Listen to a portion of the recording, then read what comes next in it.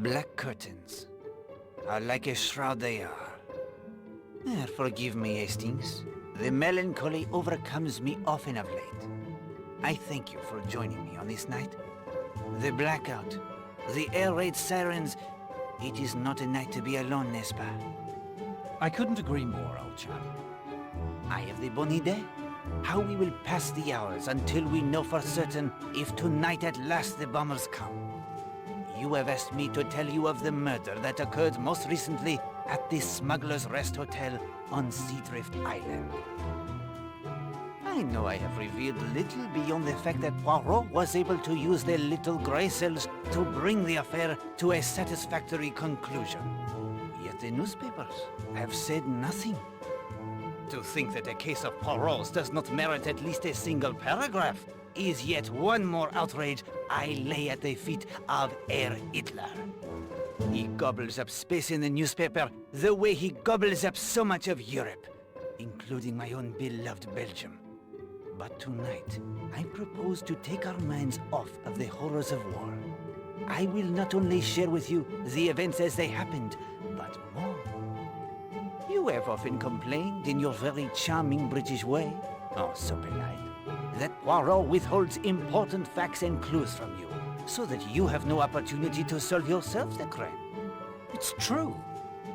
Bon, I have applied the grey cells, and a solution has presented itself. Here is your opportunity, mon ami. I will tell the story so vividly to you that you will think you are there yourself. You will direct Poirot's every action. Every fact, every clue will be there in front of your eyes. I will eliminate any characters without a part in our little drama. The hotel? It was not as understaffed as you will see it. In the same spirit, I set the stage. Oh, do not concern yourself with missing rooms, Hastings. Only those locations of importance will be presented. There will be no distractions. You will solve the case even as I did. Oh, peut-être. With a little hint here and there from the magical device you see there on that table. But no doubt, it will not be necessary. Magical device? It is called the Finger of Suspicion. It was given to me by a wizard, someone for whom I did a small favor last year in Manchester. A wizard, eh? Bien, sir. All you need to do is place one of these cards in the center of the machine. They each represent one of the players in our story. I will wave my hands above it so, utter the secret incantation, and it will point you in the right direction. Well, for starters, it's complete rot. I know you, Poirot. If anyone has a more practical, clear-eyed view of how this world works, I haven't met him. You don't believe in magic. If you want to choose this method of giving me hints, I won't stop you. It'll be a treat to see you cavorting about like a stage prestidigitator. But I suspect the hints will somehow be coming from you. If you are so certain it is nothing but hocus pocus, then would you be willing to try and solve the mystery of the Finger of Suspicion, as well as the murder on Seadrift Island? Absolutely. Very well. I will give you 7 clues at times of my choosing throughout the evening. Perhaps when you have all 7, you will be able to see the true genius behind the Finger of Suspicion. Here is your first clue. Power. Power? The power of magic? I give you the clues, Hastings. Do not expect me to explain them as well. Explore my office first. Equip yourself for your journey into the past. Come to me when you are ready. In the meantime, I will tell you 3 little stories to whet your appetite. Ye gentlemen of England, who live home at your ease, it's little do you think of the dangers of the seas. When we receive our orders, we are obliged to go on the main to proud Spain, where the stormy winds do blow.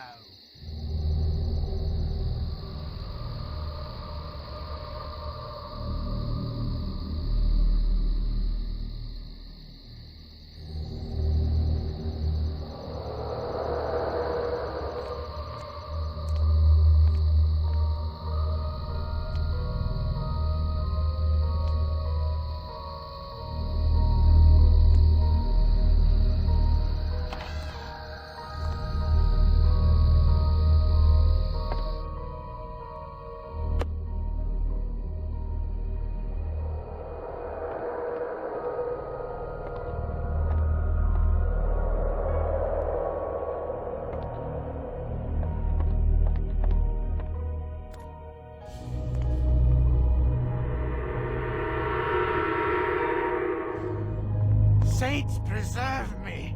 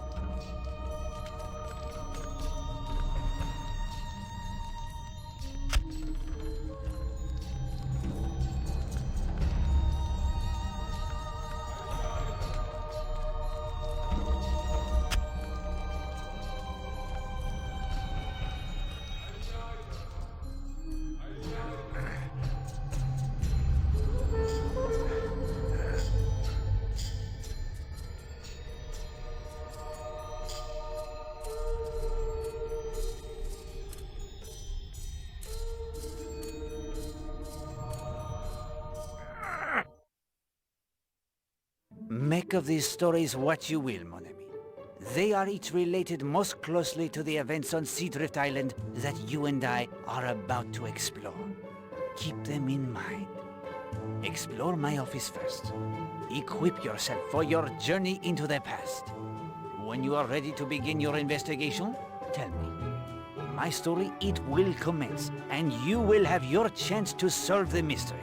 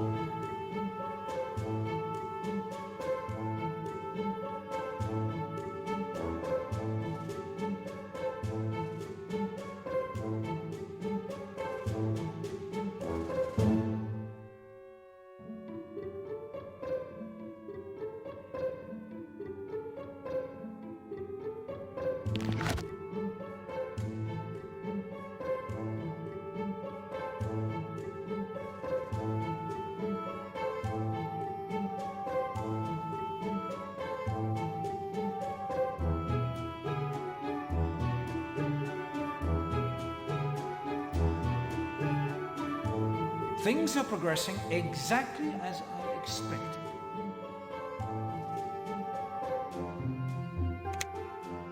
A wise choice, Hastings. With this stopwatch, you will be able to determine the time it would take the suspects to make their way to the scene of the murder.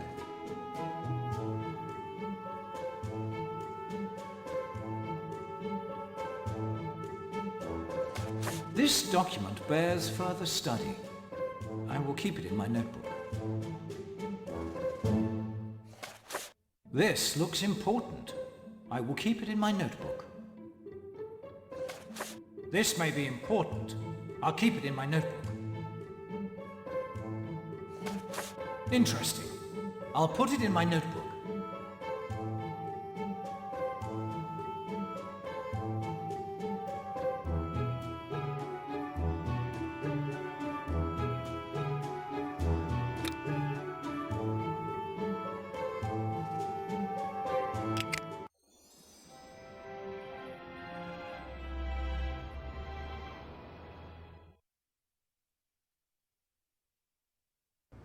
Notice how the portrait is now of Poirot. When you wish us to return to my flat, you have only to touch my portrait.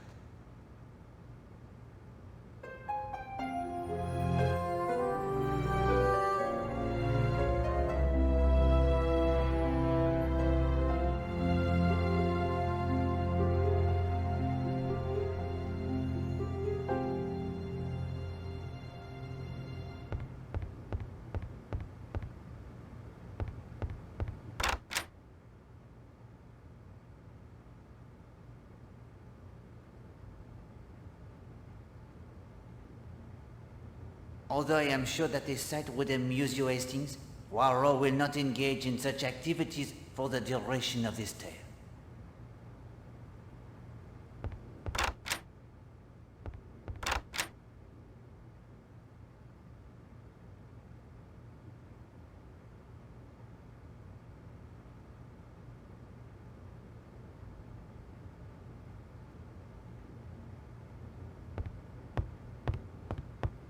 Pardon, mademoiselle, what is your name? Gladys, sir. Oh, sir. If it's about the towels, the delivery hasn't come yet from the mainland. And that will is ever so unreliable. There is no hurry. Poirot has completed his toilette. Well, if it's the bed, I'll get to it when I can. There's so much to do. Do not trouble yourself. You seem out of sorts. Is something wrong? Oh, no, sir. No, not really. There. What is it? It's that Will Jenks, if you must know. What can you tell me of Seadrift Island? Only that I wouldn't stay around here after dark. Why not? There's a ghost. Old Tom Cutter's ghost. A smuggler and a pirate. Murdered he was. Shot down by government agents after his gold. You have seen this ghost? I haven't, but many have. He haunts the pub here on the island what's closed now. You seem quite angry with this Will Jenks. Will? Oh, he thinks quite a bit of himself, he does.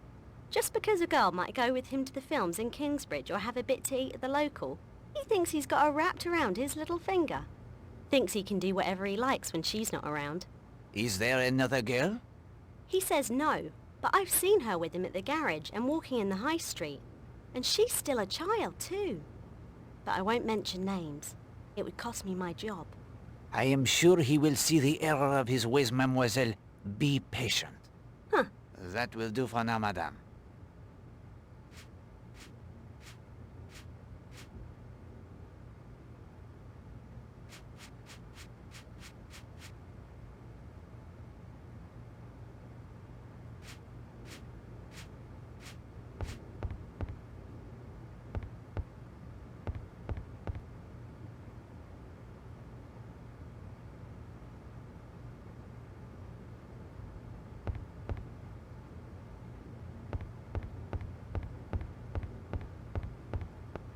Ah, Mr. Poirot. Good morning. All settled in, are you? Yes, Mrs. Castle, thank you. I am looking forward to my little holiday from crime. Anything I can help you with? A most beautiful island. Where can I learn more of its history? That brochure will introduce you to the colourful past of Seadrift Island and Leathercombe Bay. Once you've studied that, you'll probably have more questions. I'm from London myself, but most of our staff are local. Perhaps they can help you, and the villagers have all sorts of wonderful stories. Have the coastal evacuations affected you yet? As you can see from the register, our two largest parties have gone. In the past few weeks, the Smuggler's End pub here on the island has closed, and Leathercombe Bay is almost a ghost town. Every day I expect Colonel Weston to order the hotel closed as well. It's only a matter of time, I'm afraid. Who else is staying here at present? You are welcome to check the register if you wish, Mr. Poirot. Perhaps you'll find someone you know. I shall not keep you any longer, Mrs. Castle. Merci. If you need anything more, I'll be in my office.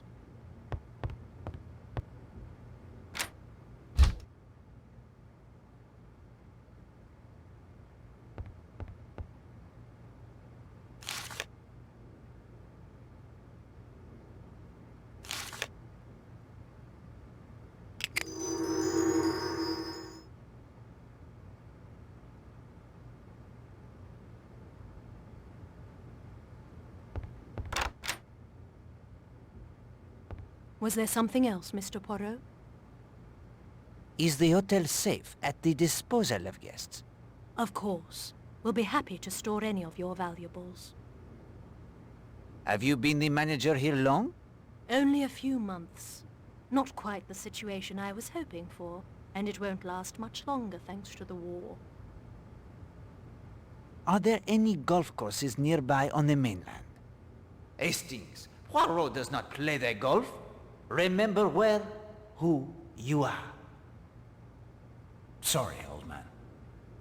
I will not impose upon you further, madame. Mr. Poirot, there was one thing. Oui, madame? It's such a small matter, I feel silly bringing it to the attention of a gentleman with your reputation. Do not let the reputation of Poirot cause you to hesitate in your inquiry. Well, my wire recorder has gone missing. I used to dictate all my letters for a girl in the village to type up. She's learning to type, so she brings her own typewriter. I need only supply the paper. When was the wire recorder taken? Sometime on the evening of the 19th. Do you lock your office? There has never been any need. I lock the safe, of course. That is where all the valuables are kept.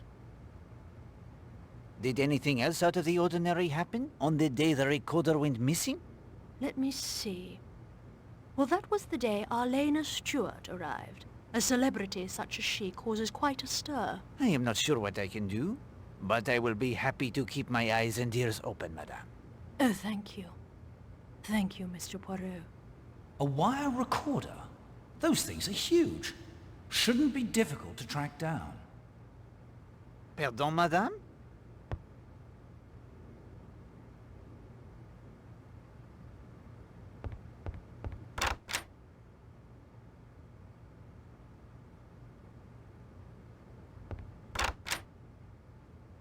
We cannot search the office when its owner stands before us?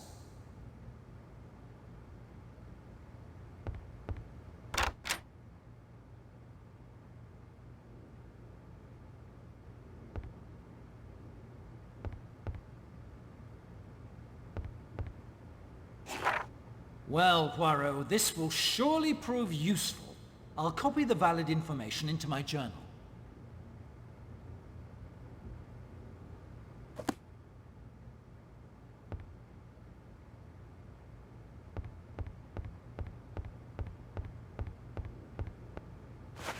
I say, the latest number of Motor Enthusiast magazine, Poirot. What a stroke of luck. I've been looking out for this one.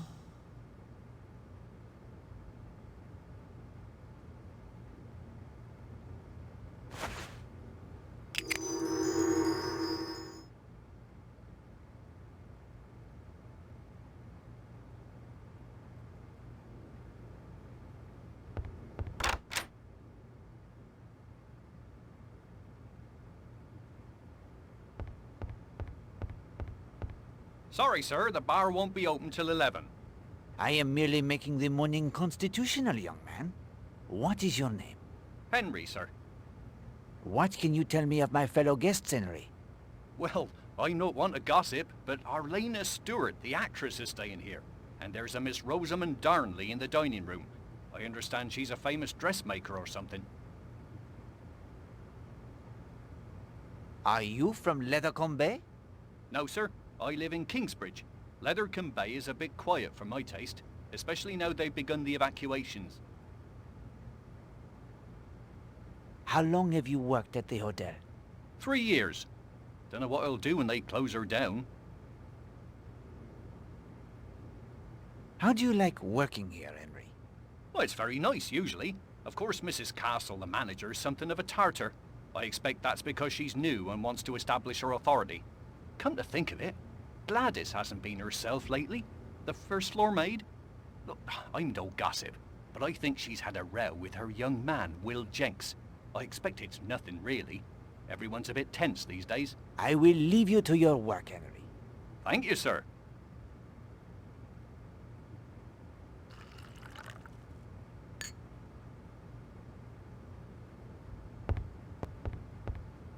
Alas, Poirot never learned to tickle the ivories.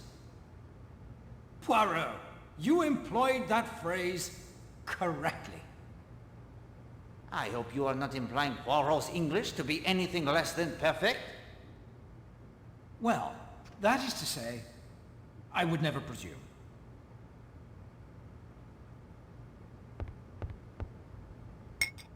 It appears to be an empty bottle of the grenadine.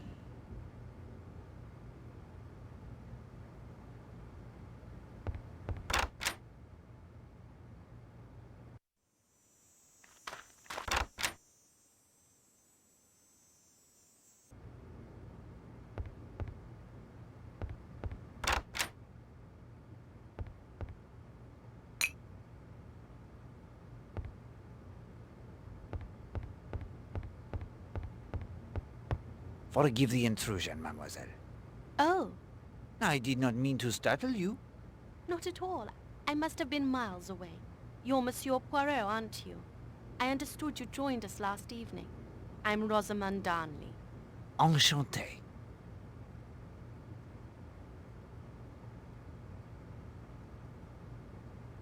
What brings you to Seadrift Island, Mademoiselle Darnley?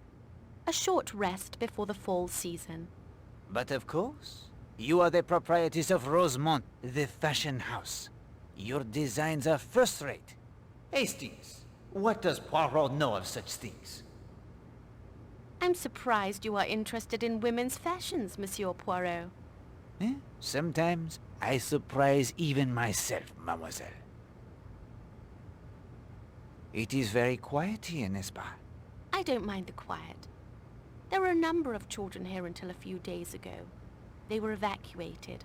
Ken's daughter Linda is here, but she's 16. Hardly a child anymore. I've had one odd incident. A small crime, even. Sometimes the small crimes are but appetizers to a main course. I brought a typewriter down to catch up on some correspondence. It disappeared from my room the day after I arrived. Have you been here on the island long? Just a few days. It was a spur-of-the-moment sort of thing. Did you report the theft? No, my jewelry and over £20 in my purse were untouched. I suspect someone simply borrowed the typewriter and will return it when they're finished with it. Rude, perhaps, but possibly not a crime at all. What day did you find the typewriter missing? The 20th.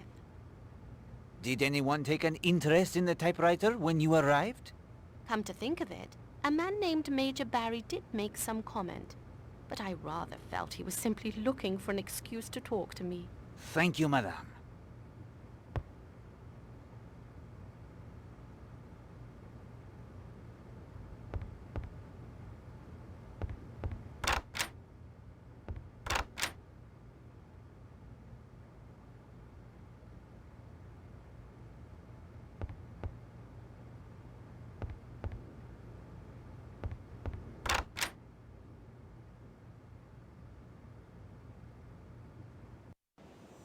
This is a useful point to measure the time it takes to reach Cutter's Cove, the spot that will be the scene of the murder.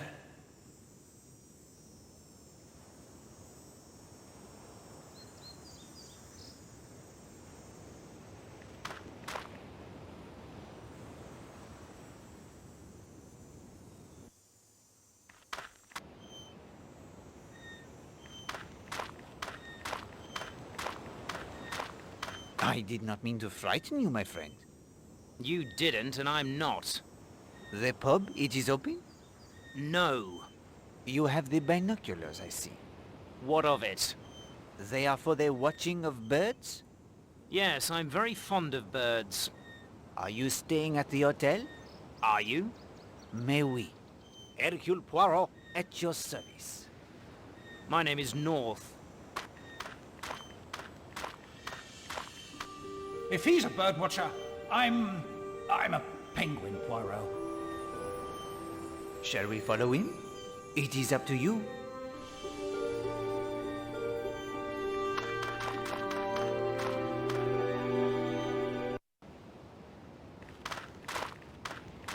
He's up to something, Poirot. Are you going to let him get away? My shoes are of the finest leather, buffed to a perfect sheen. I will not be subjecting them to sea water. Take them off, then. No. If you wish to cross the causeway, summon the sea tractor. I will not wait. Oh, for pity's sake.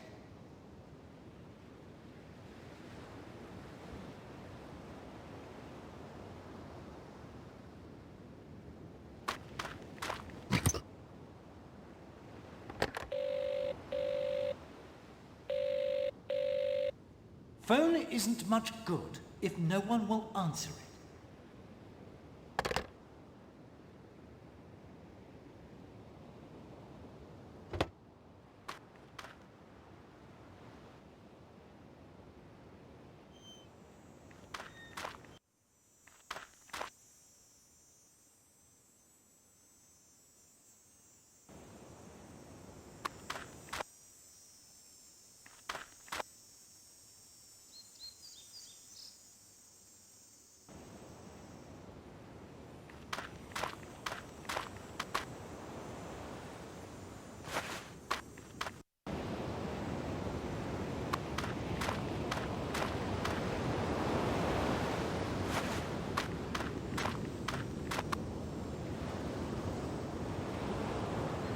Hello there. Good morning, mademoiselle. I am Hercule Poirot. Emily Brewster. Pleasure to meet you. You rest from your exertions? No, I teach ballet to a lot of energetic young girls. It would take more than a little row around this tiny island to wear me out. I don't know if you noticed, but I found what looks like the carving of a dart on a rock on the path there when I came down to bathe. It appears to be quite old. I was curious to see if there were any more carvings along here. And have your investigations met with success? Nothing so far. The sea may have worn any away, I suppose. Are you enjoying Seadrift Island? To tell you the truth, Mr. Poirot, this was a necessary trip for me. I lost a very close friend several months ago. I'm here to try and come to terms with her death, and to reclaim my life if I can. Forgive me for being so frank to an innocent question. I'm not sure why I said that. Not at all, mademoiselle. People often find they can confide in me. Of course. You're that Hercule Poirot. There is more than one? I've heard of you, of course. I apologize, I didn't make the connection at once. Have you been here at the hotel long? 9 or 10 days. Have you formed any impressions of our fellow guests? Are you down here on a case, Mr. Poirot? No, no. For a short holiday only. Forgive me if the question was impertinent. Oh, I don't mind. Let's see. Horace Blatt is a wealthy businessman, of the sort one tries to avoid in London. Loud and boorish. I think he finds us all rather boring. The Redferns seem like a nice couple, but I've noticed a tension between them. If you want my opinion, Arlena Marshall is at the bottom of it. She's one of those women men seem drawn to, and other women tend to hate. You choose to bathe here instead of at the beach? Yes, I do so every day.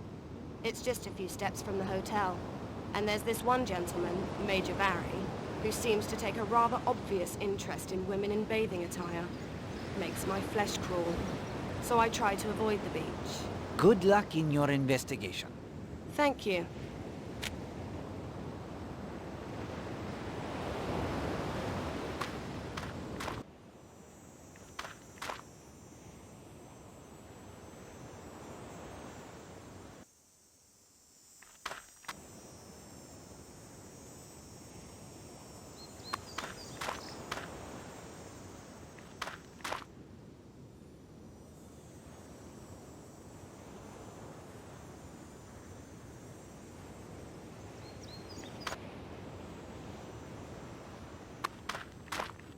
Good morning, mademoiselle.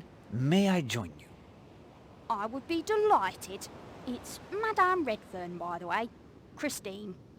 You must be Hercule Poirot, the famous detective. I am he? Modesty, old man. You may have reason to be modest, Hastings. Poirot does not. The old place was buzzing last night when you arrived. Ah, it is a perfect day for sketching. Yes, indeed. I'm trying to capture that sailboat down there.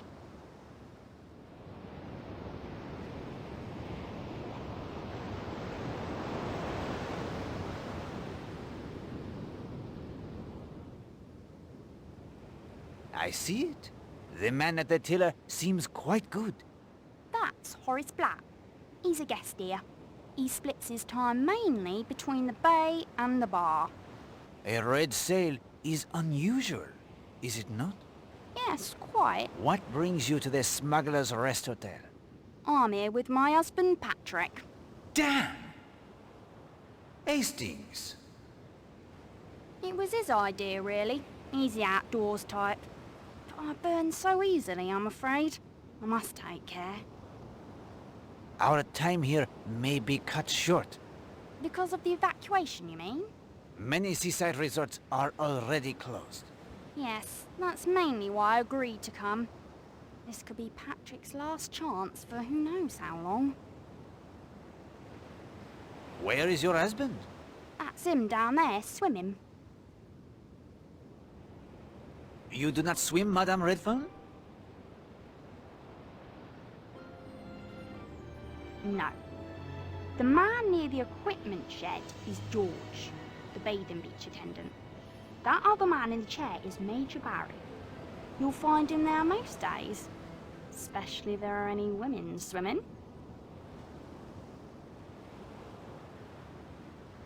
Major Barry has an eye for the ladies? Definitely. Bit of a bore too. Full of stories about the army in India. That and his dogs. He apparently has many, many dogs. What can you tell me about our fellow guests? Well, there's Emily Brewster. You'll usually find her rowing about the island. Ballet instructor at school in North Taunton, I believe. There's a couple from up north somewhere. Gardeners. She'll talk your ear off. He's rather a dear, really. And Arlena Stewart, of course. You must have heard by now that she is here. Oh, you know her? My husband does. I'm afraid that's enough sum for me for a while, Mr. Poirot. It has been a pleasure, madame.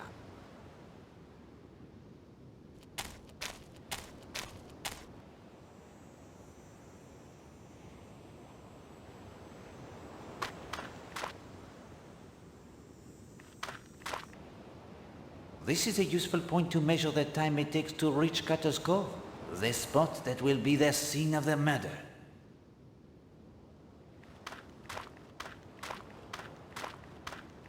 Good morning, monsieur. Capital morning, capital. You must be that detective Johnny who arrived last night. Major Montague Barry, late of His Majesty's Army in India. It is a pleasure, Major Barry. You are on a bathing beach, but you do not bathe, Major? No, never got the taste for it. The scenery can be quite pleasant, though. Yes, it is very nice. Nice? Now? Wouldn't say that. None of the finest sex about. Good-looking fillies, some of them. Where are they all, I wonder? Have you been at the hotel long? Couple of weeks, one last hurrah, you might say, before Fritz arrives on our doorstep. Yes, they are coming very soon now, I think. Bombs first, of course, soften us up, or so they think. Not like India. I was there for the start of the Third Afghan War. Now that was war with some honor to it. Those days you could see a man's eyes go dull as you kill him. How did you come to Seadrift Island? I show my dogs over in Dartmouth twice a year. Train them, you see. Always told myself I'd stay here once when I got my chance. Are your dogs here? At the hotel? Not likely. They're safe at some kennels I found near Exmoor. Had to get them out of London, you see. Wouldn't have stood the bombing, poor beasts. Do you know anything of the history of this place? Not much. Heard some rot about Roman orgies way back when. Then some monks decided this would be a wonderful place to make brandy. There's that smuggler Tom Cutter, of course. Gave his name to a cove here on the island. Supposed to still haunt the pub. That's about it. Any impressions of our fellow guests? That actress is a fine specimen, no denying. The Redfern lass is not bad, but a bit too pale for my taste. I like 'em with a bit of colour. Miss Darnley, the dressmaker, she's quite attractive in her own way, too. Enjoy the scenery, Major Barry. I will, when it arrives.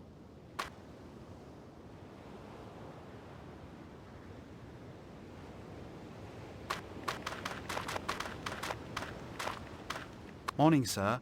I'm afraid the rowboat is out, but I could set you up with a nice rubber float. No, thank you. Poirot does not float. Oh, no worries, sir. A bit of exercise would soon help that. I see no cause for amusement. You are the beach tender? That's right, sir. I keep an eye on the equipment, look after the grounds, the tennis court, and so on as well. Do you enjoy your job? It's all right.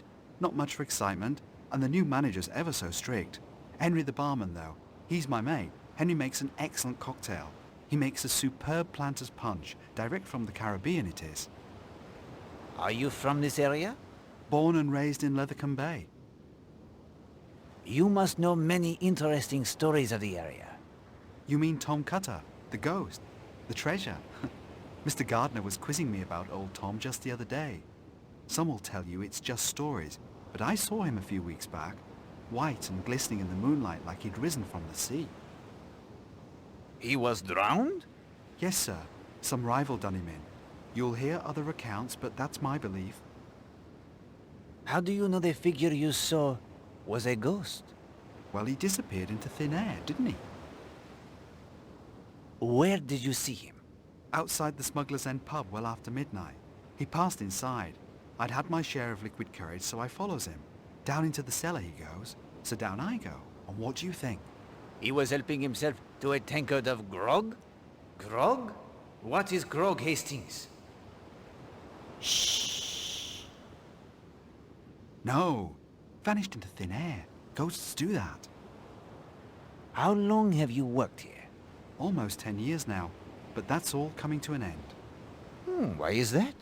Got my papers, didn't I? Reporting for duty next week. Navy frogman, that's what I'm going to be. I will leave you to your duties.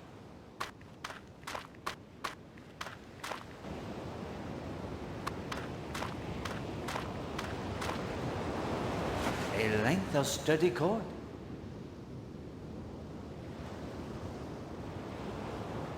Hastings, I swim like the dolphin. I simply do not wish to swim at the present moment.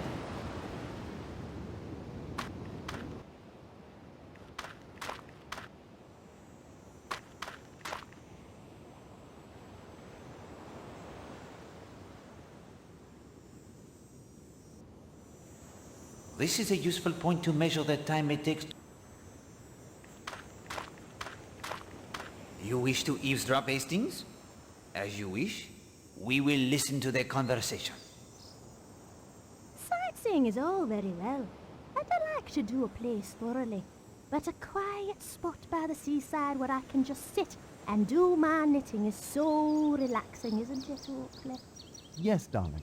And this is such a picturesque spot, quite out of the world and at the same time very comfortable and most exclusive in every way, isn't it, Oakley? Yes, darling.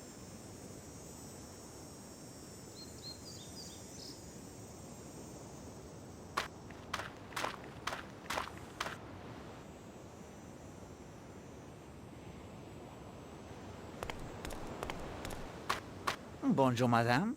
Bonjour, monsieur. I hope I do not disturb you. Why, of course not. He's not disturbing us, is he, Oakley? No, darling. You must be our newest addition. Mr. Hercule Poirot, the famous detective. You recall me telling you he would be joining us, Oakley? Yes, darling. I am Mrs. Carrie Gardner. This is my husband, Oakley. Very pleased to make your acquaintances. Are you enjoying your stay on the island? Very much. It's so peaceful and relaxing. So far from the cares of the world, isn't it, Oakley? Yes, darling. This is an interesting spot. Yes, isn't it? Not as much wind, I think, as the terrace above the bathing beach or over at Sanctuary Cove. Oh, look, Oakley. There goes Miss Brewster again. Can't think where she gets her energy.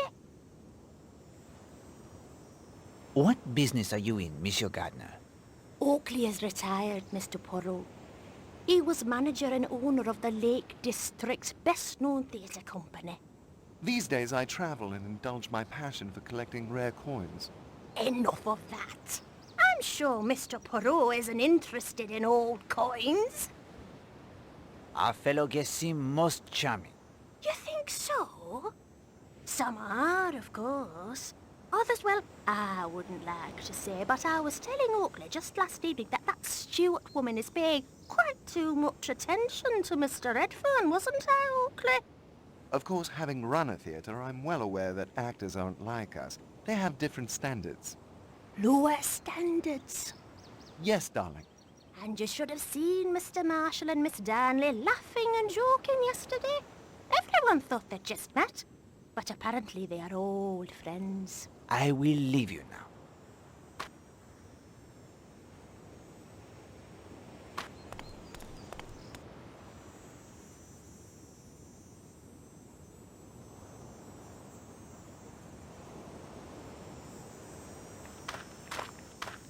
Eh bien, if you insist, we will eavesdrop yet again.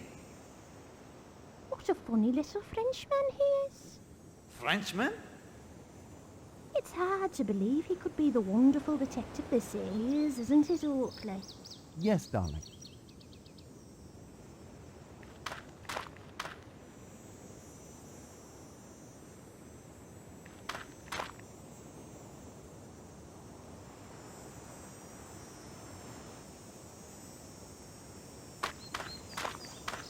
A sturdy post. A sturdy post.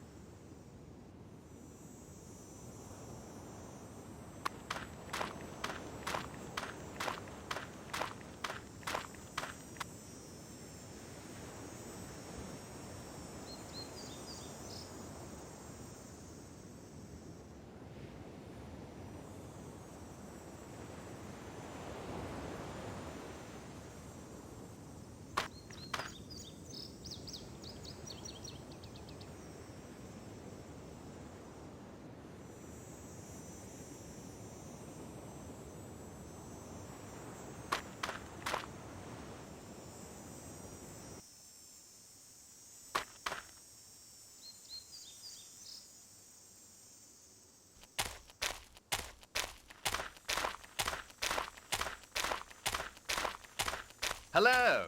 You haven't seen a tennis ball in the grass, have you? I had a lob go spectacularly astray. No, monsieur. I am sorry. You wouldn't be Hercule Poirot by any chance, would you? I am Poirot. Monsieur? Kenneth Marshall. That was my wife, Arlena.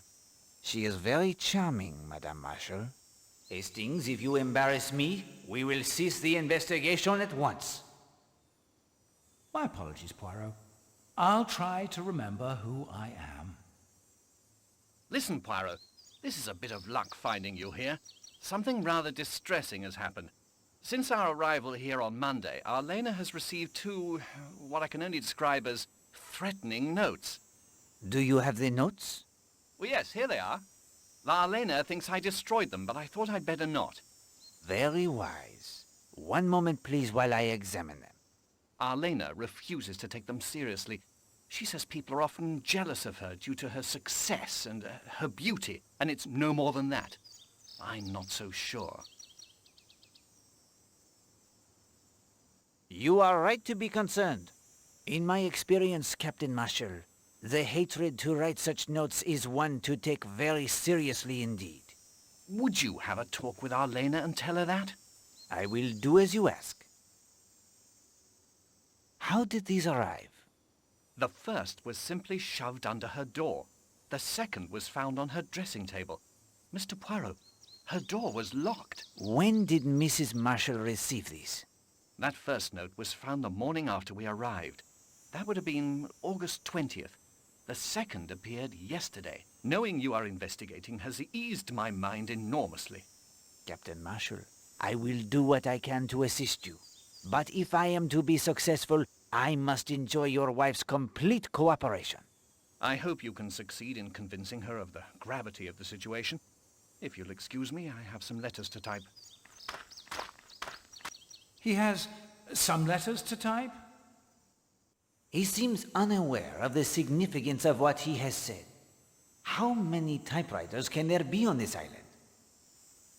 Seems more likely Miss Darnley's typewriter was borrowed to write the notes. It is possible. You knew there might be a real danger to Mrs. Marshall even then. Yes, my friend. I could feel something in the wind. The way sailors can sense the approaching storm.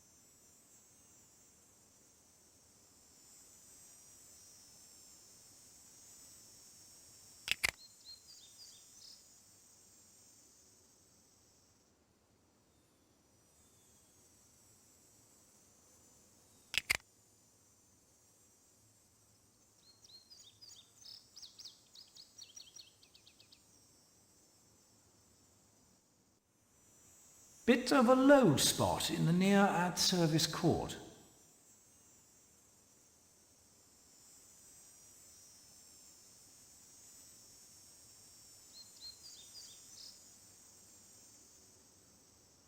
It is an unusual wreck for a garden, that. It's to keep the clay of the court smooth.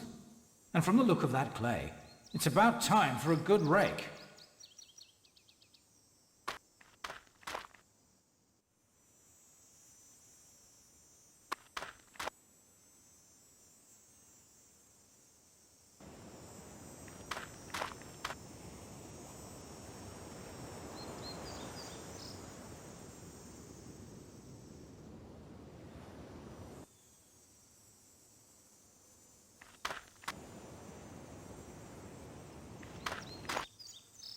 This is a useful point to measure the time.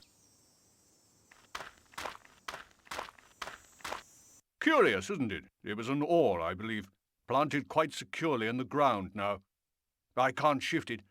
I'm Stephen Lane. Hercule Poirot. Ah, the detective. Maybe you have a theory what it's for. Without more evidence, a deduction is difficult. Here you go, then. I found these near the edge of the cleared space. Chicken feathers, I believe. I think those stains are dried blood. Suggestive, don't you think? Perhaps.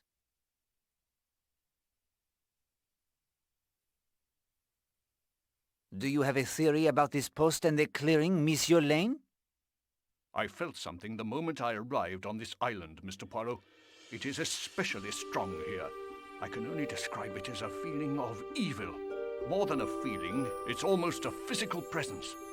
Yes, it is very romantic here. It is peaceful. The sun shines, the sea it is blue. But there is evil everywhere under the sun. There's a quote from Ecclesiastes. Yea, also the heart of the sons of men is full of evil, and madness is in their heart while they live. Nowadays, nobody believes in evil. Even with what is happening in Europe, they want to think that reason and common sense will prevail. But evil cannot be reasoned with, and it is real. It walks the earth. What brings you to Seadrift Island, Monsieur Lane? My health. I was the vicar of a church near Brixham. I became ill. I had to leave my church. I came here to heal among the historic churches and religious ruins of the area, like this old monastery. It dates back to the Middle Ages. The order was most known for producing a passable brandy, I believe. They never flourished. I expect that was because of the site they chose. What is wrong with this site? It isn't the only Christian edifice erected on top of more ancient construction, as I'm sure you know. In this case, there was a Roman temple here, 500 years before the monks arrived. Unfortunately, it is believed it was a temple to Bacchus, a particularly nasty cult notable for debauchery and licentiousness. Bacchus, eh? That might explain the decent brandy. I was searching for evidence of the earlier temple when you arrived. I found an opening beneath one of the walls over there, leading down into the earth. But it's blocked by a sizable stone. I was hoping to use this post as a lever, but it's immovable. What do you think of our fellow guests? I haven't spent much time with them, I'm afraid. I've been poking around out here mainly. If I could get some idea of the location of other nearby religious sites, I expect I'd be off to visit those. I think it would do me good after this place. Mr. Poirot, I'm feeling under the weather. These ruins take it quite out of me, I'm afraid. If you'll excuse me. But of course.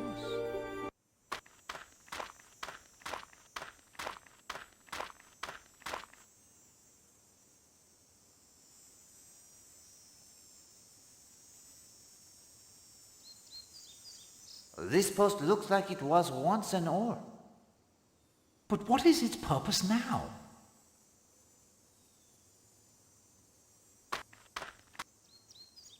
There is quite a passage down there. We will need something more than good intentions to shift this stone, however.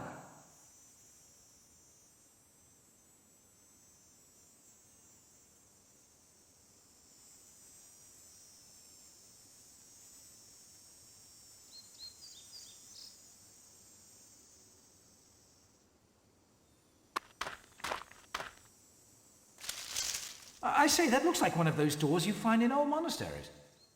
What do you call them? A monk's door, Hastings.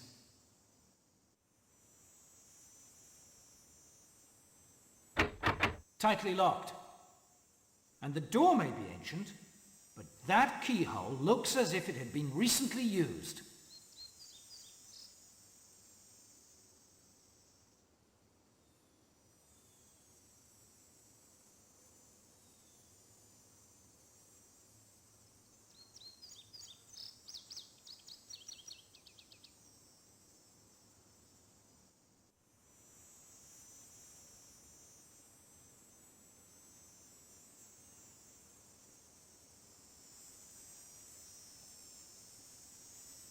No.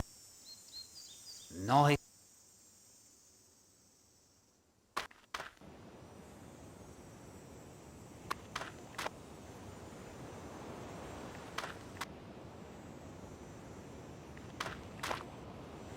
This is a useful point to measure.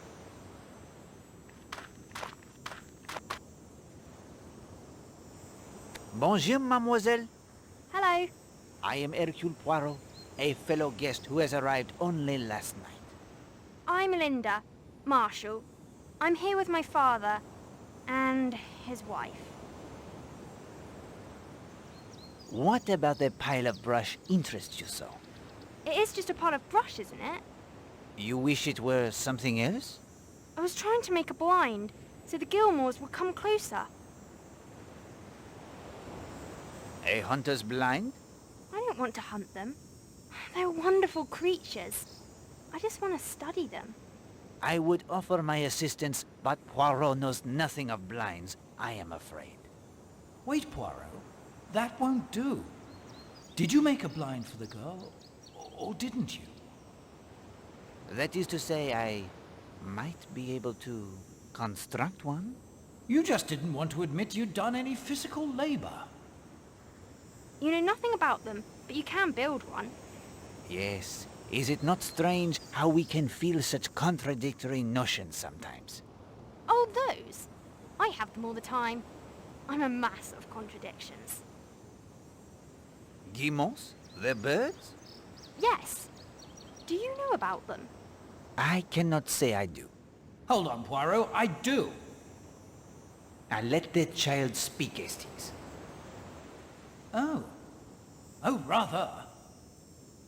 They are really quite common. These are of the genus Urea algae. They live in great colonies. They look almost like penguins, don't they? They waddle along and bow to one another. And sometimes they purr, almost like kittens. Good heavens, Poirot. I never thought of it before, but you know who they remind me of? They are truly marvelous. They seem to like it here very much. The government made it a sanctuary for them. That's what this place is called now. Sanctuary Cove. What brings you to this Smuggler's Rest Hotel? It was Arlena's idea. That's my stepmother. Are you enjoying yourself? No, I hate it. I don't know why we're here. Ah well, the summer it is almost past. I think your school it will be starting again soon? Miss Porter's? I suppose so. I wouldn't know. Miss Porter's? Hastings, the name of this school is familiar to me. There is a newspaper account in my files. What do you think of your fellow guests? Miss Darnley's nice, and Christine Redfern is too. But I hate her husband. He is unkind to you? No, it's my father I care about. He can't see it, but I can. I see what's happening. It has been a pleasure, mademoiselle. Can you really make a blind?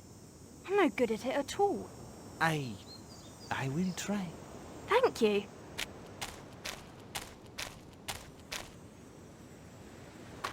Hastings, what have you gotten me into now? Relax, old man. All we really need is some cord, a couple of sturdy posts, and something to anchor it all with. Tent stakes, for example. Tent stakes? On an island with a perfectly good hotel. Why would anyone need tent stakes? Oh, well, I see your point.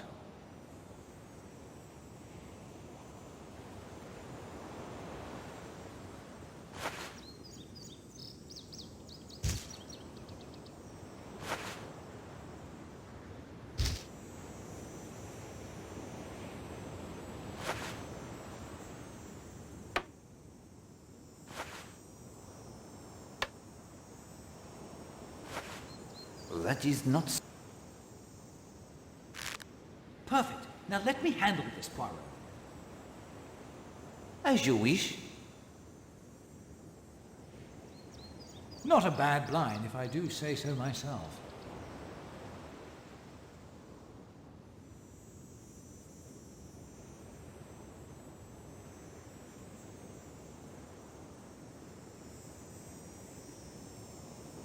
Not a bad blind, if I do.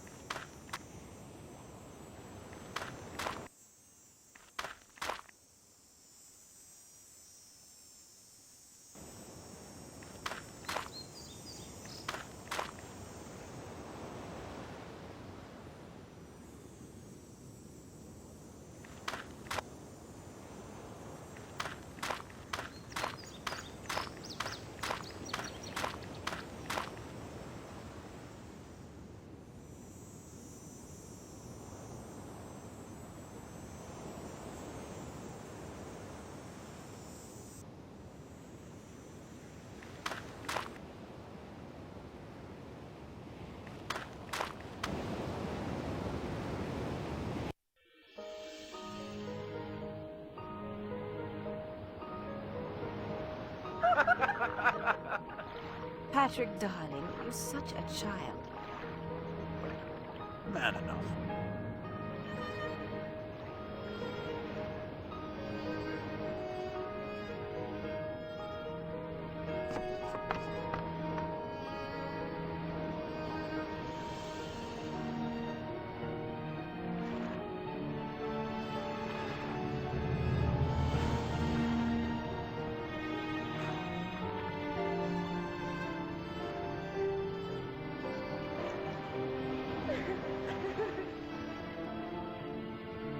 I see what you mean, old man.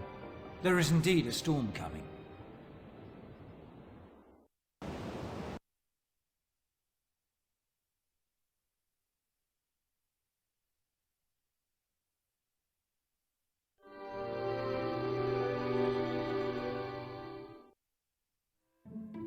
Bien, Hastings. You have made good progress. The principals of the cast have made their entrances. You have explored as much as was possible to me on the morning of August 24th. You have uncovered some of the mysteries that made me uneasy, even then. Did you already know murder was in the wind? It was very clearly indicated, mon cher. Why didn't you stop it? If a person is determined to commit murder, it is not easy to prevent them. I do not blame myself for what happened. It was inevitable. What are my next steps? When you are ready, we will continue our little game. I was able to explore further. Introduce yourself to the residents of Lethercombe. Look for opportunities to assist anyone you can in the village or on the island. They will appreciate your thoughtfulness and will be more likely to help you when you need a favor in return. As before, if you find yourself unable to progress, I will assist with the magic of the Finger of Suspicion.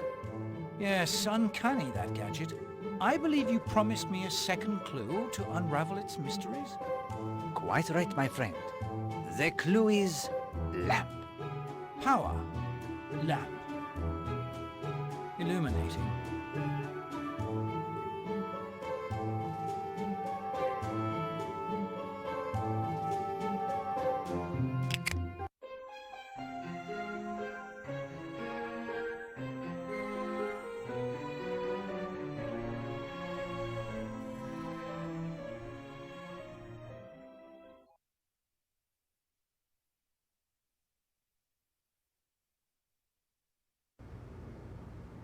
Oh, I didn't think you were here, sir. Your towels are fresh and your bed linen changed, so never you mind about that.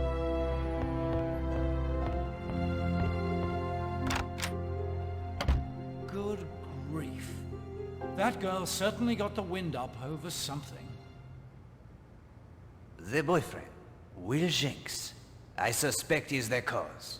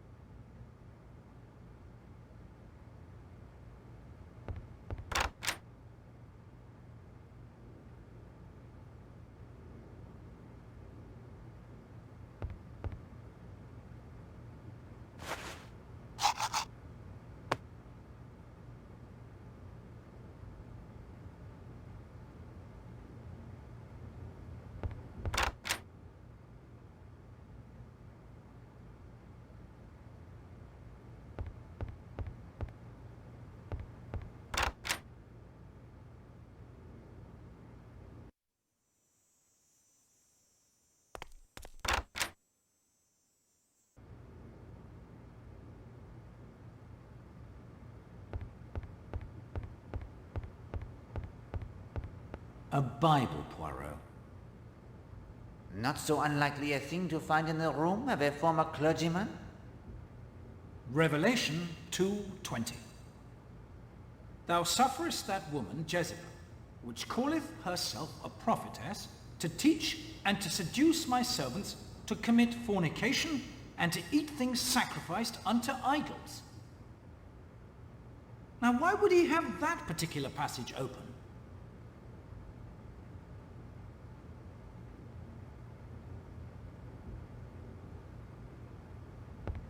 If I remember correctly, this must be Stephen Lane's room.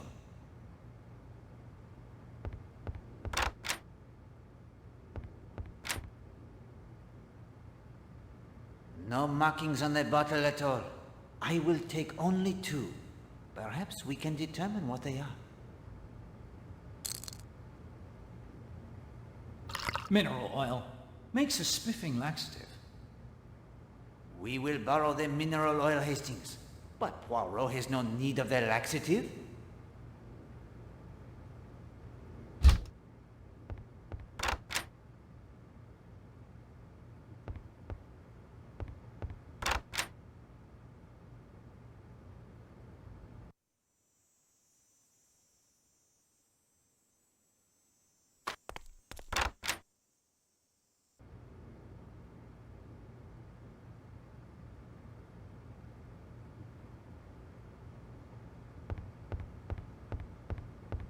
From the looks of these betting receipts, the Major is his bookmaker's best and unluckiest customer.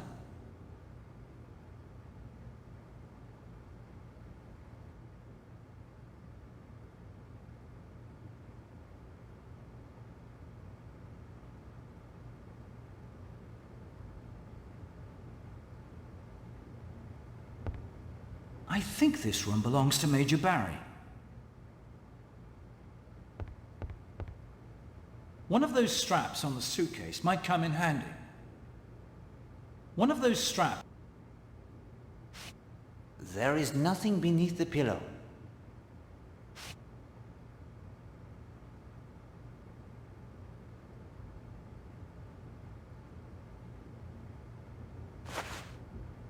Let us hope the Major is not as observant as Poirot.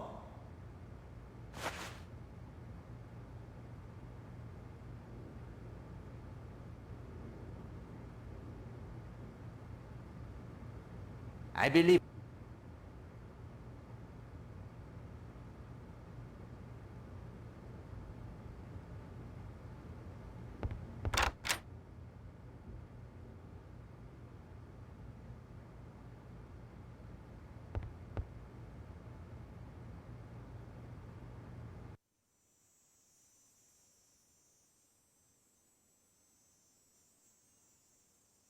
Do you observe anything unusual, Madame Castle? Not yet, I'm thankful to say. Mr. Blatt's sailboat put into Leathercombe Bay a short while ago. I suspect he'll make for the Monkshood before heading back out. What do you look for so intently, Madame Castle? U-boats, Mr. Poirot. I have seen them too. So close to shore? Oh yes. I suspect there's one out there right now. Watching.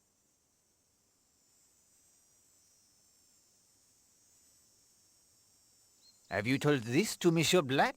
Yes, I did. He laughed at me and said they were not likely to waste a torpedo on his tiny sailboat. He has their point there. What is the Monk's Hood? The only pub still open between here and Kingsbridge. Albert Bately runs it. Who has the key to the smuggler's end? Colonel Weston took charge of it when they closed up. Colonel Weston? But he is an old friend of mine. He's set up shop in the police station. But is he not the chief constable for the entire district?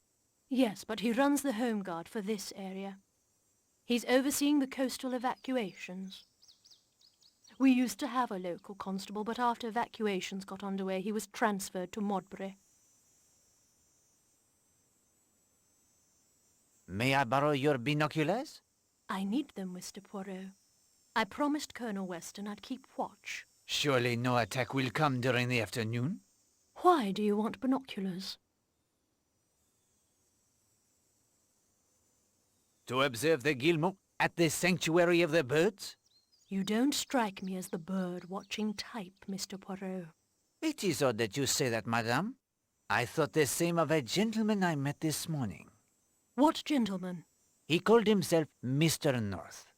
Is he perhaps a guest? No, I've never heard of him. To help in the watch for U-boats. Well, I do have other duties to attend to.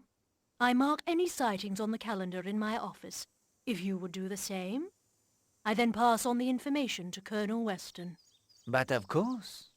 And if you wouldn't mind doing me one small personal favor. I would be happy to assist you, madame. If you would return this book to the lending library, I'd think that a very fair trade. I shall do as you ask. Here you are, then. I'll be off.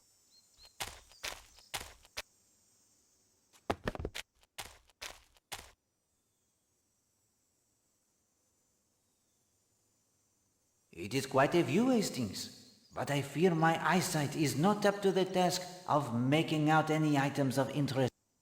It is...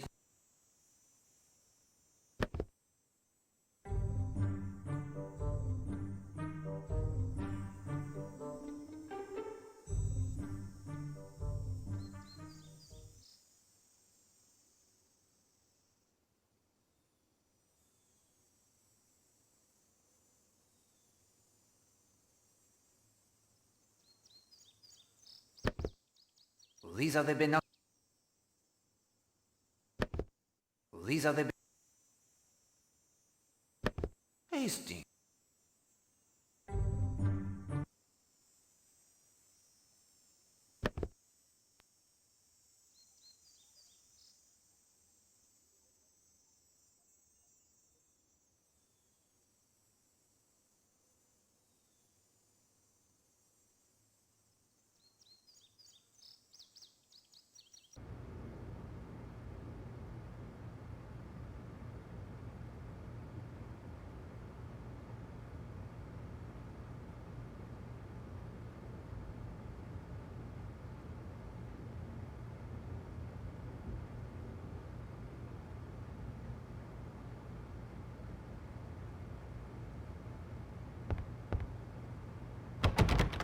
Quite secure.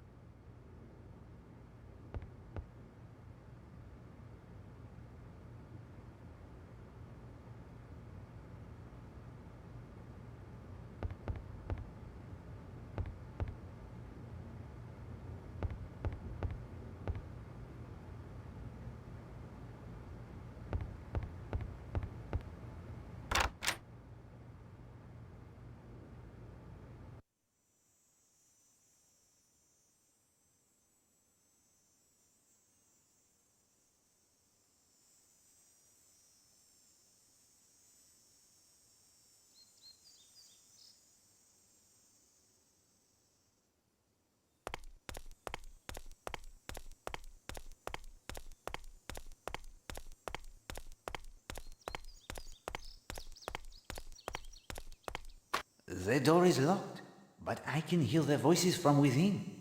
Perhaps we should listen a bit closer, Hastings.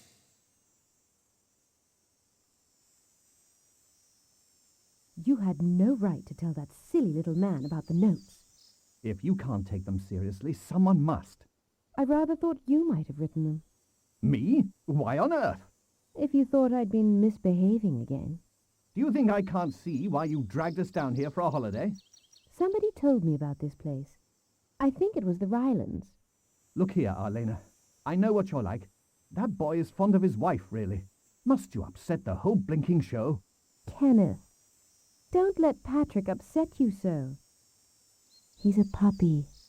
Nothing more. So you admit that young Redfern is crazy about you? It's really rather stupid of him. You know, don't you, Ken, that I don't really care for anyone but you. I think I know you pretty well, Arlena.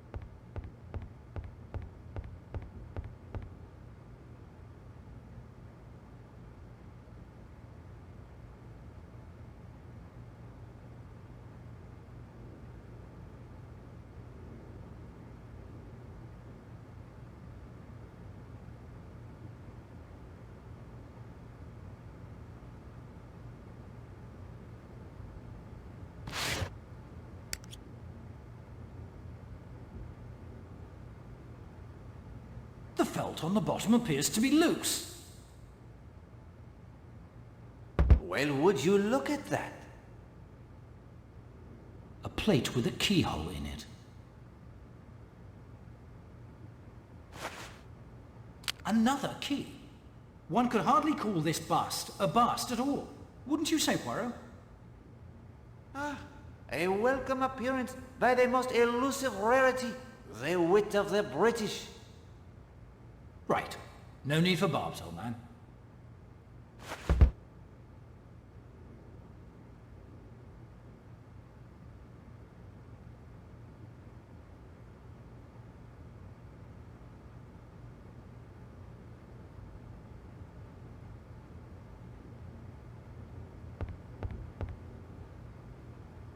A solidly built safe that needs a key to that is the safe. It opened effortlessly. It must see frequent use. Good God, Poirot. That's a German two-way radio. I think we'd better have a talk with that castle woman. No. Make a note of the codes. But we must not remove anything or mention our discovery, Hastings. I agree something is not right, but let us rest and see what occurs with her. These codes aren't standard Morse. I don't like the look of them at all. A common enough oil lantern used for signaling. We will leave it for the present, Hastings.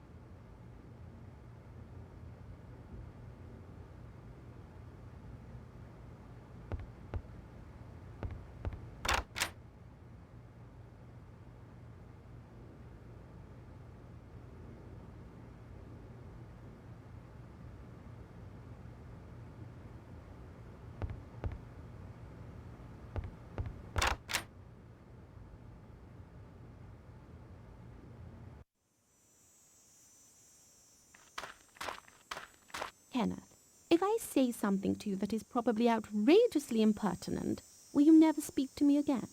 I don't think I'd ever regard anything you say to me as impertinent. Why don't you divorce Arlena? She's pretty notorious. You don't understand, my dear girl. Are you so frightfully fond of her? It's not a question of that. Arlena's not good for Linda, nor for you. Perhaps. But you see, I gave my word. Marriage is a vow, Rosa. I'm sick of quick marriage and easy divorce. Arlena's my wife. That's all there is to it. Till death do you part? Yes. Till death do us part. I see.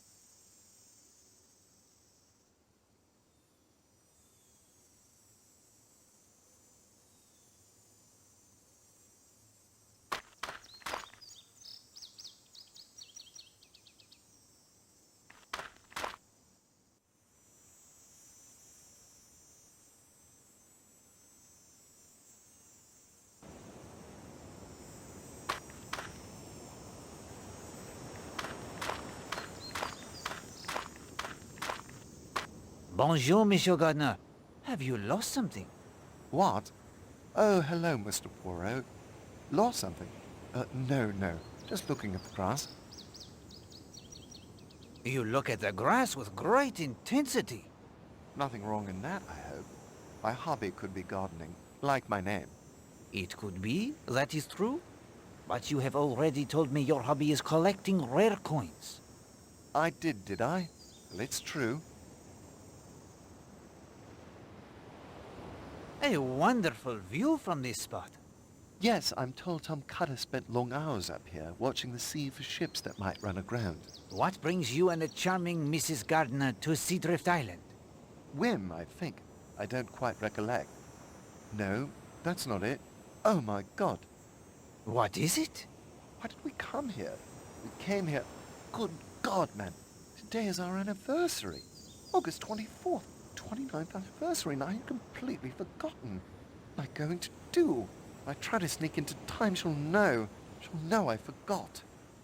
Do not concern yourself, my friend. I, Hercule Poirot, will undertake this mission for you, and Mrs. Gardner will be none the wiser. That's very decent of you, Mr. Poirot. What can I do in return? Just repaying you doesn't seem enough. Huh? Possibly tell me the truth about why you came to Seadrift Island. I expect you've already guessed, but if you can find Carrie a present, I'll be happy to share all I know. Eh bien, no time must be lost. What shall I purchase for her? Why, I don't know. Use your own discretion. No frilly undergarments, though. That wouldn't do. I need to alert the cook. We'll want a little cake and champagne.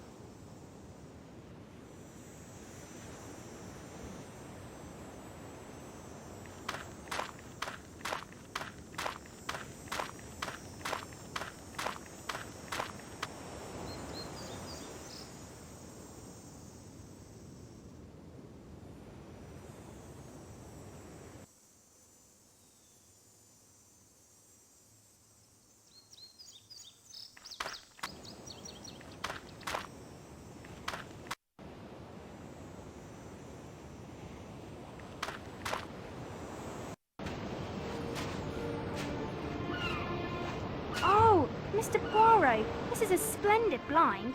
The birds practically walked right up to me. I am pleased you find it adequate, Mademoiselle Marshall. But there's something wrong. Look at that one on the rock nearest the shore. What is on it, Mr. Poirot? It looks like oil, Poirot. Maybe from a leaky boat engine. It'll kill the bird, I'm afraid. Mademoiselle, it is oil, I fear. Very bad for living things. Oh, please, please, Mr. Poirot.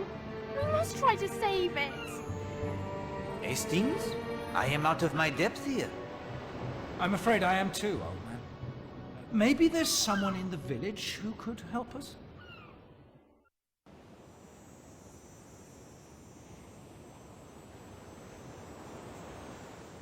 No more can be learned by disturbing her any further at the moment.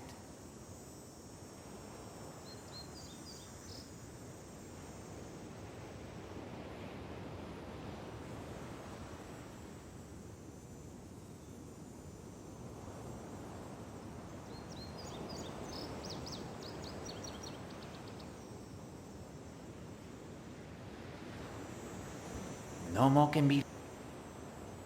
No more can...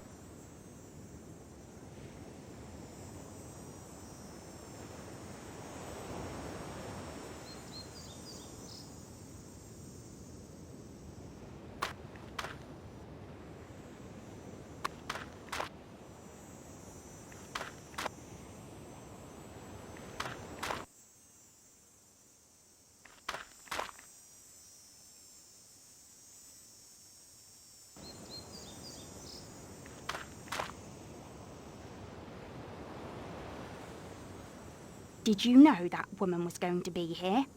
Look, Christine, I don't know what's come over you. Over me? Oh, Patrick, you insisted so on coming here. You knew Mrs. Marsh was going to be here. You're infatuated with her.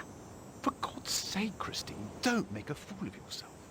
We've been so happy. We are happy. But we shan't go on being happy if I can't even speak to another woman without you kicking up a row. You're in love with her. Don't be ridiculous. Come on, let's go back to the hotel. I'm climbing down to Cutter's Cove. You can come if you like. This isn't good. No, my friend. Yet there is nothing we can do. Events will take their course.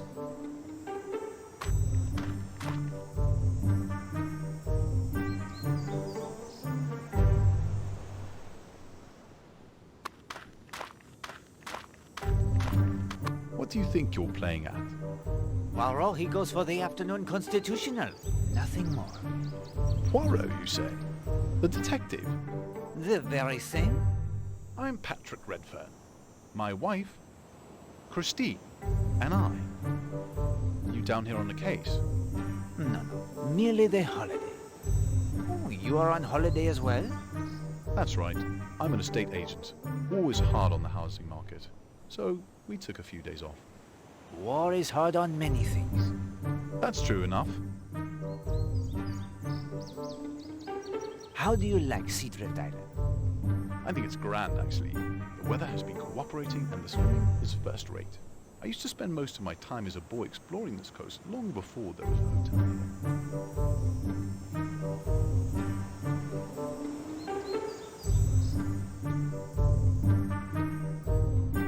here. I observed earlier, you enjoy their friendship with Alena Marshall. Oh, she's just an acquaintance Christine and I made up in London. Quite the coincidence, all of you turning up here. Yes, rather. What was it like here when you were a boy? Just the Smuggler's End pub, all shut up, here on the island. And Cutter's Cave, of course. Cutter's Cave? It's behind some rocks down in Cutter's Cove there. You haven't explored it? No. The ladder? It is safe? The metal one sounds enough. You can also row around from the bathing beach if you like. And Mrs. Redfern, does she share your enthusiasm? Yes, she's enjoying her sketching immensely. She's quite good at it too. If you'll excuse me, Mr. Poirot, I'm going to wait on the deck for my wife.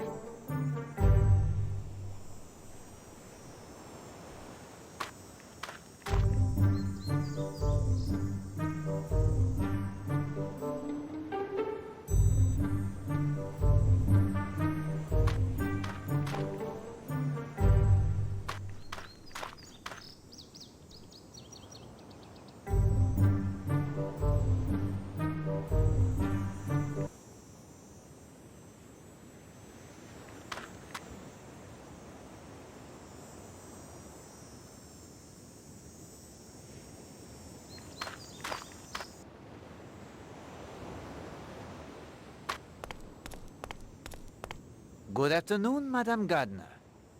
Hello, Mr. Poirot. May I join you? I should like the company. Thank you.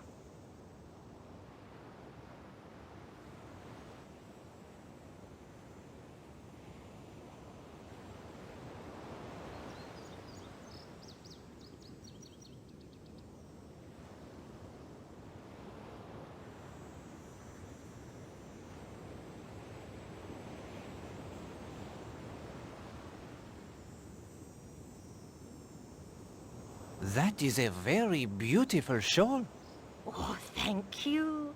It seems as I've been working on it for ages. You enjoy the knitting? Oh, yes. Oakley has his coins. I have this. There. Finished. Oh, you are very skilled.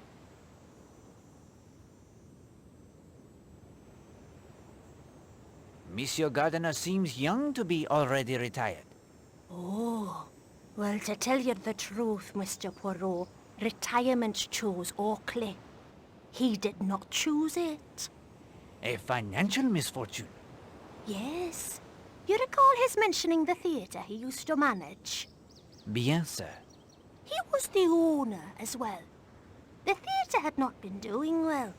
Oakley hit on the idea of paying a great deal of money, more than he could afford to lose, to attract a major star to perform there. She took the money and claimed illness. The show was cancelled. There was nothing for it but to close. We live off his army pension and a bit I've put away. What brought you to Seadrift Island, Madame Gardner? Oh my goodness! What is it? Our anniversary is today. our 29th anniversary and I had forgotten it. Oh, I have nothing to give him. Perhaps that shawl?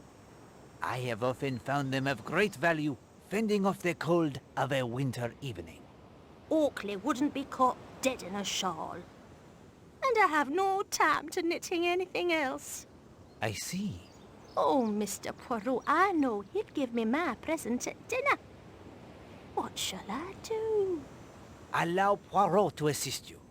I will find a suitable gift. If you could do that, this shawl is yours. I'd better get back to the hotel. I want to be ready for dinner. Poirot, there is too much going on to bother ourselves with this. Au contraire, my friend. It does not hurt to help others in need. And that is a shawl I would prize.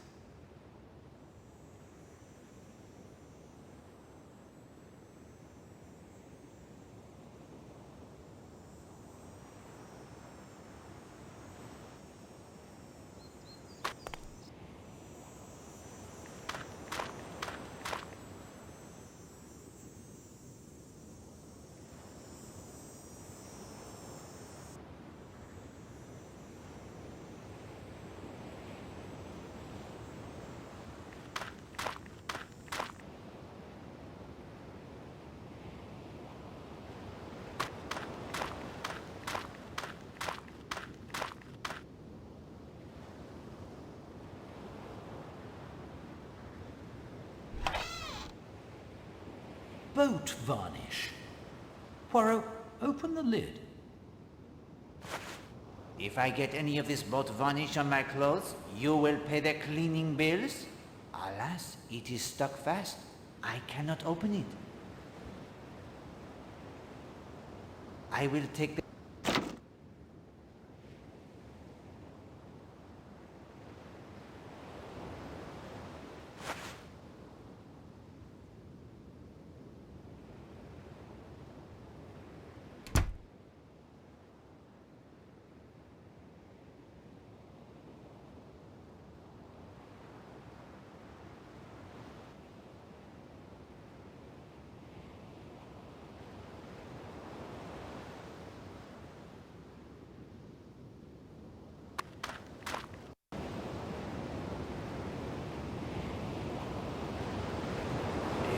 I swim like the dolphin.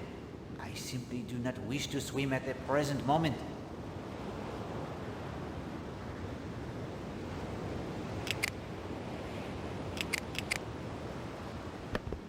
You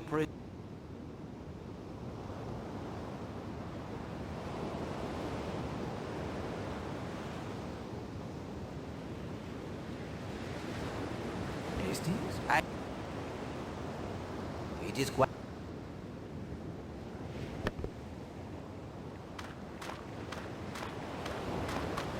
There is something snagged by the swimming float.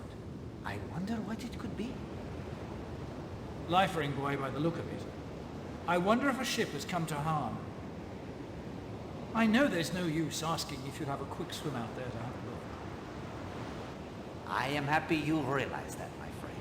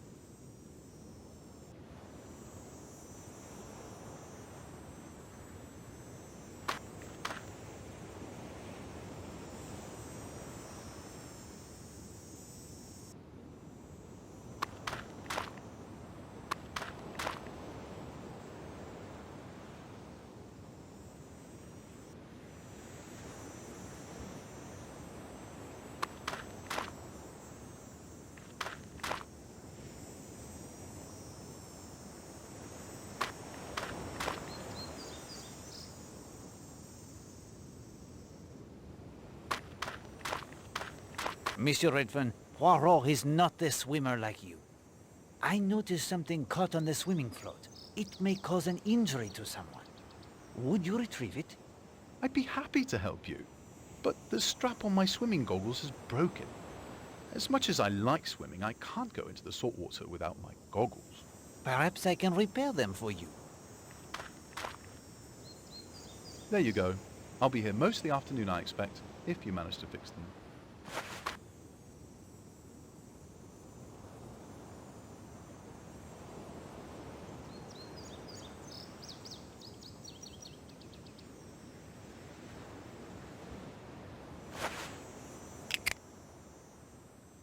Ah, almost there.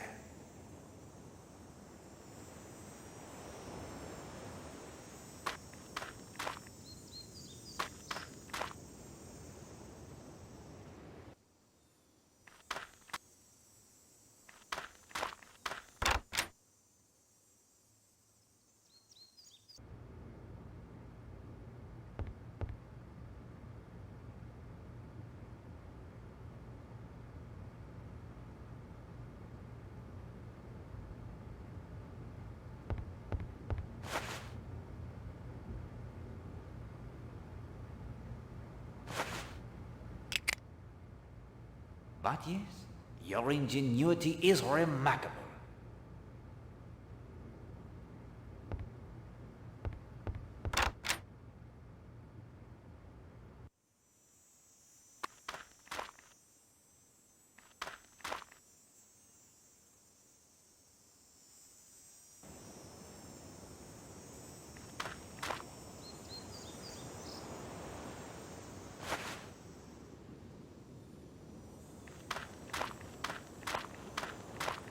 Yes? Mr. Poirot, you fixed my goggles. That's part of the strap from a suitcase, isn't it? How clever. Let's see what has been snagged on the swimming float. Beastly hot. I'll enjoy the dip.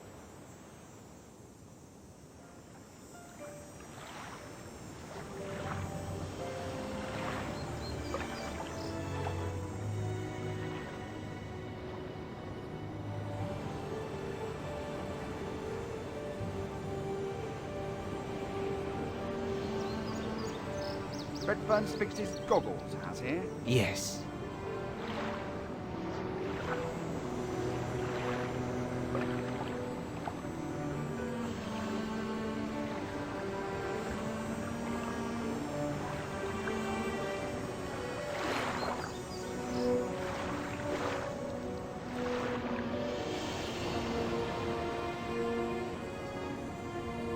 Here you are, Mr. Poirot.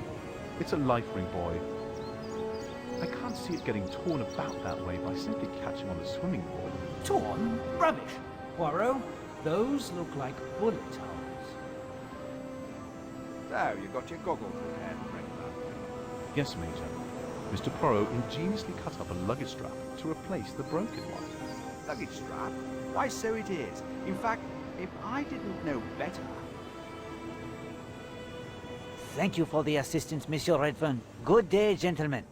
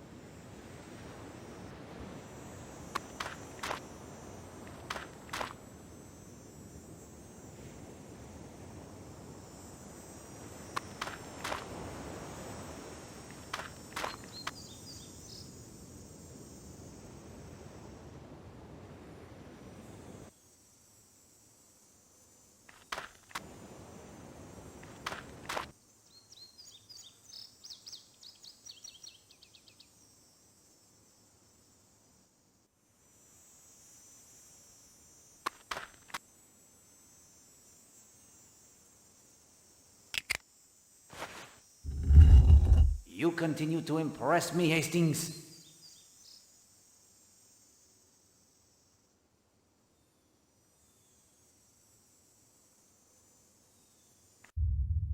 From the looks of this tunnel, no one's been down here in a long time.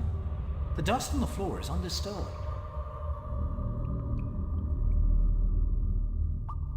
A Roman column dating to the 1st century.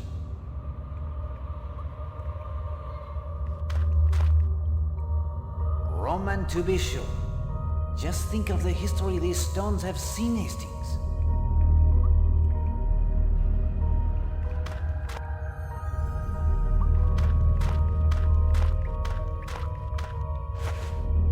By Jove, a gold coin in top condition.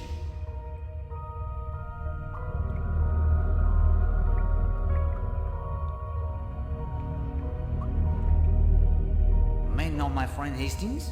I could blunder about in these tunnels for hours while who knows what crimes are committed in my absence. I need some means to ensure I am traveling in the proper direction. May know.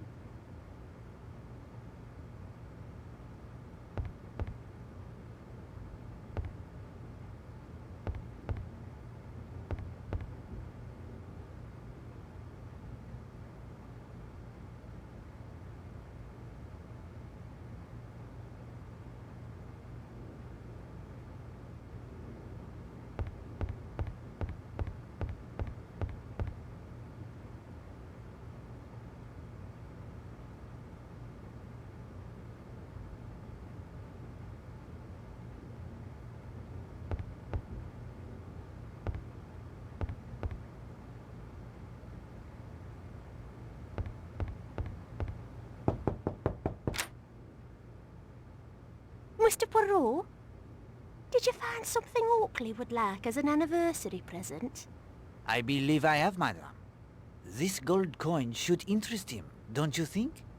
Oh, this is perfect. Wherever did you find it? That must remain my secret for now. Here is your shawl, Mr. Poirot, and thank you.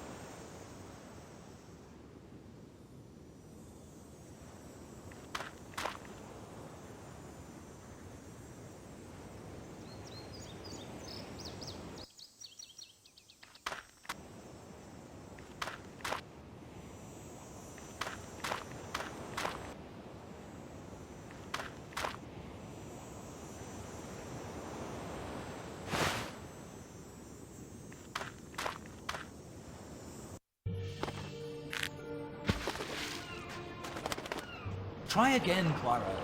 It's easy. Do I look like the fisherman to you, Hastings?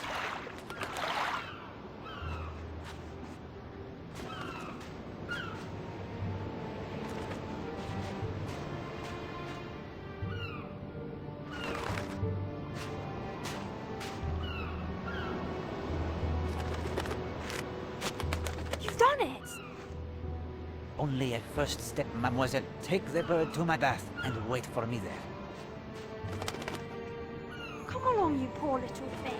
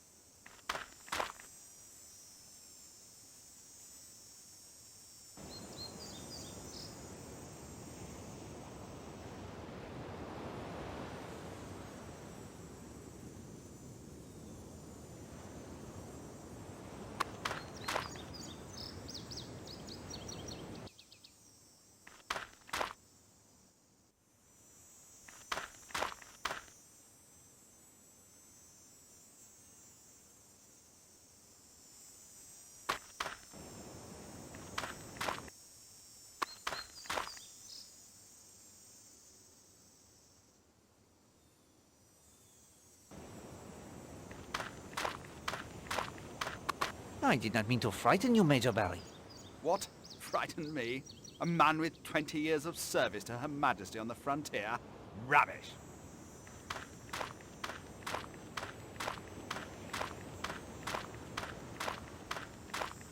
That fellow is up to something, Poirot. Mark my words. Something, or someone, had certainly captured his interest.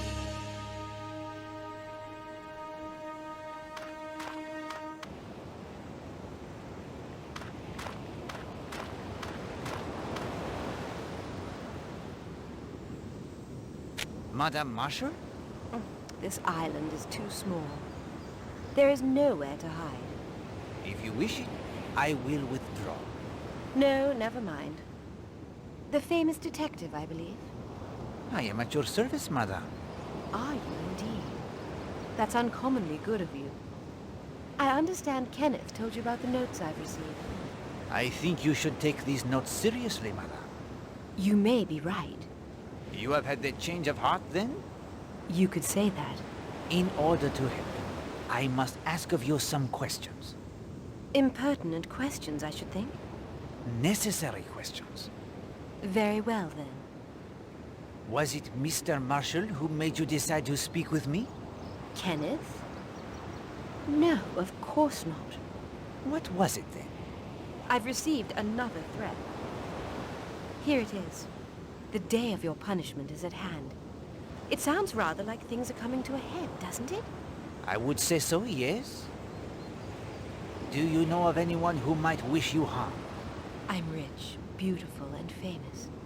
There's a certain delight in those who are not rich or beautiful or famous when someone like me makes a misstep or suffers some tragedy. The newspapers and film magazines thrive on stories of the high and mighty brought low. All that you say may be true.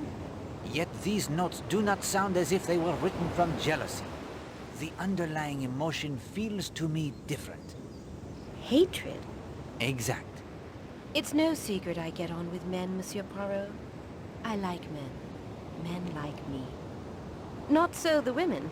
If I were to suspect anyone, it would be a woman who believed I had wronged her in some way. A name would be helpful. Possibly. But that is all I'm going to say. Has anyone here on the island aroused your suspicions? No, not a soul. This surprises me. I thought actors were keen observers of the human nature. Do not confuse lack of observation with lack of interest, Monsieur Poirot. Is there nothing you can tell me that would assist me in helping you? Tell me this. Are you certain the notes mean my life is in danger? No, madame, I am not. Oh, come now, Poirot. Isn't it obvious? No, Hastings. Nothing is obvious. I agree with you. Good day.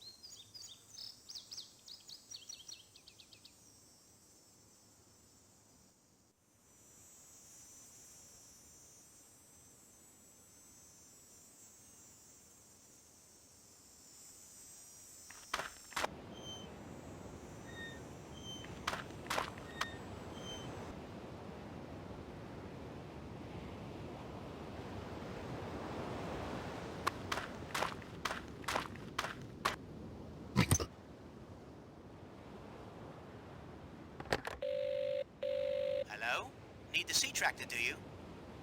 Yes, please? On me way.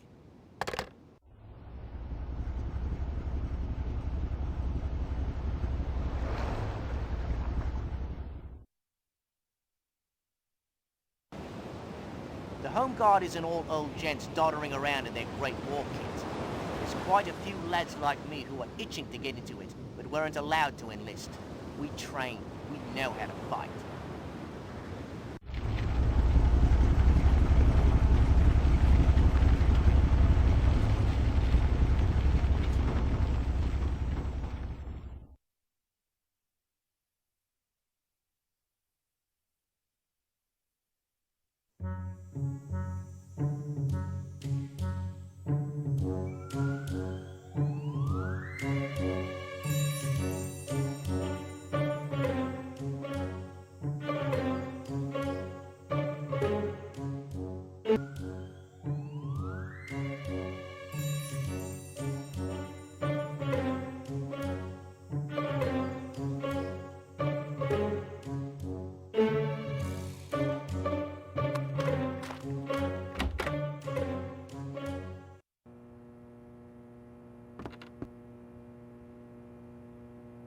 Ready to head back to the island, Mr. Poirot? Not quite yet. I know we haven't been properly introduced, but I'm Will Jenks, and I've heard you're a famous detective. I am the detective, it is true. But famous? No. That is something of an exaggeration. Steady on, old boy. Bah! Hastings, you caution me against braggadocio, so I display modesty, and still you find fault. It's my young lady, Gladys. Maybe you've seen her at the Smuggler's Rest?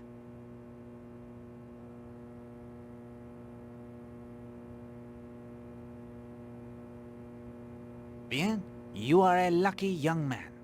I do know that, Mr. Poirot. Not many girls in these parts can hold a candle to my Gladys, but lately she's been very distant to me. She is of the opinion that you are seeing someone else. But that's nonsense. Someone she called only the slip of a girl? But who? She means that Marshall girl what arrived a few days ago. She's been following me about ever since I first took him across on the sea tractor. Have you encouraged Madame Marshall? I should hope not. But she's just a kid. She'd be in school if she wasn't tossed out of that posh girls' school of hers. In some ways, yes. Perhaps she is, as you say, still the kid. In others, who can tell? Where has she followed you?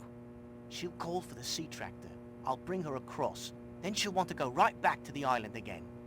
Then she's always hanging about the garage here. I think she may be a thief too. What makes you say that? Well, my shovel's gone missing, hasn't it? And I first noticed it were gone right after one of her visits here. You believe me, don't you, Mr. Poirot? Yes, but it is not important that I believe you.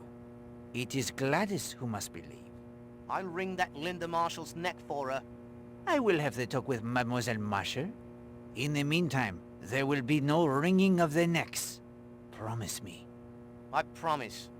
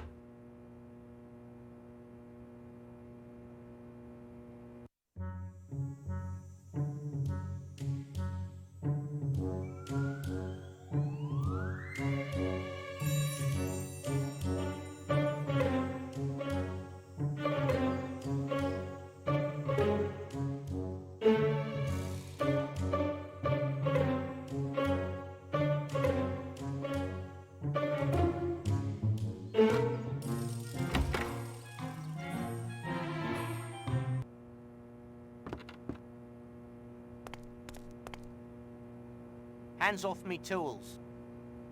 Hands off me... Hands off me...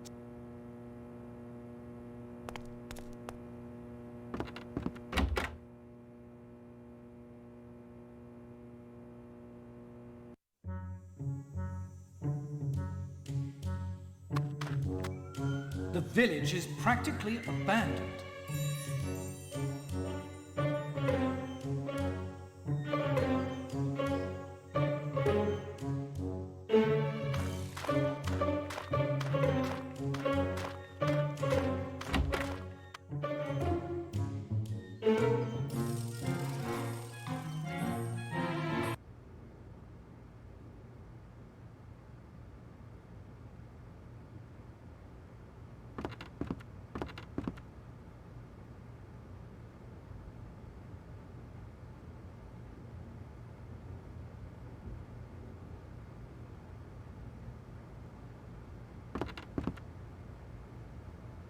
Yes?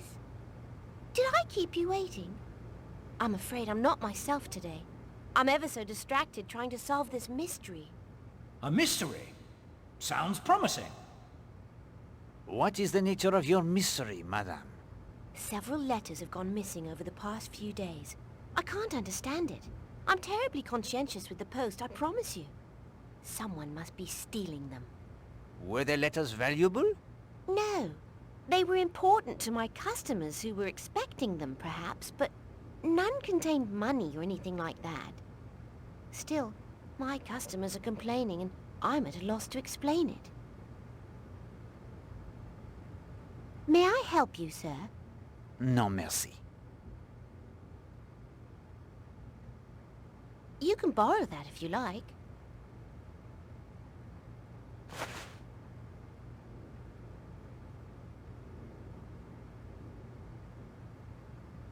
I'm sorry, sir. You mustn't touch that. I use the test tubes to test for chemicals, and to make up the various solutions and powders I dispense by prescription, and the microscope to look for impurities. It is a shame not to have access to the equipment, Hastings. It would be handy to be able to test various substances you come across in your investigation.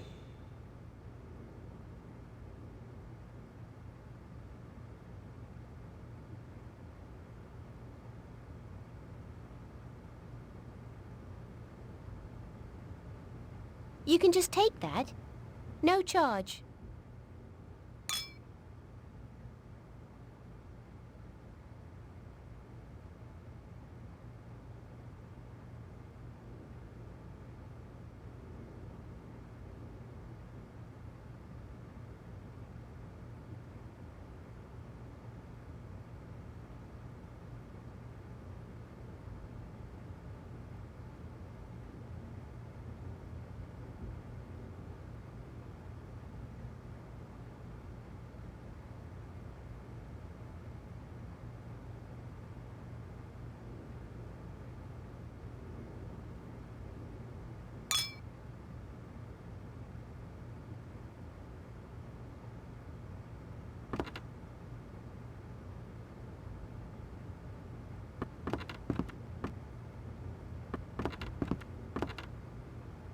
help you, sir?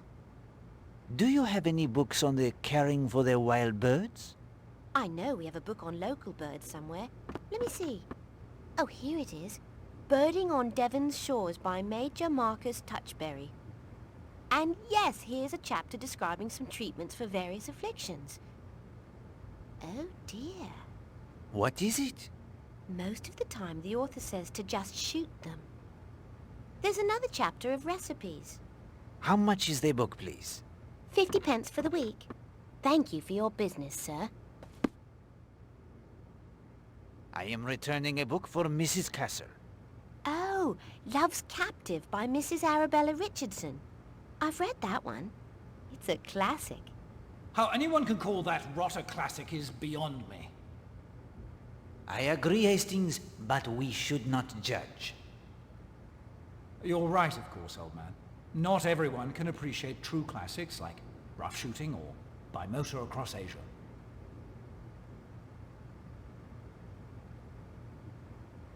Do you have any books suitable as an anniversary present for a wife? To purchase, you mean, sir? Not many. Let me see. Tell me about your wife, sir. Are you interested in spicing up your relationship a tittle? No. No spice is needed. Lady Chatterley's lover is right out, then. What else? Is she fond of murder, sir? I should hope not. Too bad. Murder's very popular. Lucky for you, Poirot. Shouldn't like to see you out of a job. Keep searching, if you please. I don't suppose she knits. But of course she knits. Very much she knits. Here's a brand new book we just got in. Easy French Knitting Patterns by Eugenie Blottieri. 1 and 6, please. Huh? £1.06? Colour illustrations cost a bit more. I need more money, Hastings. Wire your bank. Madame, I find myself short of the required funds. I need to wire my bank. Of course, sir. Just step over to the post office, if you please.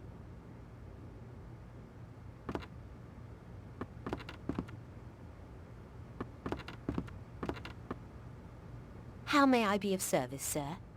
I would like to send a telegram. Of course, sir. Please just fill out one of those forms on the counter.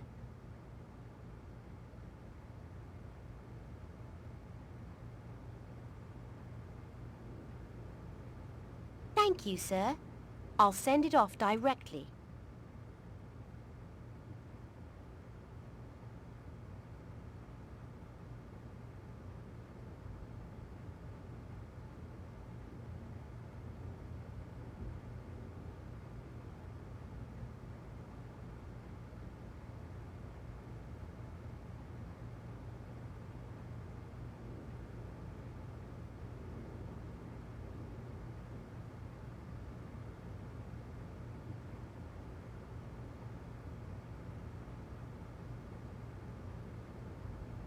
Madame, what is the name of this creature? That's my Chloe. Isn't she a cutiekins? Delightful. I say, there's an envelope stuck down there behind the cabinet. I see it, Hastings. I also see the cat.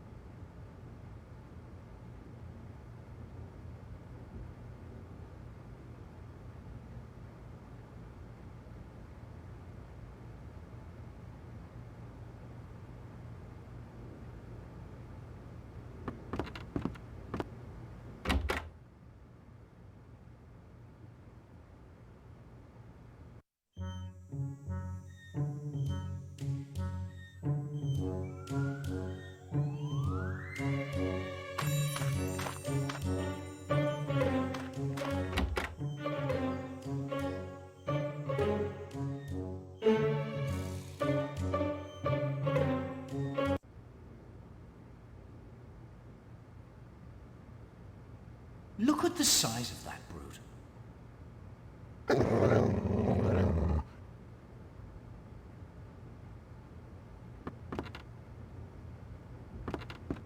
Bonjour, Colonel Weston. Poirot, my old friend. What brings you to Leathercombe Bay? A short trip to the seaside to replenish their little grey cells. You stopping at the Smuggler's Rest? Damn shame, old man. I expect to get orders to close up the hotel any day now. This is one of the last coastal areas to be evacuated.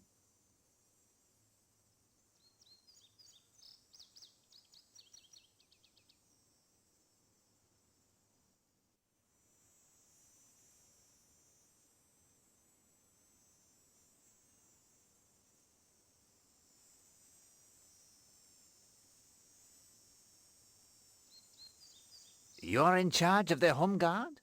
Yes, I've set up camp in the Leathercombe Bay police station now that their constables left for Modbury to help there. Dangerous times, Colonel. Indeed. I have spotters up and down the stretch of coastline. We've had several sightings of U-boats quite close to shore this month alone. Mon Dieu! When? Let's see. August 5th, the 13th, the 16th, and again just last night, the 23rd. Poirot, those dates don't match at all with Mrs. Castle's calendar. It is true what you say, Hastings.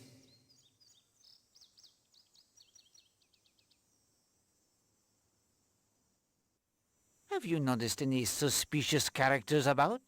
Any stranger is suspicious these days. Did you have someone specifically in mind? I came upon a man who called himself North. He seemed to be trying to gain entry to the Smuggler's End pub. I have the only key. If he's that thirsty, he'll have to come over here to the mainland or break in. I'll keep a lookout for him. If you could get me a picture, I could send it off to Scotland Yard and see if they can come up with anything. May I borrow the key to the Smuggler's End? I would like to see if I can discover what interests him. Be my guest. Regular law enforcement stretched pretty thin these days. Is that your stethoscope? Belongs to Dr. Neasden, a local coroner. He left it here last night. I was going to return it to him. Say, that would work a treat if we wanted to listen at doors. May I borrow it? Practicing medicine without a license, Poirot. It may be useful. One never knows. You're welcome to it. I'm sure Neasden has others. Do you have the file of the Millie Parsons murder case? Yes, at my office in Kingsbridge. A bad business. I'll have it sent over this afternoon. Many thanks, Colonel. All right, Poirot. We've known each other a good many years. You need a stethoscope and the key to the pub? You'll forgive my saying so, but this sounds like a busman's holiday to me. If you are onto something, don't you think you'd better share? My friend, I have only the suspicions. But yes, I think there may be some cloud hanging over Seadrift Island. A number of items have gone missing. There is tension in the air. It was never my intention to take on a case here. But now, my visit may have become what you say, the busman's holiday. Well, let me know if you uncover any serious evidence of a crime. I'll be here in Leathercombe Bay tomorrow if you need me. Many thanks, my friend. I'm off now, over to Kingsbridge for a district guard meeting. Farewell.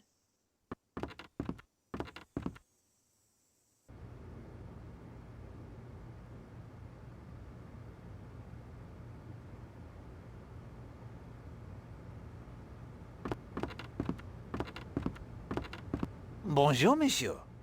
Hello, a new face. Join me, sir. Black's the name. Horace Black. Hercule Poirot. Hairdresser, are ya? I beg your pardon? Oh, I dunno. Something about your manner. I am not a dresser of hairs. I am a detective. A detective? Oui, it is true. I arrived only last night. You are the avid sailor, Monsieur Blatt. Used to sail quite a bit as a boy. Not this part of the world. Off the east coast. I could have a first-rate yacht if I liked, but somehow I don't really fancy it. Much rather muck about in that little yawl of mine. You would rather do the sailing yourself, perhaps? Rather than a crew? Got it in one, Monsieur Poirot. I like being in control, I suppose. Feeling the boat respond as I put her through her courses. Same with business too, come to think of it. Made me what I am today.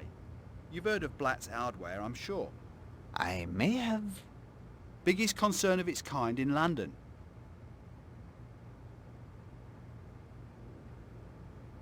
It is not often one sees this sailboat with a red sail. Oh, I like a bit of change. No harm in it, I suppose. None at all. What brings you to Seadrift Island? Don't really know why I came here. I suppose it sounded romantic. Smuggler's Rest. Makes you think of when you were a boy. Pirates, smuggling, all that. What do you think of our fellow guests? Mostly a dried up lot of sticks if you ask me. That Mrs. Marshall. She's the only lively one in the place. I should think Marshall's got his hands full with her. Oh, Redfern's all right too, I guess. He's been out once or twice with me in my yawl. Can't get hold of him now, always hanging about Mrs. Marshall. Afraid I have to run over to Kingsbridge. You will sail no more this afternoon? I think not. Saw a bank of fog sitting off the coast when I was out before. Expect it'll roll in before evening. Wouldn't want to get caught in it along this coast. Good day to you, Monsieur Poirot. Now, why should the fact that you're a detective get his wind up? Poirot! Hairdresser?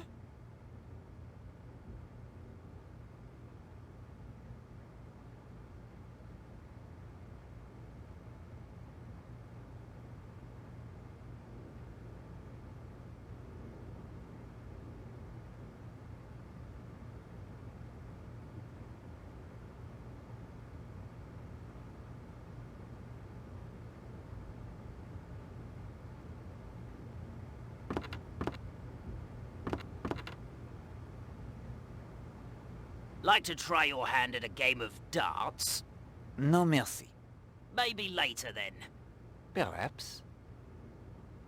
Does that formidable dog belong to you? Yes, that's Baskerville. I've had him since he was a small... well, he was never that small. Not many customers today. What can you expect? Most of the town has been evacuated. And very few tourists turn up these days.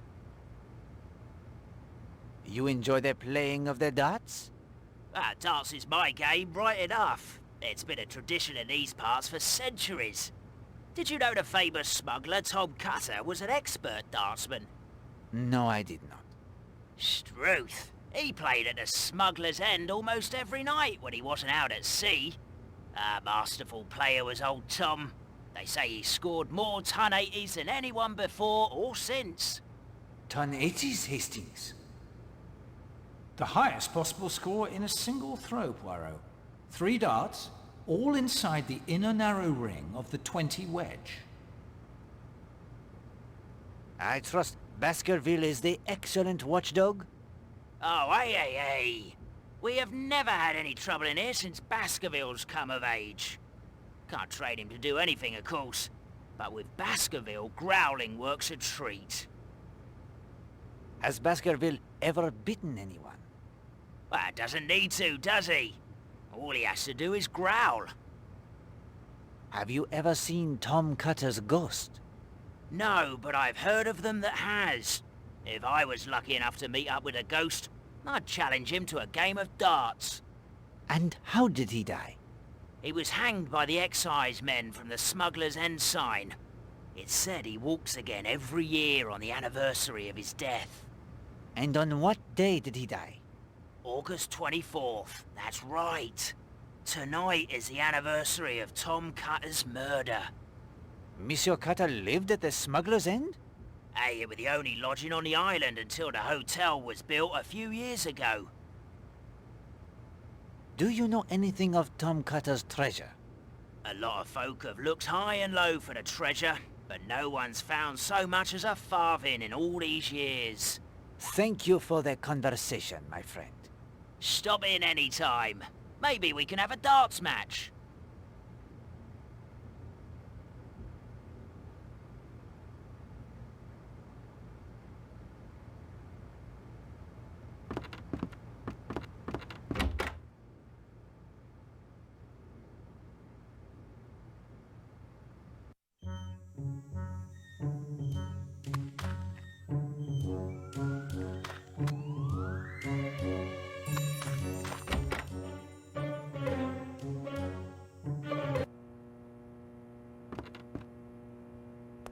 Like a ride to the island? Yes, please. Let's be off then.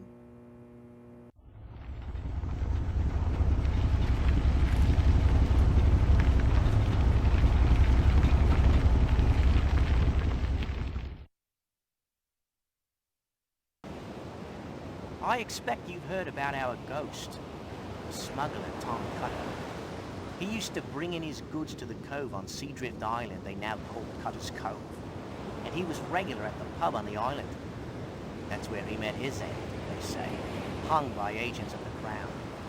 There'll be those who say he was shot or drowned. But my old gaffer knew the story, and he swore he strung old Tom up from the hotel side.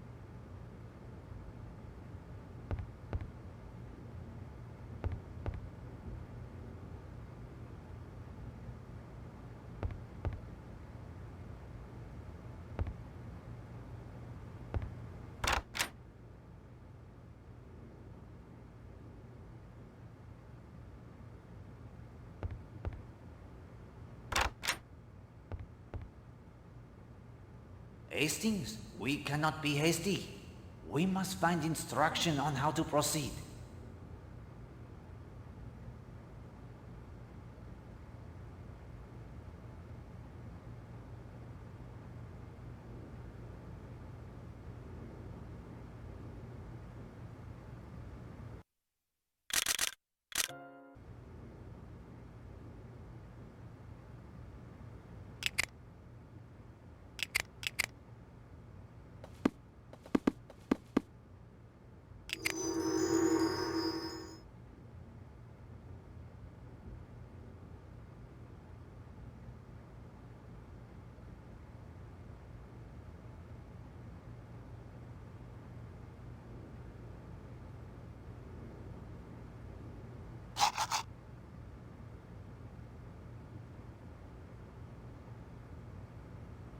Hastings. I am sorry, mon ami. Pardon, Hastings. Précisément, we progress.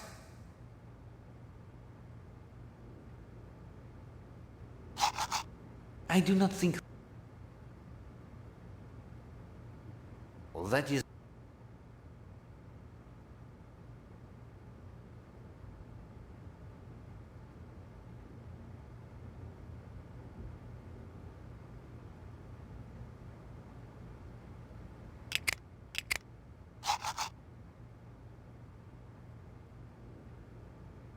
Monsieur Poirot, we need to clean the Glowly Moors quickly. I don't think it will last much longer.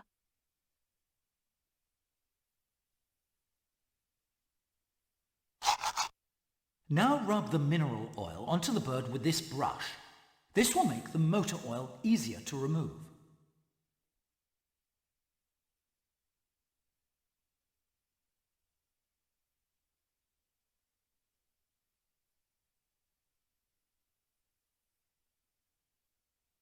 I scrubbed the poor thing with mineral oil.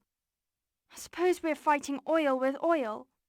Eh bien, now I must apply the detergent to the brush.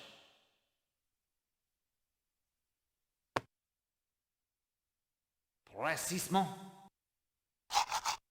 Now rub the detergent onto the bird.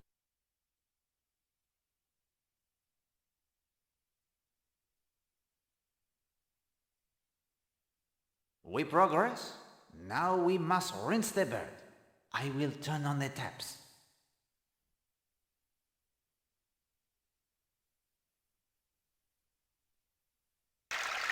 We are almost finished, mademoiselle. Dry the bird with these towels.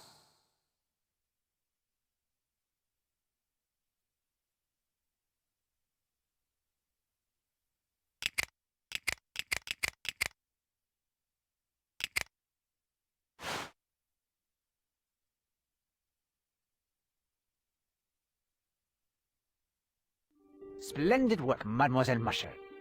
I confess I didn't think we could pull it off, Poirot. Well done all round. Now, Mademoiselle, all that remains is to return our feathered friend to Sanctuary Cove. Oh, thank you, Mr. Poirot. You are such a dear. You're blushing, old fellow. Nonsense. Gladys won't be happy when she sees this.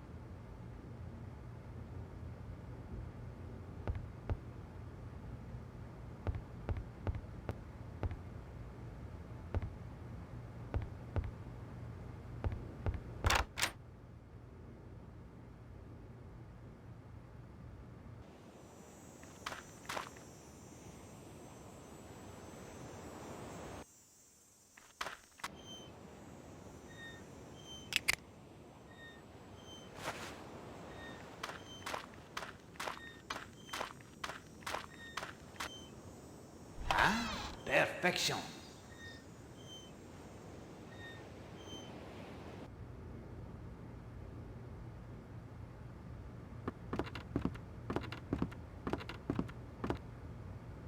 That dartboard looks centuries old. I say, Poirot, see the carved letters? 2 N's and an E.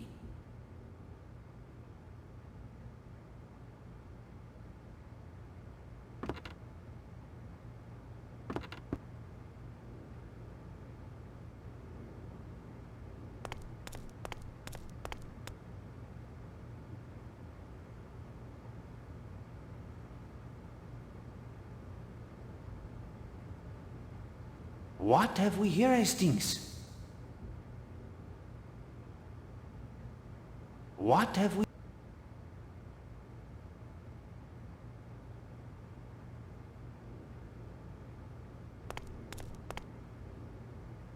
What have we here?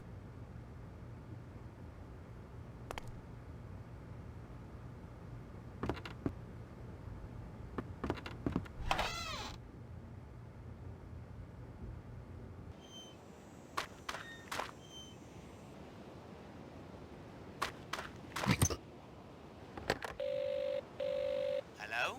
Need the sea Yes, please? On me way. I've been looking after the hotel garage and driving the sea tractor for almost 5 years now. Motor cars are my passion. I keep the guests' motors clean and full of petrol. I also tend to any repairs they might need as well. Just look at that Major Barry's motor now. A 1938 Triumph Dolomite. That's a beautiful piece of British style and manufacturing. I can't think but what the war effort will take for all the great designers to work on tanks and whatnot.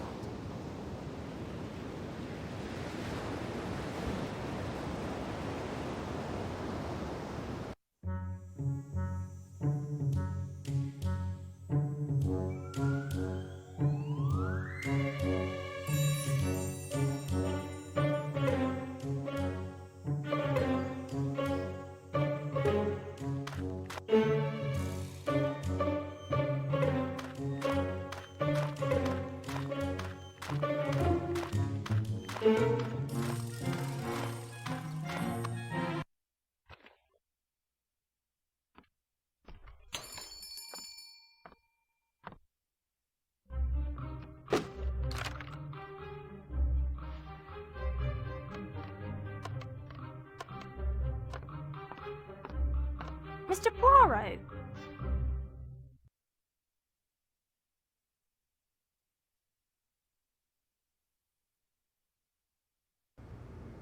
She has enough candles in there to light up a church. I beg your pardon, mademoiselle? I'm so clumsy. Mademoiselle, may I speak to you? Of course. Gladys is very upset with Will. What has it got to do with me? She believes that you are trying to come between them. Oh, I didn't mean... I didn't know. I have no reason to hurt either one of them. I was just... Garage was a place to get away from the island. Would you tell that to Gladys? I believe it would ease her mind. Of course, of course. Thank you for telling me.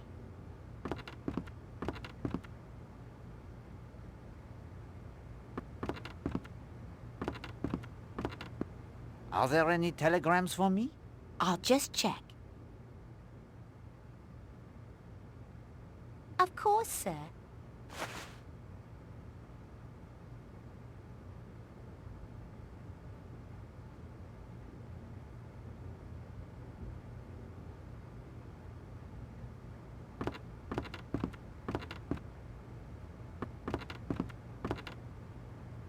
May I help you, sir? Do you have any books? Here's a brand new book we just got in. Easy French knitting pattern. Good day, madame.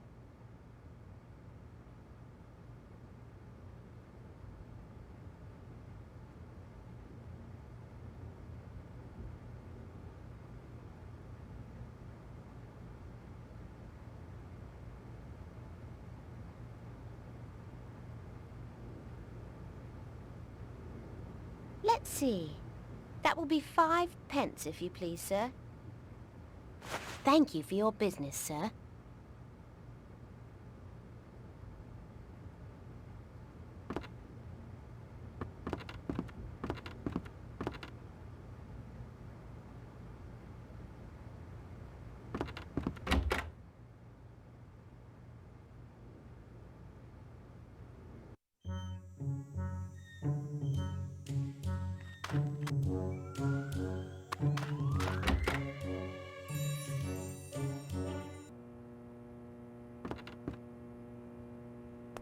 Like a... Yes, please. Let's be off then.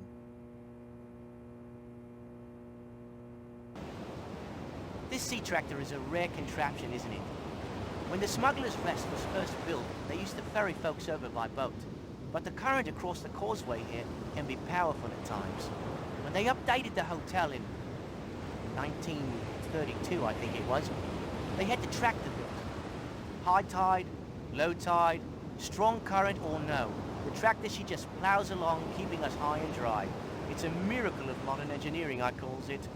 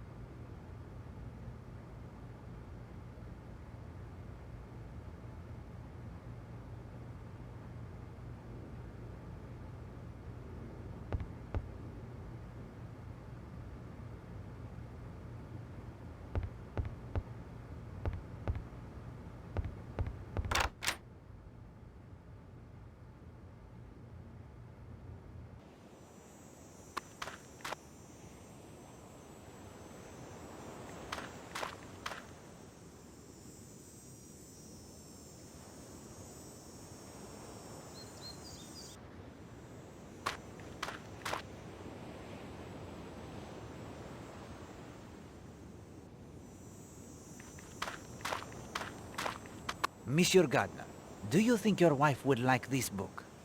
easy French knitting patterns. Poirot, you're a genius.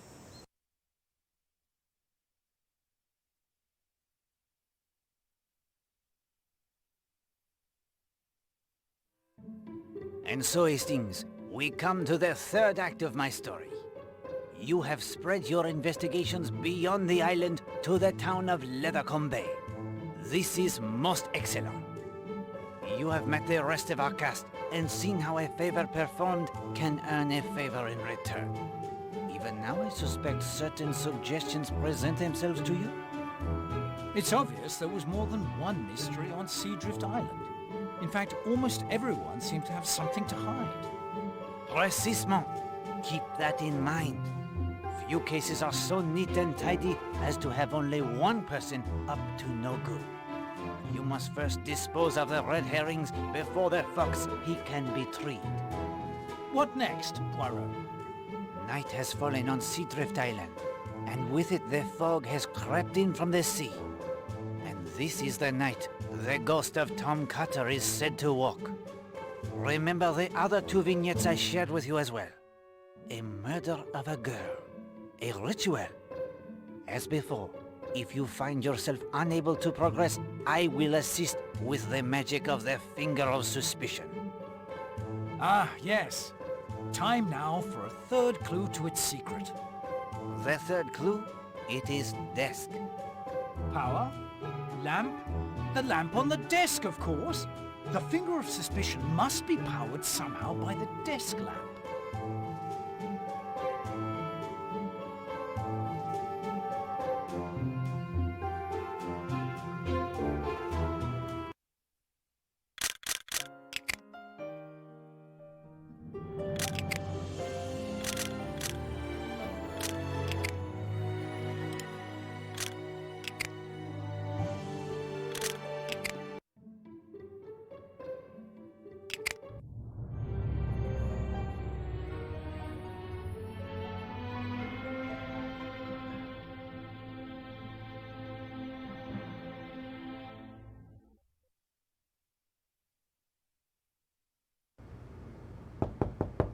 Hastings, answer the door like a good fellow.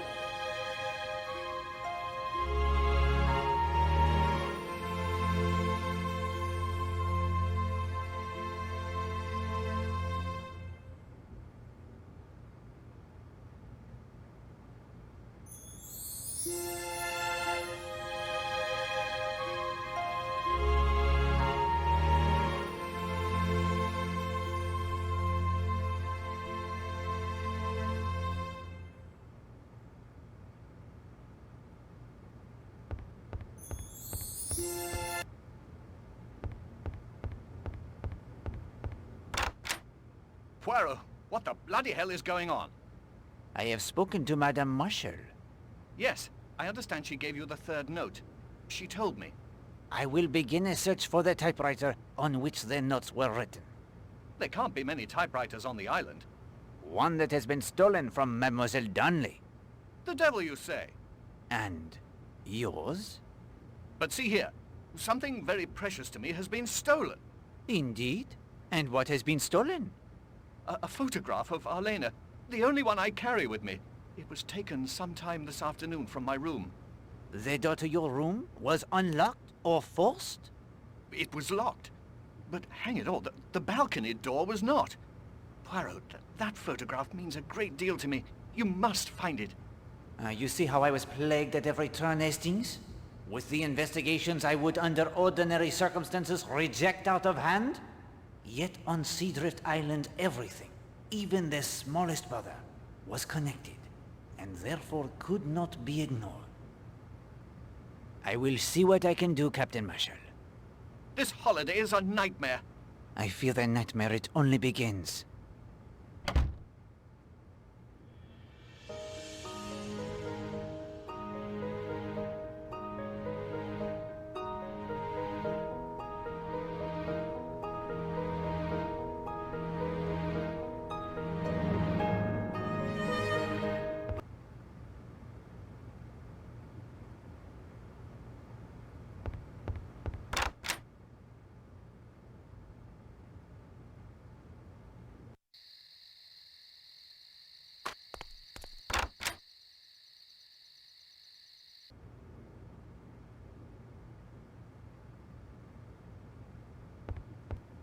I think this room belongs to Major Barry.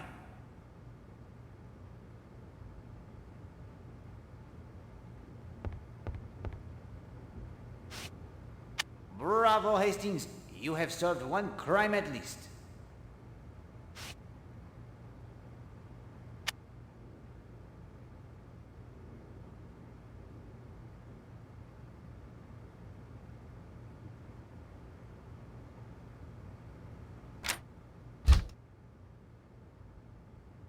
Here now, what do you think you're doing?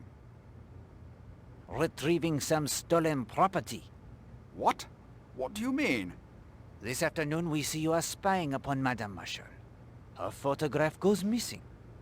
Your expressed admiration for beautiful women is more of an obsession with Agatha Marshall, is it not?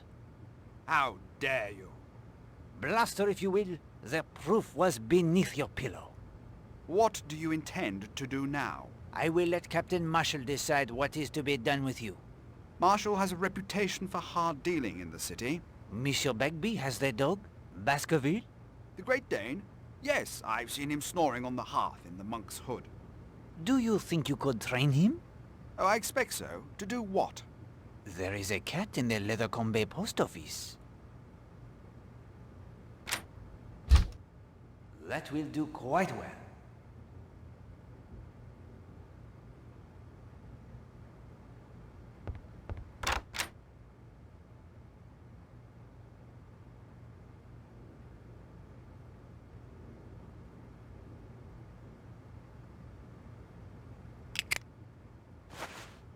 Oh, that does not make...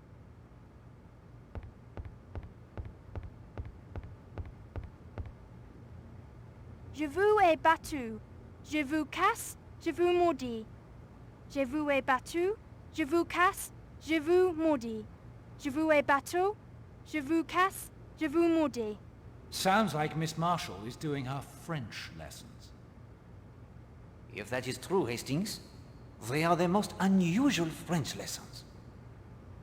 She says, I beat you, I break you, I curse you. I say, that's a bit rum.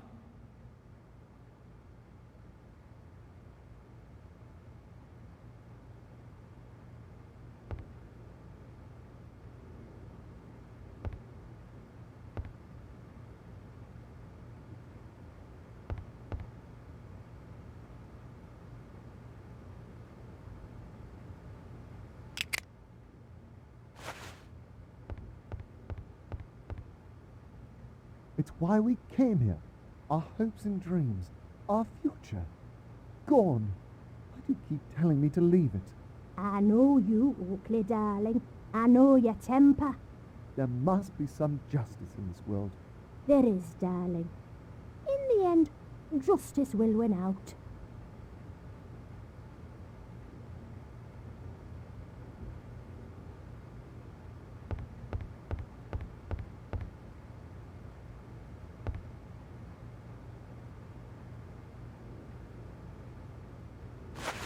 Does not...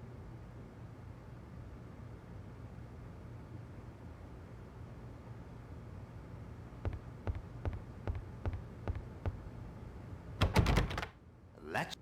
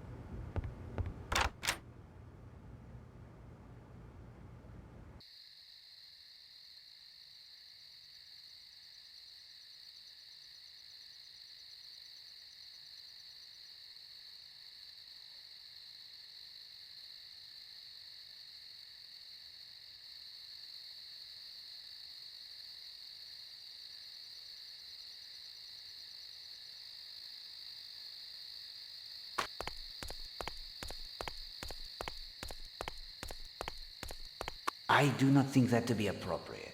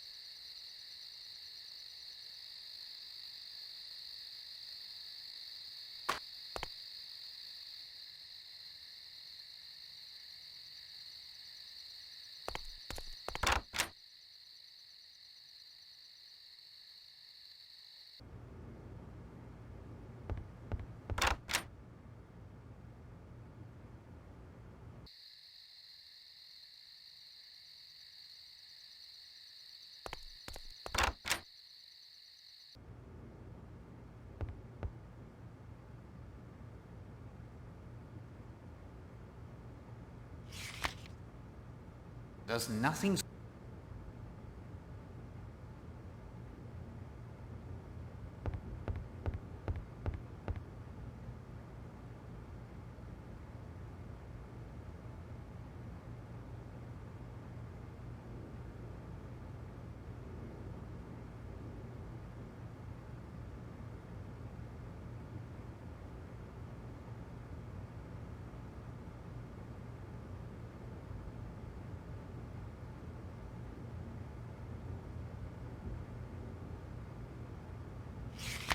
That is...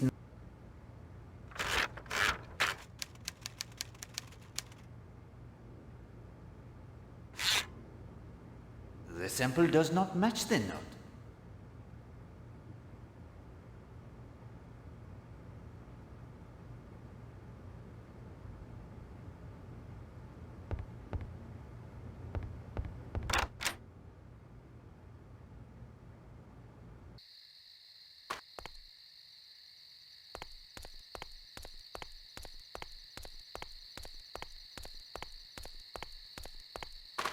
Hello, Mr. Poirot. Monsieur Redfern, may I join you? If you like.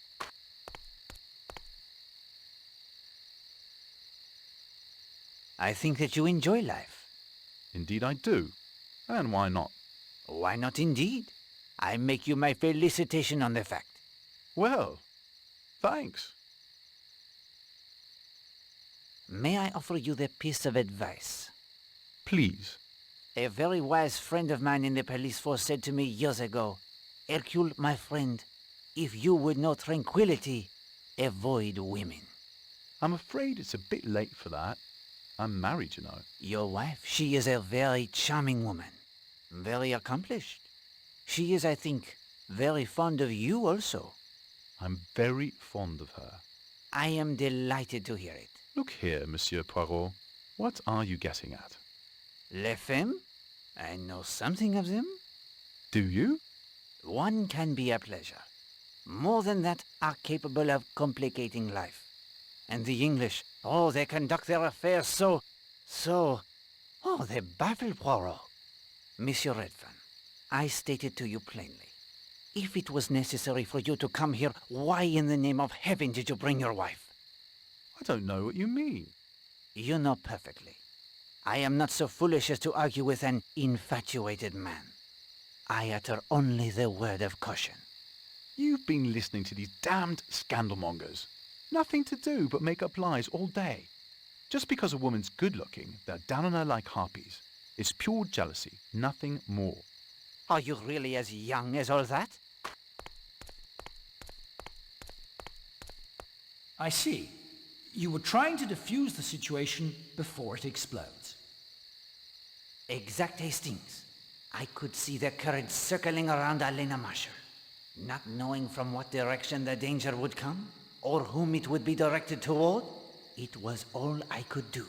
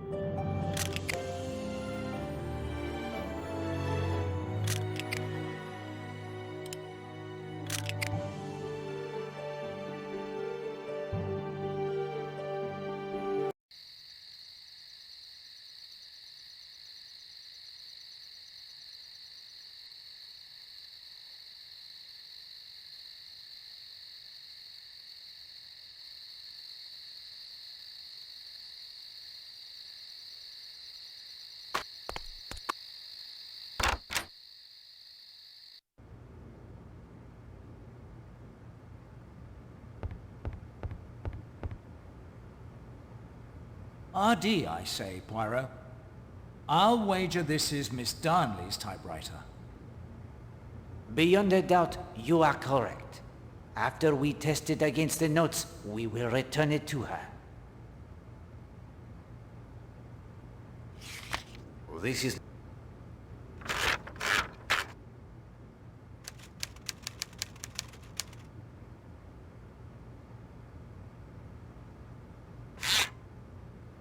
The sample does not match the note.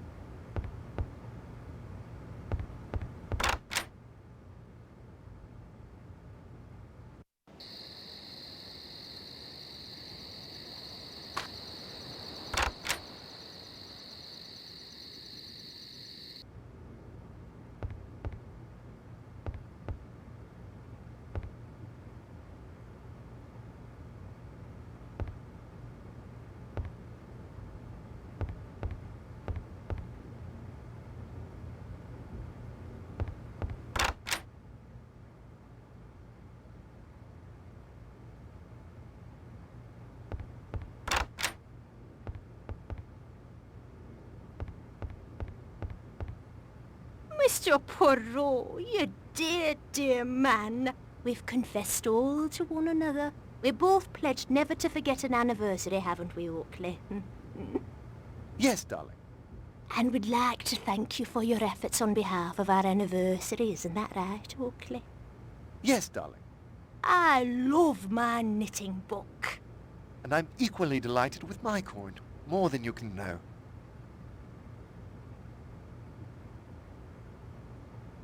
You chose Seadrift Island to hunt for the treasure, did you not? I confess, I wanted to keep the search low-key, but you deserve the truth. Is that coin then a part of the treasure, do you think? You did find it on the island, then? Didn't I tell you so, Carrie? Yes, darling, you did.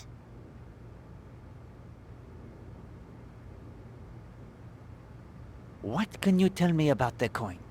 A 1689 gold guinea, in fine condition. The period is right.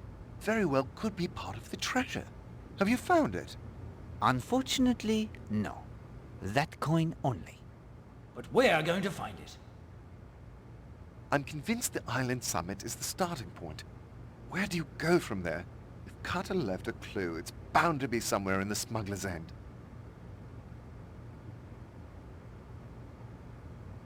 I thank you again for the shawl most marvelous.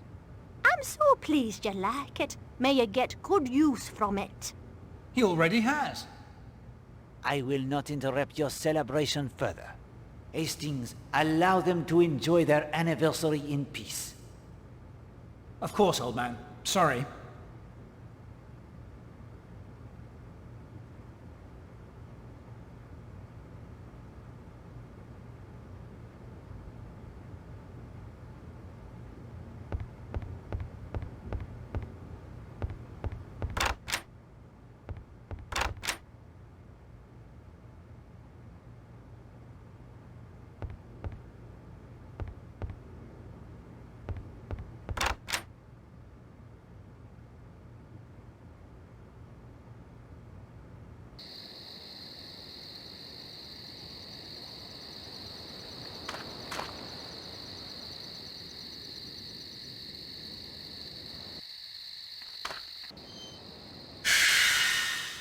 Good heavens, Poirot! It's the ghost of Tom Cutter! Steady, my friend. We must keep our wits about us. We must follow.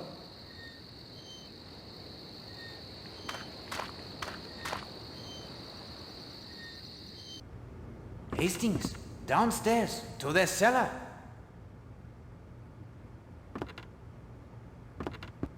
Vanished into thin air. Wet footprints in the dirt floor of the cellar.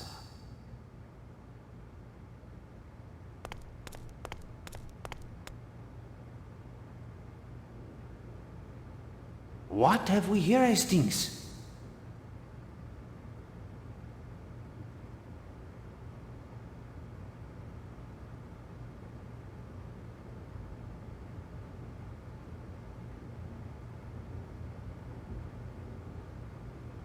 What have...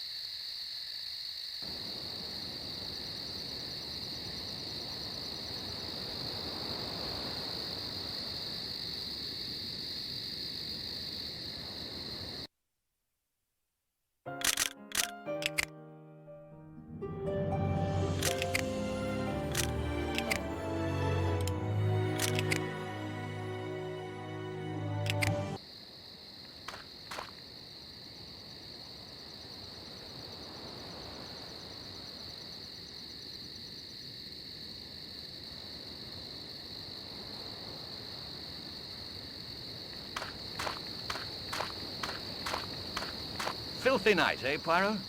It is that. Oui, Captain Marshall. Any luck finding our Lena's photograph? I have recovered the photograph. You're a bloody marvel, I'll give you that. Who had it? Where was it?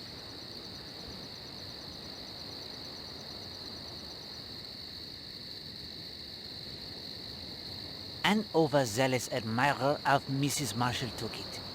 Stolen by the writer of those damn threatening notes. You may rest assured that is not the case. It was a lapse in judgment, to be sure, but no harm was intended. Very well. I'll accept your request, even if I don't quite understand it. If there's anything I can do in return...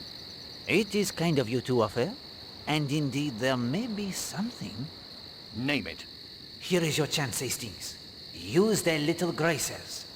What do your deductions suggest to you would be the question most important?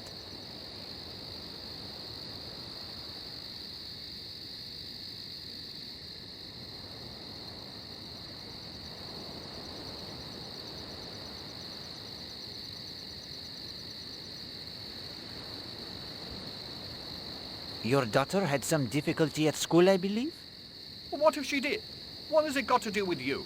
Was the school Mrs. Porter's school for the young ladies? Yes, if you must know. But I failed to see what that could possibly have to do with anything. Thank you for the photograph. If you'll excuse me. Well done, Hastings. A deduction worthy of Poirot.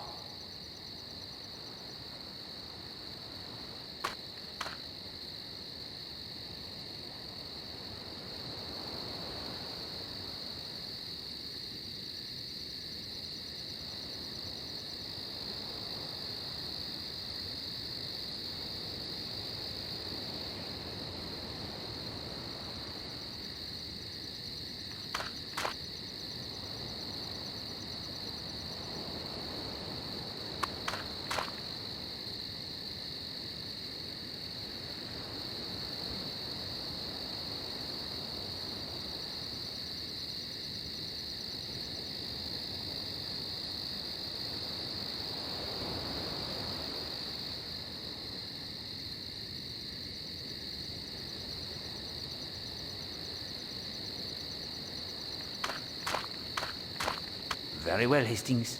If you insist, we shall listen for a moment. I'm crazy about you, crazy. You drive me mad. You do care a little. Do you care? Oh, of course, Patrick, darling. I adore you. You know that. Let me show you how much. And we have listened quite enough, Hastings.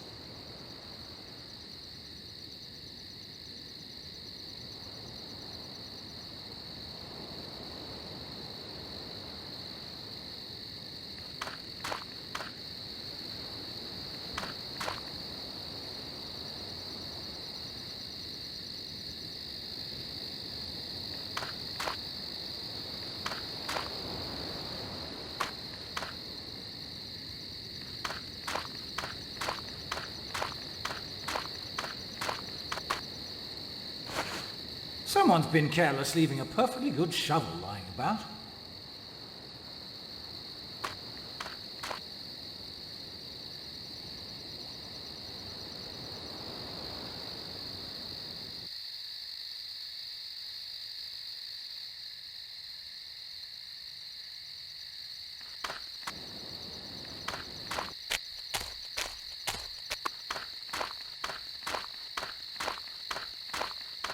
Ah, Mr. Poirot.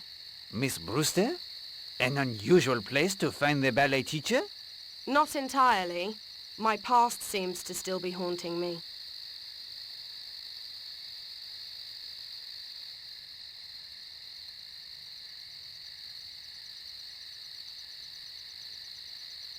The girl you mentioned who died?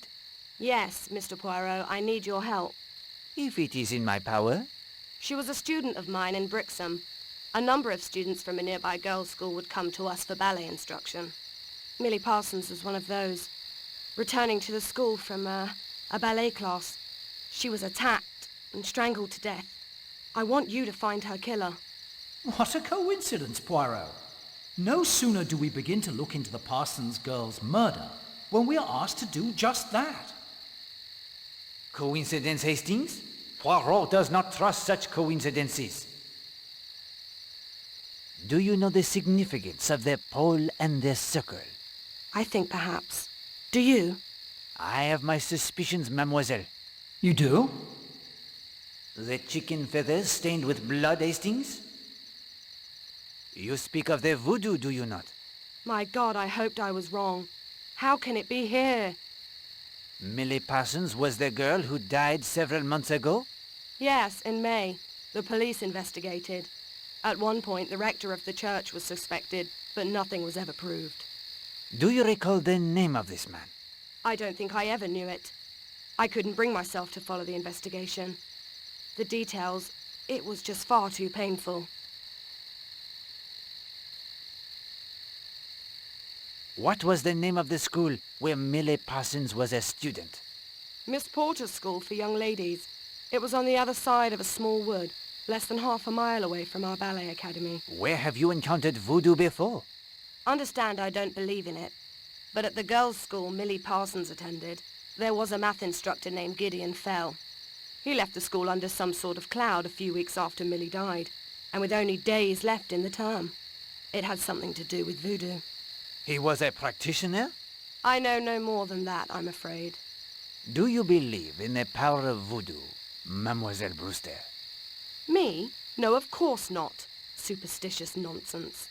But if one does believe in something like that, well, it can come to have an enormous power over one. Don't you agree? Certainement. I should be getting back. Please let me know if you learn anything about Millie. I shall do so, mademoiselle. You have my word. Poirot, how can you investigate a case that happened months ago and miles away from here? Colonel Weston will be able to request the files. Voodoo in South Devon? A rum business. As you say.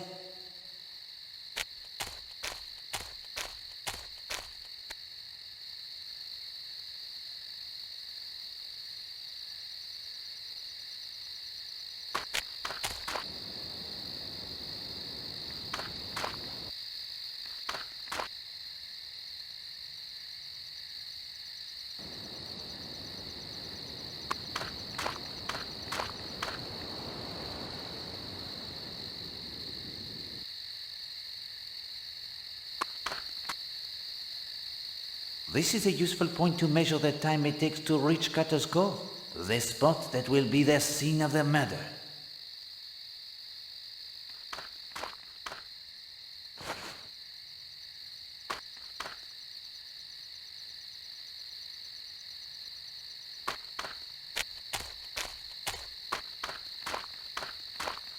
Good evening, Madame Redfern. Oh, good evening, Mr. Poirot.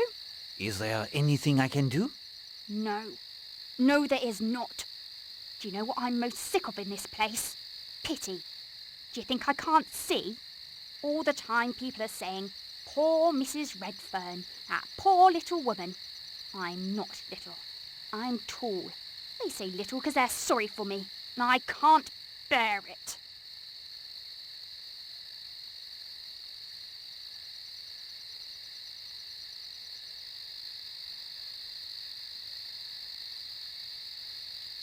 Madame, the Alena Marshals of this world do not count. Nonsense. I assure you it is true. The Dominion is of the moment and for the moment. To count, really and truly to matter, a woman must have goodness or brains. The Alena Marshals are the ones to be pitied. Your husband loves you, madame. I know it. You can't know it. Yes, I know it. I have seen him looking at you. I can't bear it. I can't bear it. Patience? Only patience is required. I have obtained for you another sketch pad. That's very kind of you. It is a small thing, madame, I realize. No, really, Monsieur Poirot. 'Tis very thoughtful. It's all right. I'm better now. You are a very kind man, Monsieur Poirot. Thank you.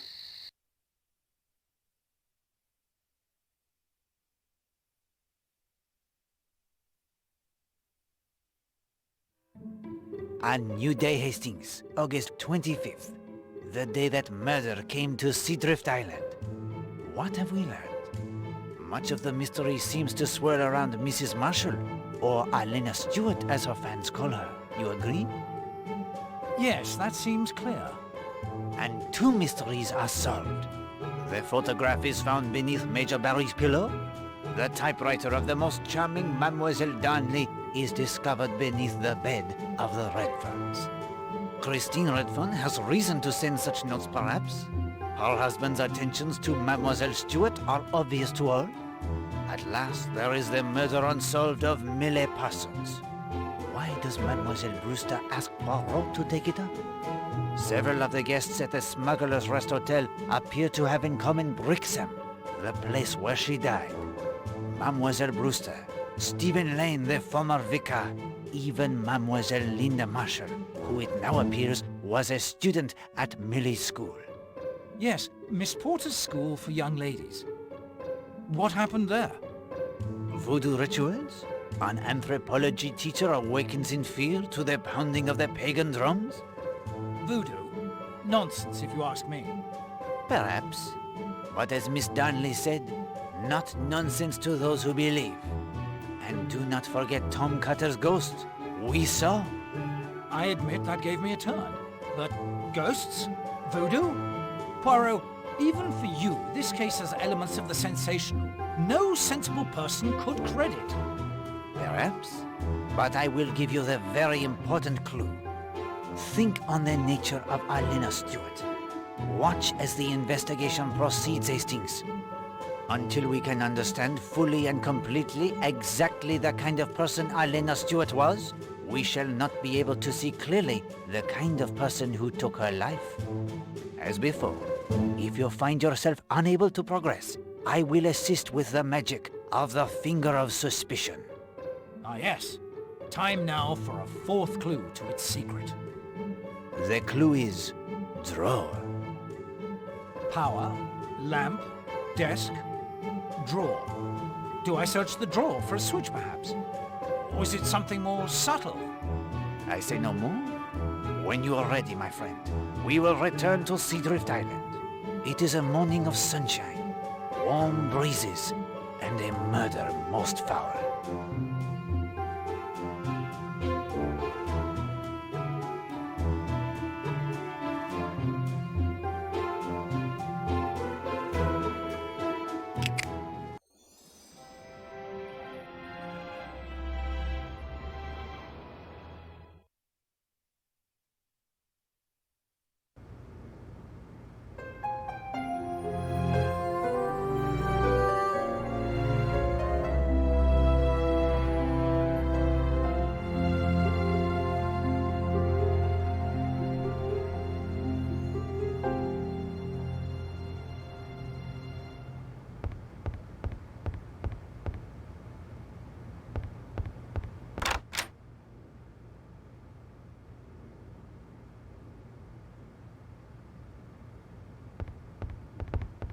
Morning, Monsieur Poirot.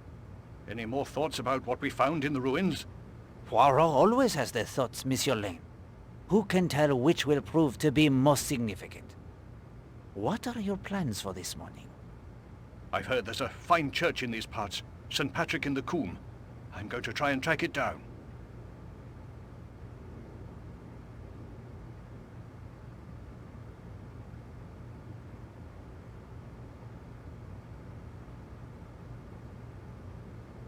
What illness forced you to leave your position? It was... I confess it was nerves, Monsieur Poirot. I did not mean to intrude. No, it's quite all right. No sense in my hiding the fact. Women, they are so often at the source of evil. Do you think so? Man alive, don't you feel it in the air? All around you. We spoke of it yesterday at the ruins. The presence of evil. Oui, Monsieur Lane. I feel it. I am able to assist you in your search, I think. Oh? I found this pamphlet at the establishment of Mrs. Hughes in Leathercombe Bay. Oh, this is marvelous. And there's a map and everything. Let's see, it'll make a fine hike over the moors, too. Thank you so much. Monsieur Lane, I wonder if I may ask you the questions somewhat painful. Your kind gift has lifted my spirits considerably. I will answer if I can. Your church was near Brixham, I believe. Oh, yes, I had a small living there. Why? Are you familiar with Mrs. Potter's School for Young Ladies? Why, oh, yes, Miss Potter herself and several of the girls attended my church. Not as many as I would have liked, but some. Do you recall the Conservatoire de Dance near there? Oh, yes. Miss Brewster, who is stopping here, was an instructor there. Does the name Millie Parsons mean anything to you? The murder. Yes, it caused quite a sensation. A teacher at Miss Porter's was accused. No charges were brought. Simply the ruin of a man's reputation. He may have been misguided, even driven. But the Parsons girl brought it upon herself. Of that I am convinced. And then, only a few weeks later, another murder. They must have been connected. And of that second crime, he was wholly innocent, I have no doubt. So what he said in a moment of weakness... What did this teacher say to you? I may no longer be of the cloth, Mr. Poirot, but I will keep the confidences learnt while I was still in God's service. Even if it allows a murderer to go free? Please! God must judge, not I. Tell me of the second crime. It received quite a bit of press at the time. Alice Corrigan was the name. Strangled, as was the Parsons girl. The husband was suspected, but again, no arrest was ever made. I'm convinced the two crimes were the work of one man. And the motive? Women are at the heart of many tragedies. In this case, they were the victims of tragedy. Can you doubt? They brought it upon themselves, through fornication, adultery, and godlessness. It is my nature to doubt, Monsieur Lane. Yes, of course. You're a detective. Still, I would think your experience would have paid witness to the truth of my words. I may have misunderstood and unburdened myself too freely. I must be off if I hope to reach the church and be back before it gets too late. Thank you again for the information. Fellow is right round the bend, Poirot. He practically admitted he knew Millie Parsons' killer, yet did nothing because she was a girl, and somehow deserved it?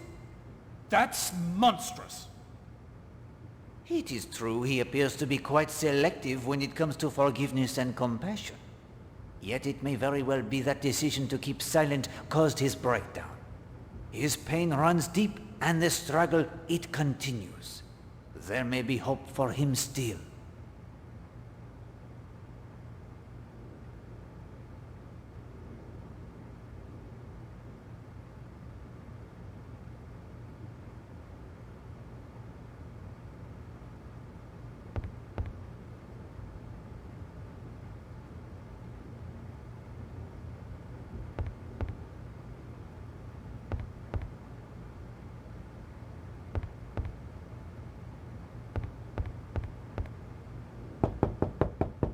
Mademoiselle, if I may have a moment of your time?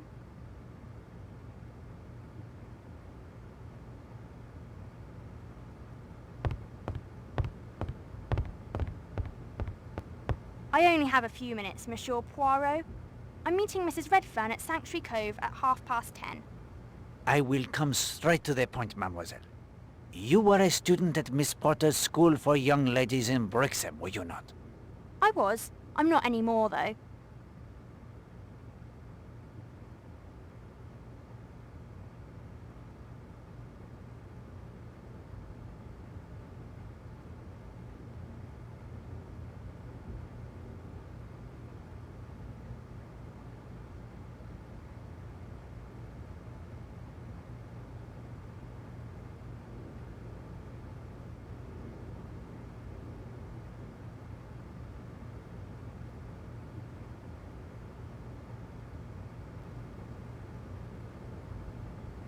Millie Parsons was a classmate of yours? Yes. A close friend? Nah, not really. We knew her, my friends and I, to speak to. She seemed a harmless sort. Rather sweet, actually. Why did you leave school? Monsieur Poirot, I like you. But I'm not sure you have the right to ask me that question. Did you know an instructor named Gideon Fell? Yes, we had him for anthropology. He was a poor teacher? He was all right, I guess. I am very interested in anthropology. That helped, I suppose. What most interested you in the class? Superstition. Much of what we call superstition has a basis in fact. Religious practices and so on. You did not like him? At first, he seemed all right. He took several of us to the picture show to see a horror film called Curse of the Islands. The film, it was frightening to you? A bit, I suppose. But I found it quite interesting, actually. But then he started acting strangely towards some of the girls. He was creepy. Always making comments to girls when he thought no one could hear. Complimenting them on how they looked.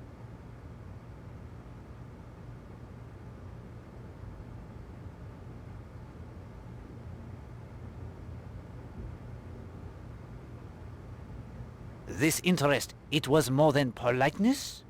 A lot more. Was he interested in Millie Parsons? She told me he had followed her once in the woods. He grabbed her wrist. When she tried to break away, he said how much he liked her hair and her frock. She broke away and threatened to tell Miss Porter. She said he looked at her with his face all twisted up. It was horrible, she said. Millie told Miss Porter of this incident? No. One of the other girls had already complained, and she did nothing. She accused the girl of trying to make trouble for Mr. Fell because he gave her bad marks. After Millie's death, you said nothing of Mr. Fell? I did. The police looked into it. They said he had an alibi. But I knew. My friends and I knew. You don't believe me, do you? Au contraire, I have known many alibis that seemed unbreakable, only to shatter as easily as glass when the right force was applied. He did it, Monsieur Poirot. He killed Millie.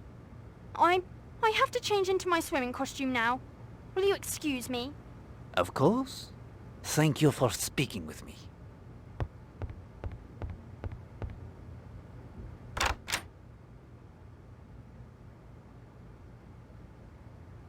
I say, Poirot, do you think you can break this Fell character's alibi? If I can, Hastings, Miss Brewster and the police will have their answer.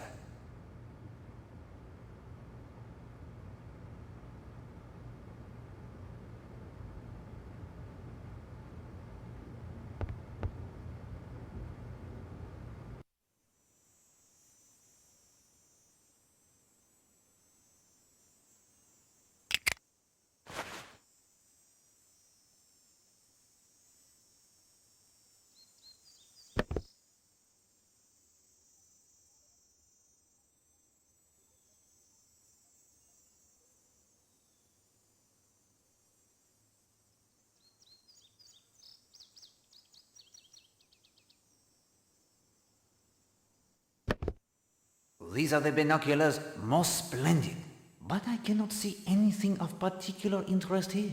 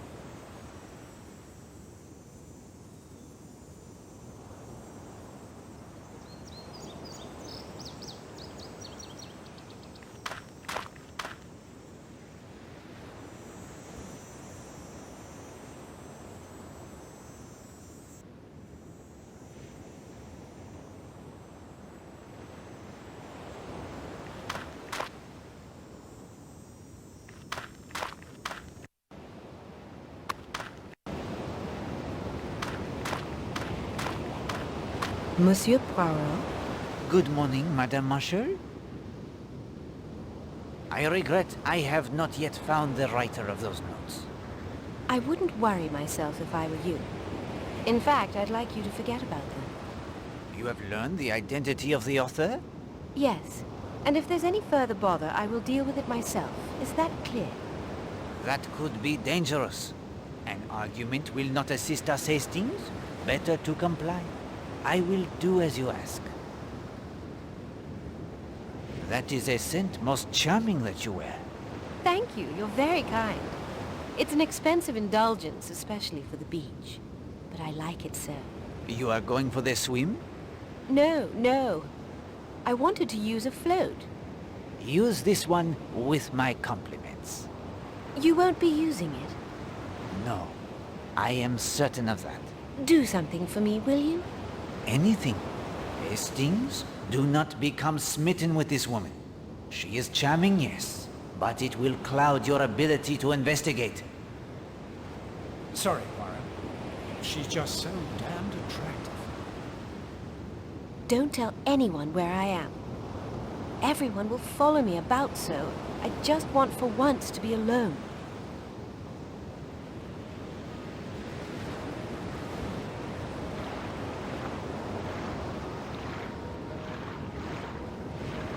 She wants to be alone? I don't believe that for a minute.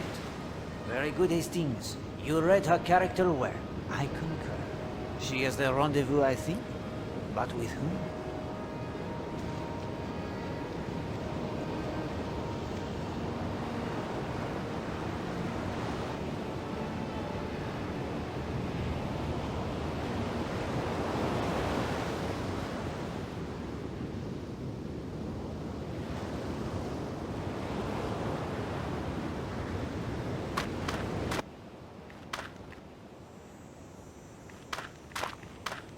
Morning, Poirot. Seen my wife anywhere about? Has Madame risen so early? Well, she's not in her room. Lovely day. Think I'll have a bathe right away. Got a lot of typing to do this morning. Morning, Marshal. You look for Madame Redfern? Christine is off sketching somewhere.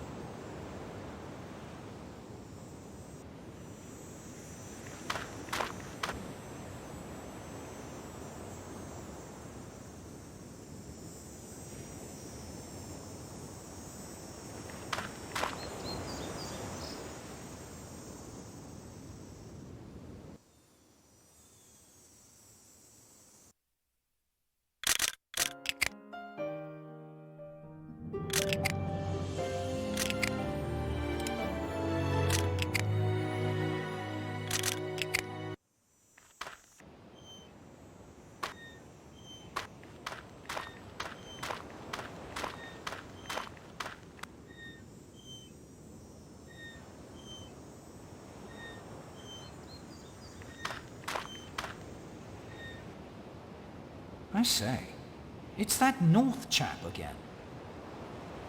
What course of action do you suggest, Hastings?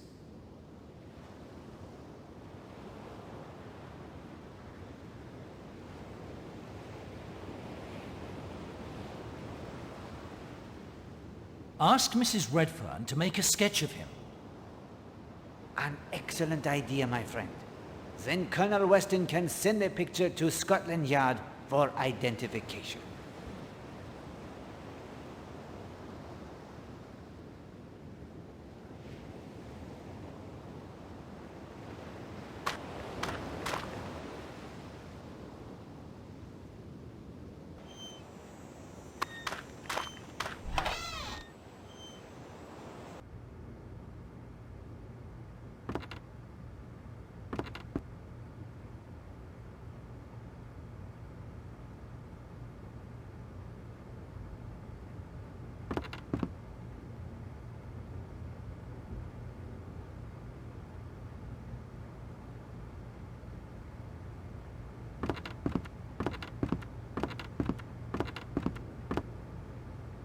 N20, E15, N19. Poirot, they could be a map. The number of paces north, east, then north again. And the starting point? Albert Bagby at the Monk's Hood Inn told you that Tom Carter would spend hours on the island's summit. It was his favourite spot on the island. And we found Gardner poking about up there as well. I'll bet he's come to the same conclusion I have. This is a map to Tom Cutter's treasure.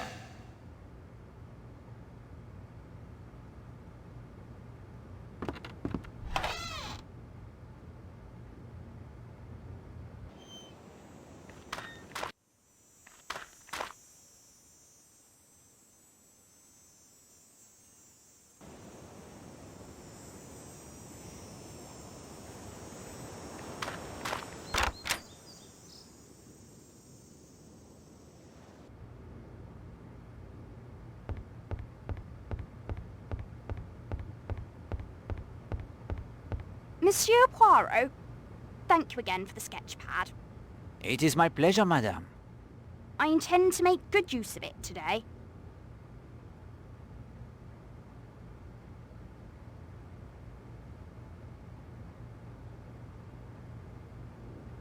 Madame, do you have the time to make this small sketch for Poirot? Why? I'd be delighted to. It's the least I can do. There is a man at the landing of the sea tractor. Do you think you could make the portrait of him? I don't see why not. I've a little time before Linda will be ready. And madame, if you could contrive to do so without his knowledge, what will you sketch today? I'm meeting Linda at Sanctuary Cove at 10:30. While she swims, I will sketch her guillemots for her. You are kind to take an interest in her. She's having a rough time of it, I'm afraid. I believe you are correct. A friend now will be of great help, I think. Oh, I must say it's rather exciting having a detective on holiday.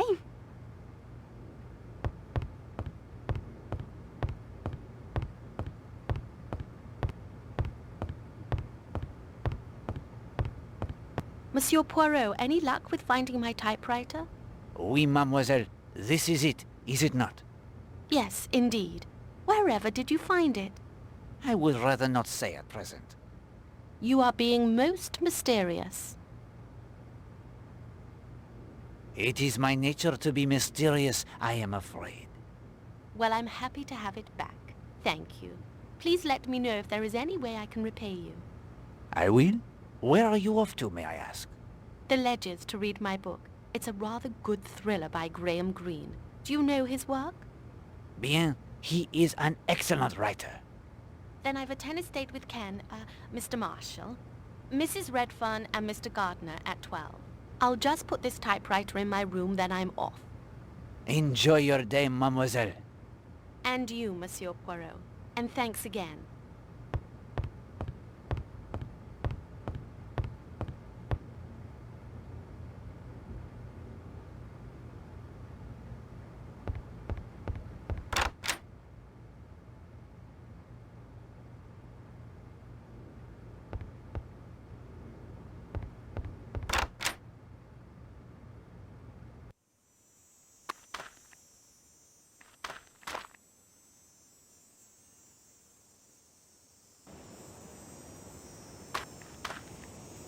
north 20, east 19, then north 15.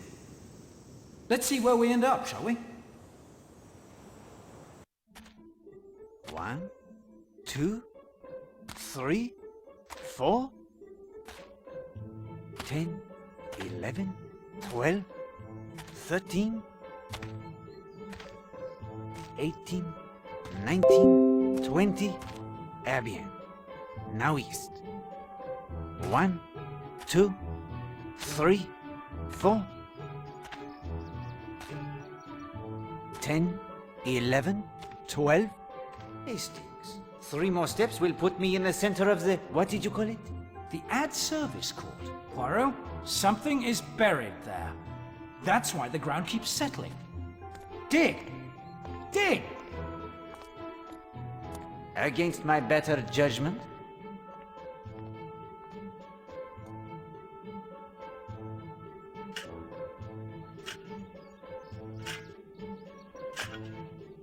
A treasure chest!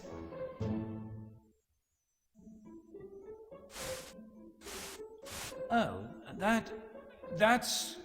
Yes, Hastings. We've uncovered the spot where the monks, they dumped their old brandy casks. Congratulations.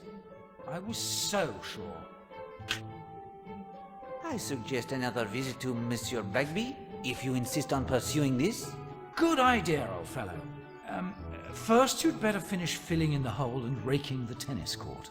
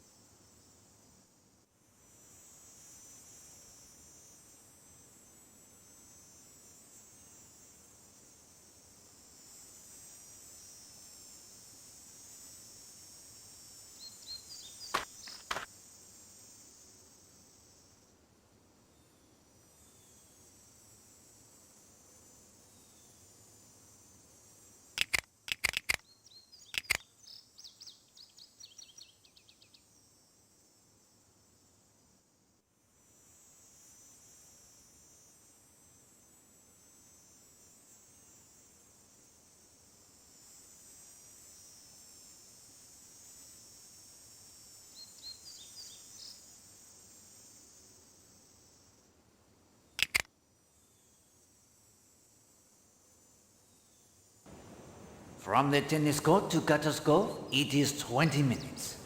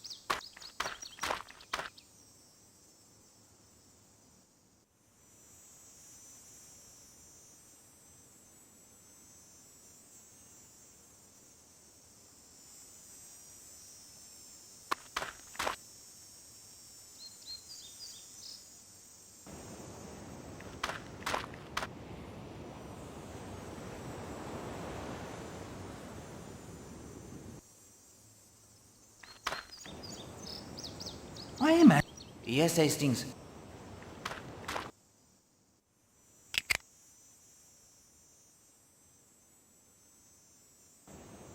From the monastery ruins to Cutter's Cove, it is 12 minutes.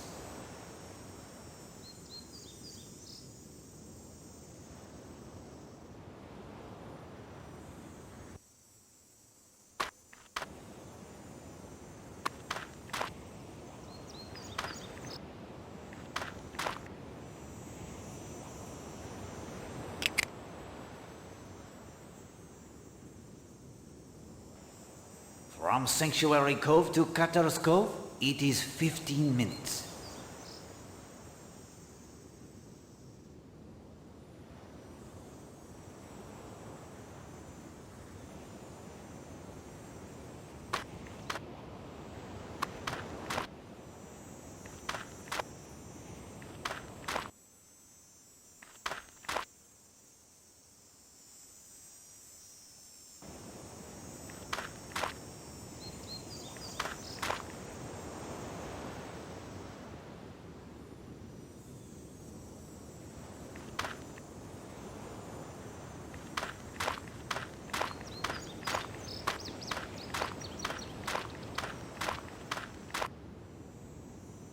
This is neat.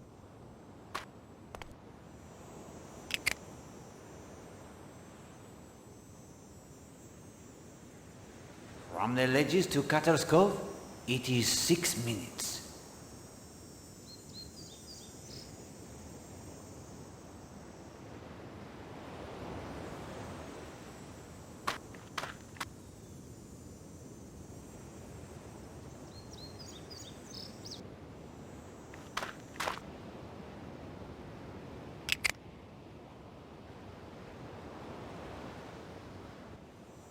From the bathing beach to Cutter's Cove via the path, it is 18 minutes.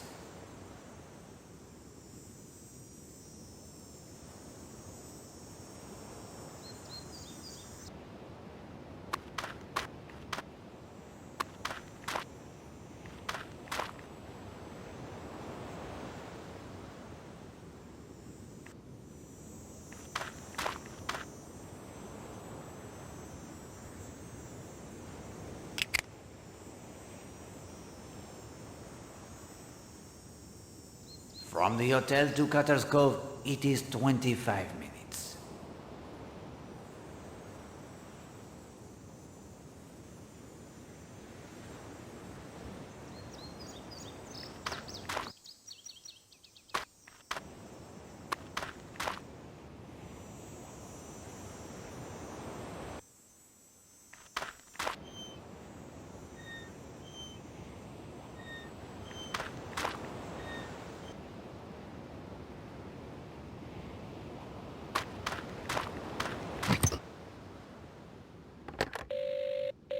Hello?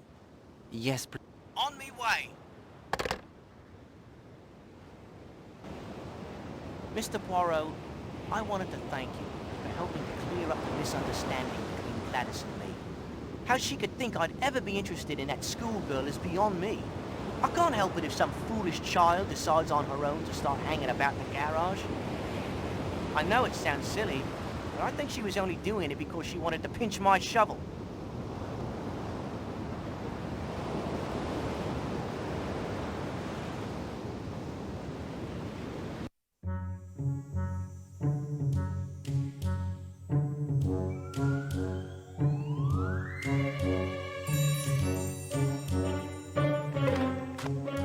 The village is practically abandoned.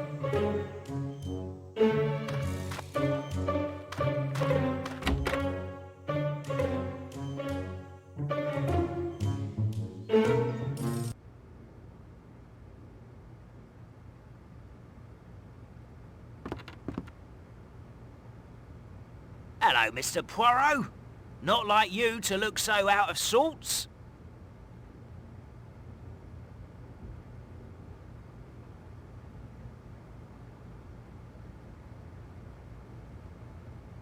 Did you not say the key to finding the treasure was to start on the island summit? Hastings, we are not here for the treasure hunt. Well, that's what most believe, eh? What of it? The directions I discovered led to where that tennis court is now. Don't tell me you dug up Mrs. Castle's tennis court. Yes, very amusing. Have you any idea where we could have gone wrong? Well, let me see. Oh, rot. Oh, rot. Why do you say this? Well, if you started at the current high point on the island, you would easily go astray. The current high point? Yes, you misunderstood me. I? Poirot? He does not misunderstand. But you have. Let me explain. That hill is the highest point on the island now. But of course it wasn't back in Tom Cutter's day. That was long before the hotel, remember? They levelled the land around there when they built it. The highest point used to be... let me see. You know that grassy path out from the main entrance a ways? The one that leads to the bathing beach?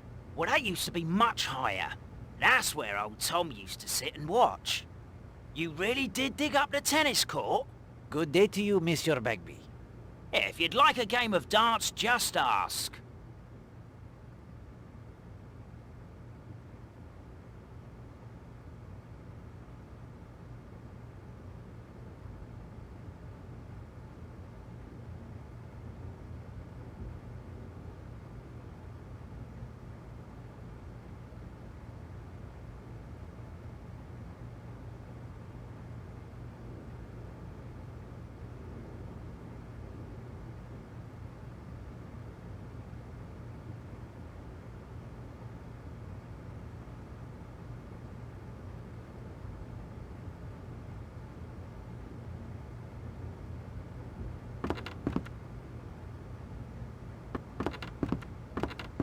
Ugh. A corned beef sandwich and well past its prime by the smell of it.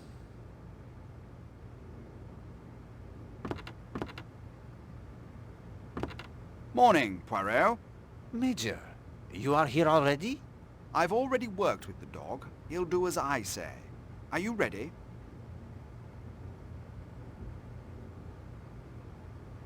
Proceed, Major.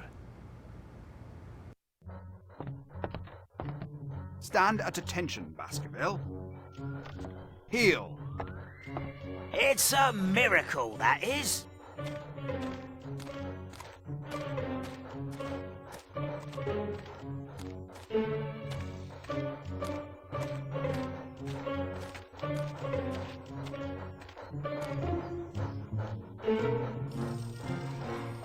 Sit. Easy as anything to train a dog. You just know how to talk to them. Your skill is extraordinary, Major. Now I will open the door. Command him to enter and we will let nature take its course. Ready when you are, Poirot.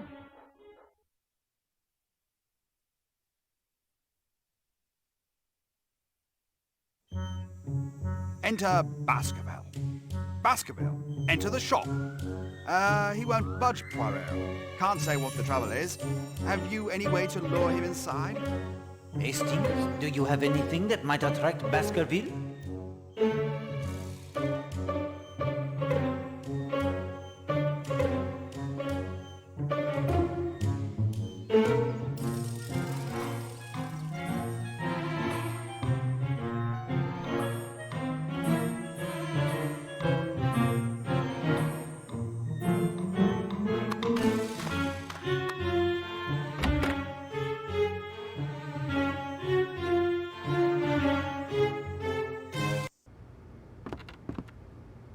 That is exactly as Poirot was thinking, Hastings.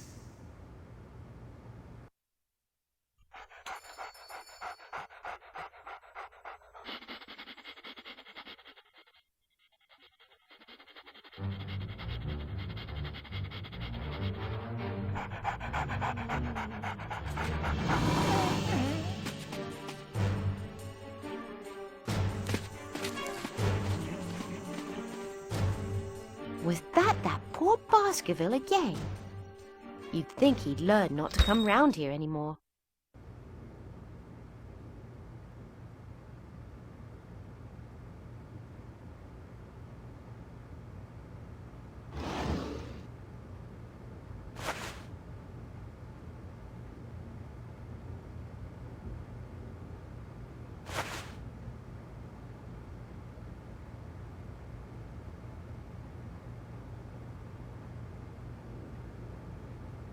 Voila, Madame Hughes. The case of the missing post is solved. Why, do you mean to say my dear little Chloe knocked those letters back there by accident?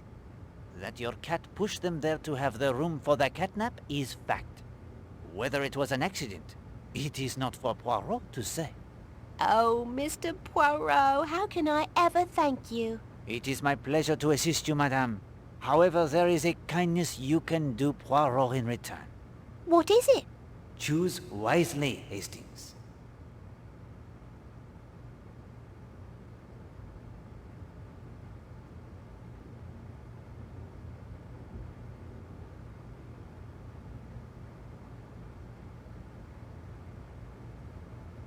I could make good use of your testing equipment. Excellent, Hastings. You are sharpening the detective instincts. I'm not sure. You are a detective.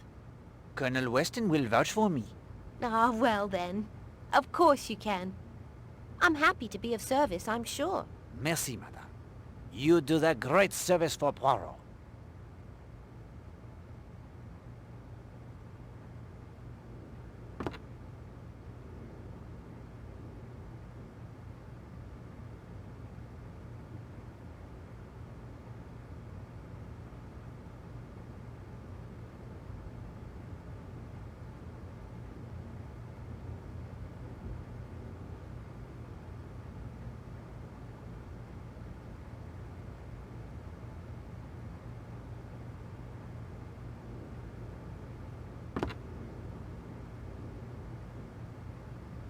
There is no...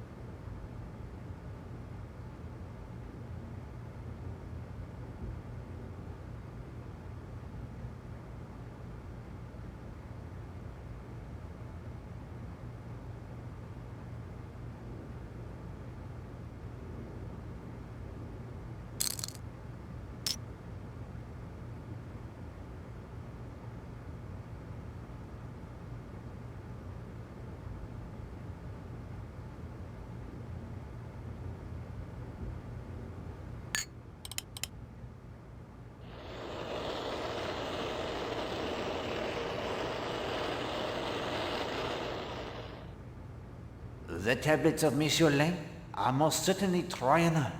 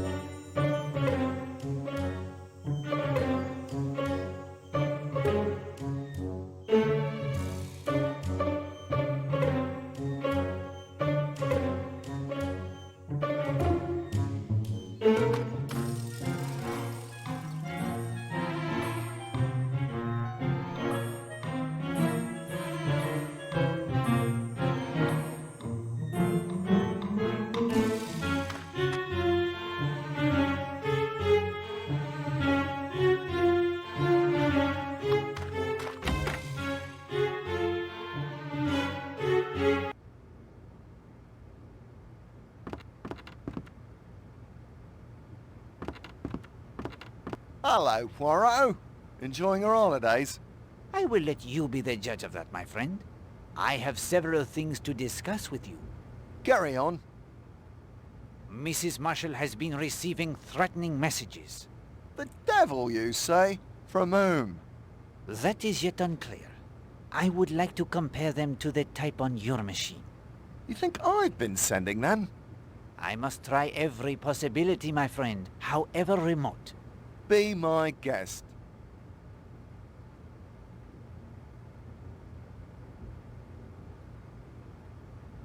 Is Mrs. Castle a member of the Home Guard?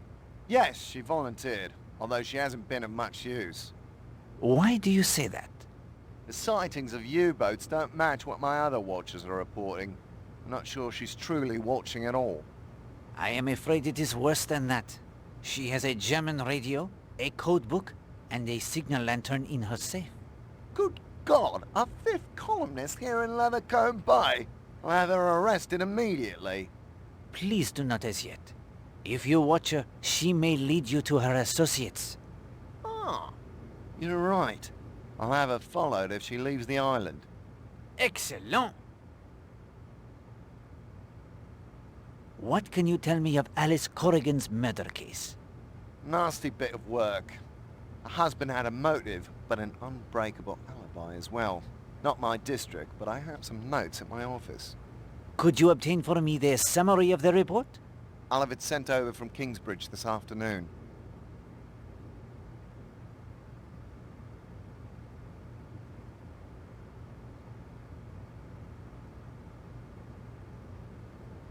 Did the report on the Millie Parsons case arrive? Yes, here it is. I was in London through most of it, in Home Guard and evacuation meetings. I hope to have a look at it again once things quiet down. If they quiet down, that is. Ah, merci. I will read as I make my notes. Hastings, look over these notes of the alibi of the teacher Gideon Fell. Tell me what you see.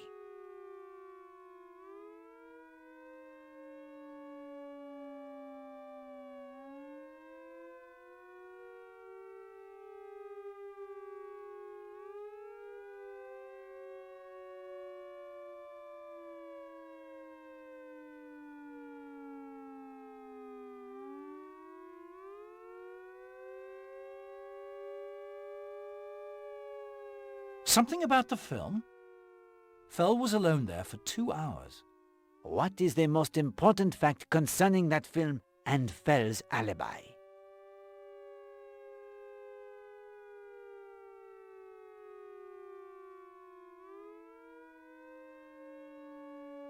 The title.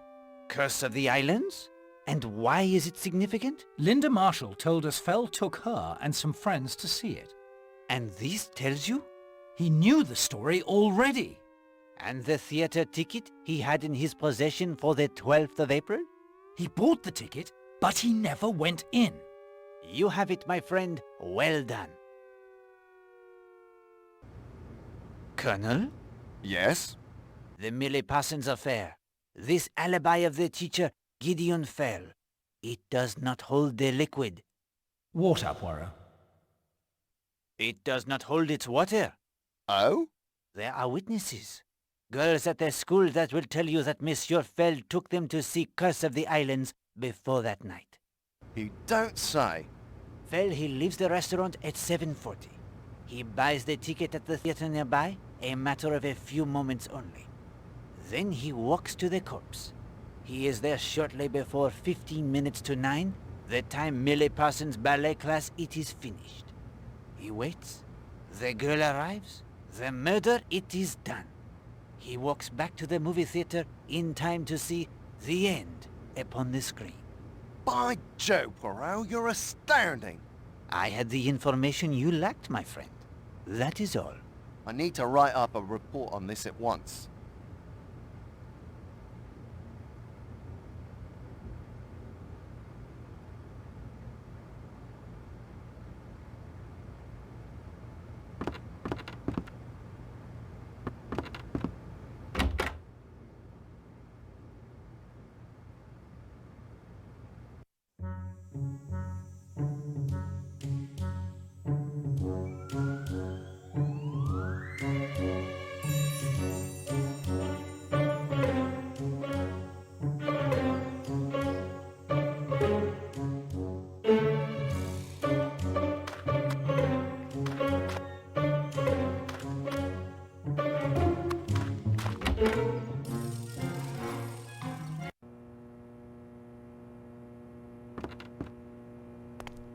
Morning, sir. I was just off to do an errand.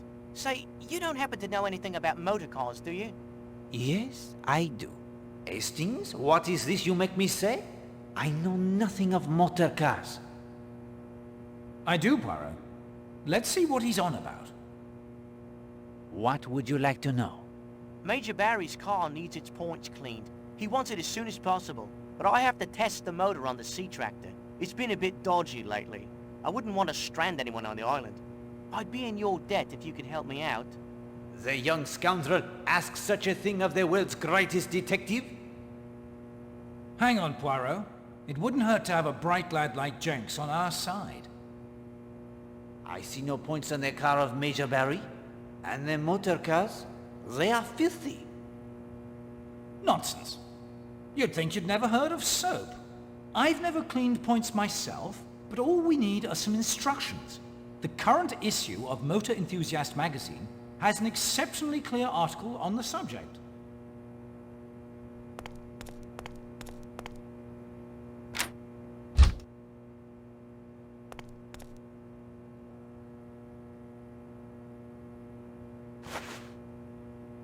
Ouch! Something pricked me. It's a sliver of metal. Must be magnetic.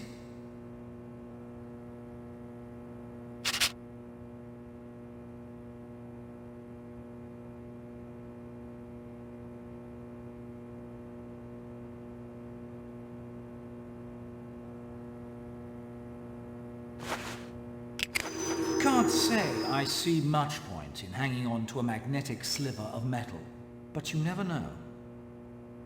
As you say, Hastings, you'll never know.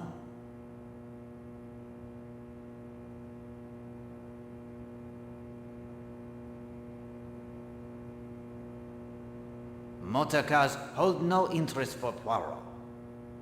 I should be able to drive wherever I like.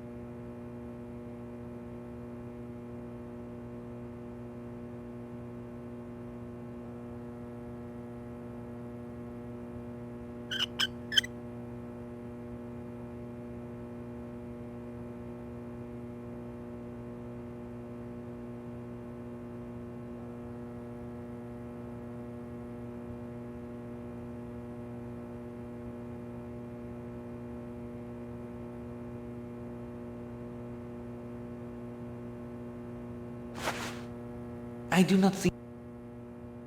This is neither the...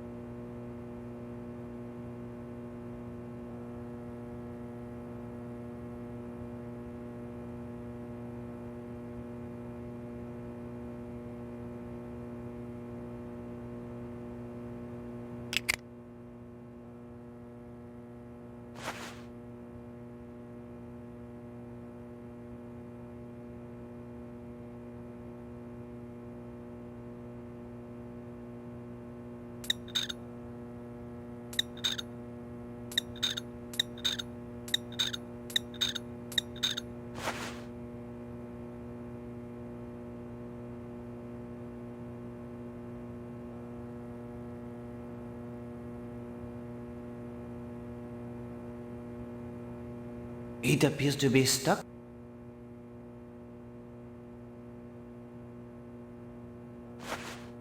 I am without error, mon ami.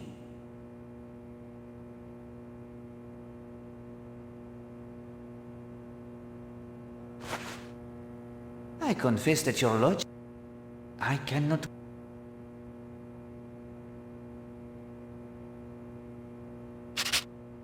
No.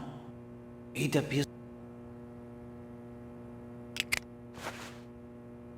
No. It appears to... I will not...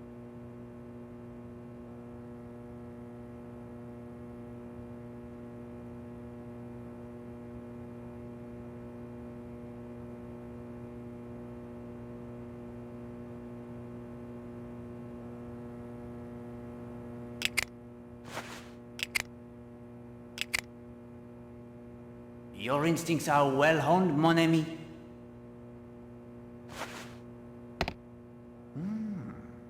The puzzle, it is one piece closer to completion.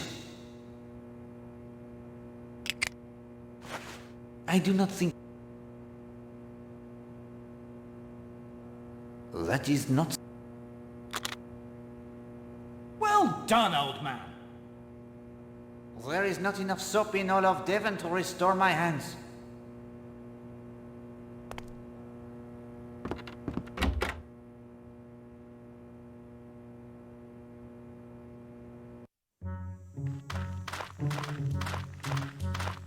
Morning, sir. Got the tractor motor purring like a kitten. Any luck with Major Barry's automobile? Why, yes. Against all expectation, I have cleaned the tips with much success. Beg your pardon? Points, old man. And the points as well. Smashing. Much obliged, sir.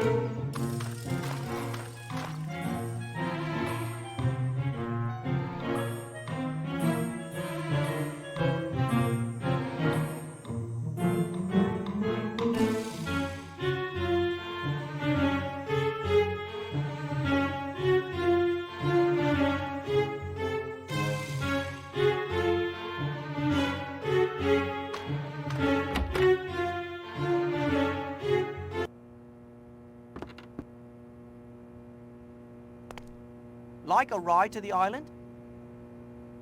Yes, please. Let's be off then.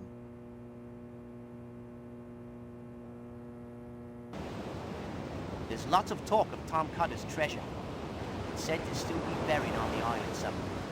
Jewels and gold and all the usual in a chest. When I was younger, me mates and I would search for it. We were convinced it was up on that hill on the western side of the island. The way the story goes, Tom Cutter would spend hours up there just looking out over the sea. We never found so much as a singular coin, though.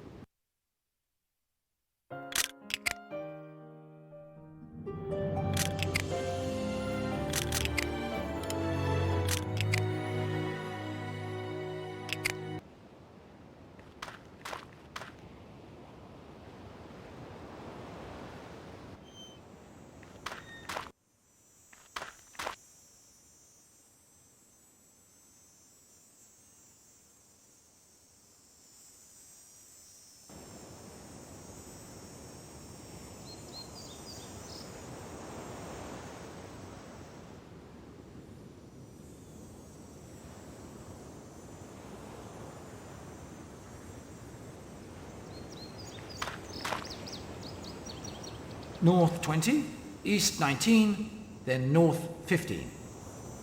Let's see where we end up, shall we? 1, 2, 3, 4.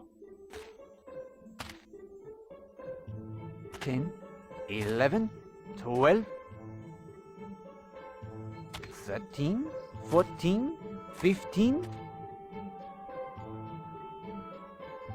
Hastings, here too is the depression in the ground, remember? Dig, Poirot, dig! Luckily for you, Poirot is an expert gardener.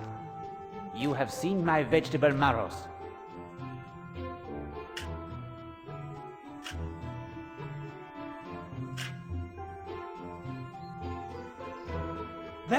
You've hit something!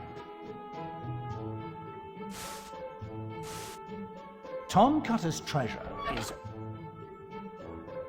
3 gold dots. Congratulations. At least they're gold. Oh, better fill in the hole, Poirot. Wouldn't do for anyone to injure themselves.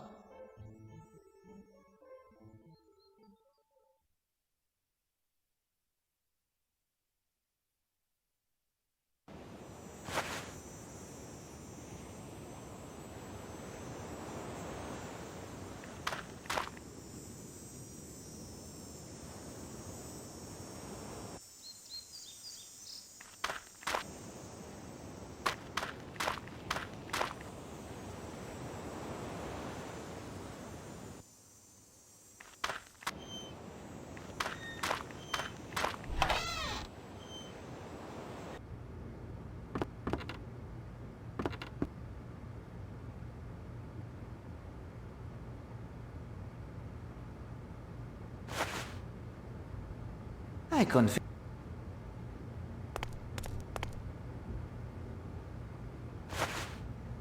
As you yourself would say, well played, Hastings.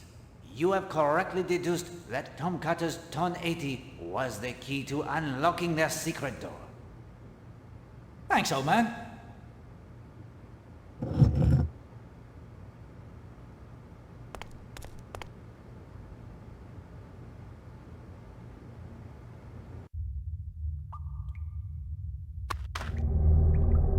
Voila!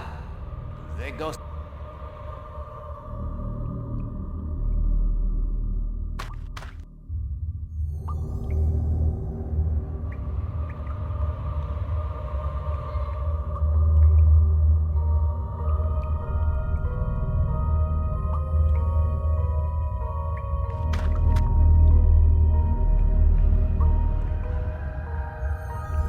May know my friend Hastings? I could blunder about in these tunnels for hours while who knows what crimes are committed in my absence. I need some means to ensure I am traveling in the proper direction.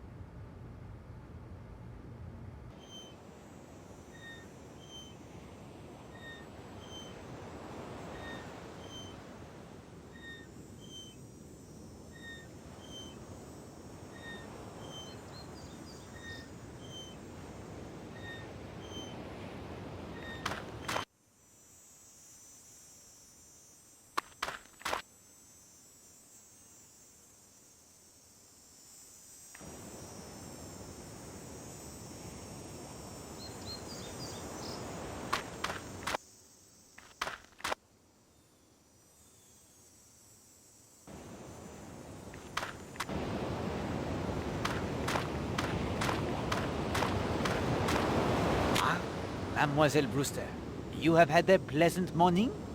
Good morning, Mr. Poirot. Well, I was, until somebody chucked something at me from the balcony up there.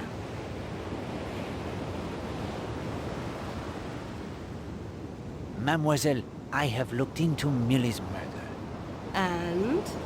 I believe I have found the one responsible for her death. Who was it? Colonel Weston is having his men follow up on certain facts I placed before him. While I cannot tell you with absolute certainty, nevertheless, the indications are very strong that the one they will question is our man. Every instinct tells me he is the man, and I promise you, he will be brought to justice. Mr. Poirot, I can't tell you how much this means to me. She was a good friend to you, young Millie. Yes, she was. She was an innocent. Mr. Poirot, I can't bear it when the innocent suffer. You have the good heart, mademoiselle. I am happy I was able to assist you. Something was thrown at you? I was having my usual morning swim at about 10:30. when all of a sudden, whoosh, something hit the water very near my head. You do not know what it was, the projectile? No, I would have swum down for it, but the water's pretty deep here, and my ears won't take the pressure. If you'll excuse me, it's time for my row. The exercise will do me good.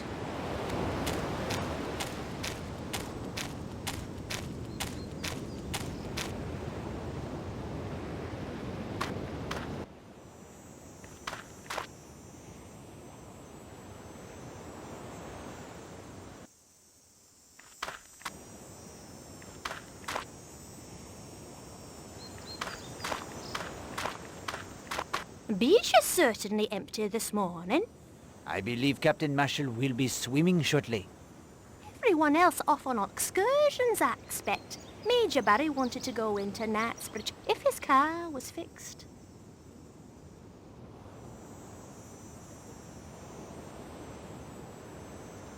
The Major? He has business in Kingsbridge? Oh, he was complaining of the lack of privacy when using the phone in Leathercombe Bay post office. I can't imagine what he has to be so secretive about. Can you, Oakley? No, darling. You do not take the excursion? I was saying to Mr. Gardner only this morning, we simply must make an excursion to Dartmoor. It's quite near and the associations are all so romantic, aren't they, Oakley? Yes, darling. I've always wanted to visit the Dartmoor prison.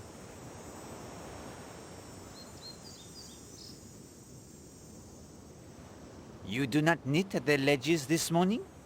No, Miss Darnley was there before us and didn't seem to be in the mood for chatting. So we came here. Didn't want to disturb her, did we, Oakley? No, darling. The motor car, it is repaired. Oh? Isn't that splendid, Oakley? Yes, darling. Oakley, I don't believe I've got that second shade of purple wool. It's in the second drawer of the bureau in our bedroom, or it might be the third. Yes, darling. Good morning, Mr. Redfern. I don't see anything good about it.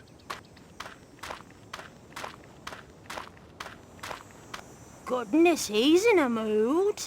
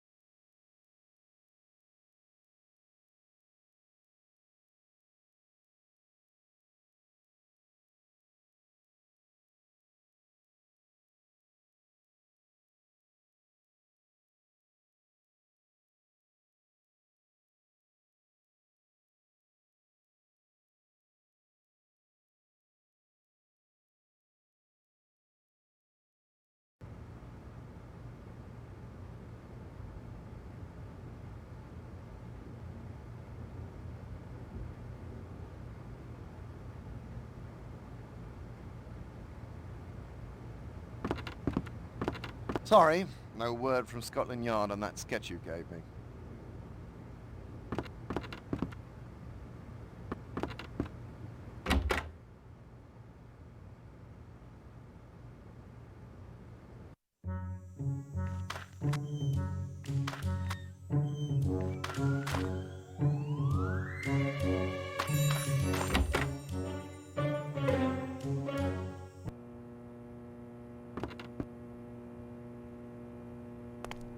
Like a ride? Yes, please. Let's be off then. There's not so much to do in Leathercombe Bay, but it's the...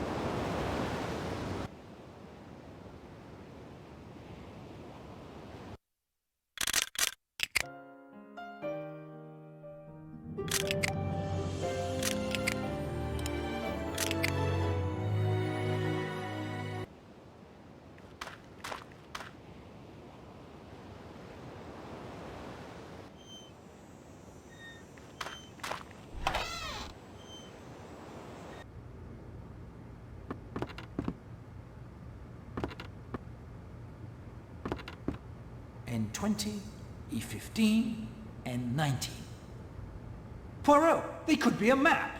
The number of paces north, east, then north again. And the starting point? Albert Bagby at the Monk's Hood Inn told you that Tom Carter would spend hours on the island's summit. It was his favourite spot on the island. And we found Gardner poking about up there as well. I'll bet he's come to the same conclusion I have. This is a map to Tom Cutter's treasure.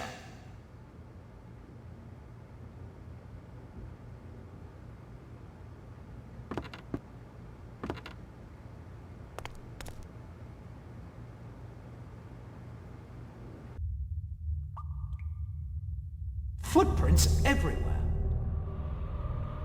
One man, no ghost, passed along here many times.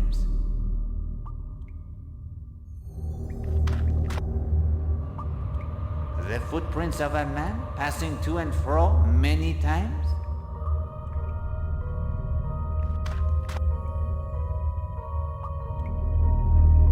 You may know my friend, You may know my friend.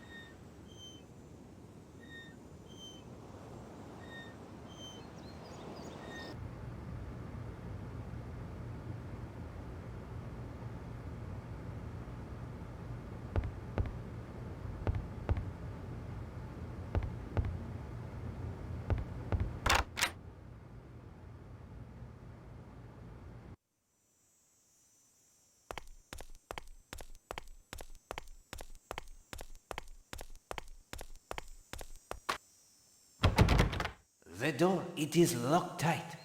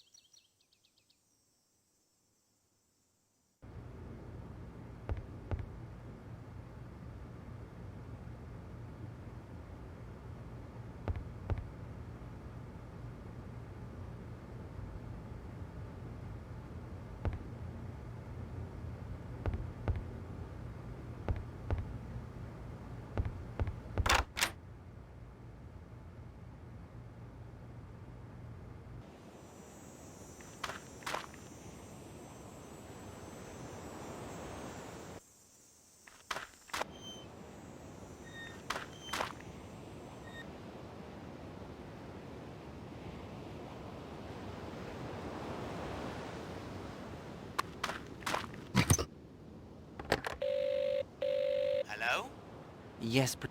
On me way! If you're looking for entertainment during your stay, there's not much at Leathercombe Bay or at the hotel these days. My Gladys and I usually go into Kingsbridge to the moving pictures, and there's some dancing at the hotel there still. Although, when I asked Gladys for this weekend, she refused and gave no reason, no matter how much I asked. She just said I should know. I don't understand women. I truly don't.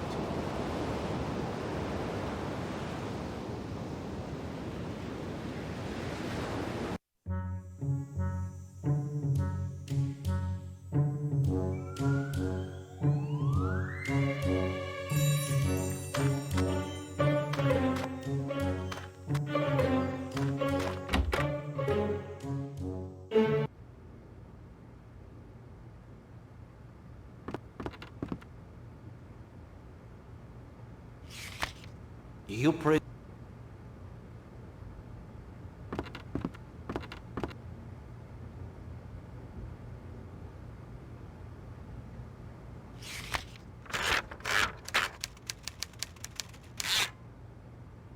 There you see, Hastings, the E, the M, and the H. This is the typewriter used to write the threatening notes beyond any doubt. There is no doubt. The notes were typed on this machine. But that's impossible. No one visits you here? Well, of course. Many people do. In addition to my regular police duties, there's the Home Guard, the evacuation... Hang on. You have thought of something?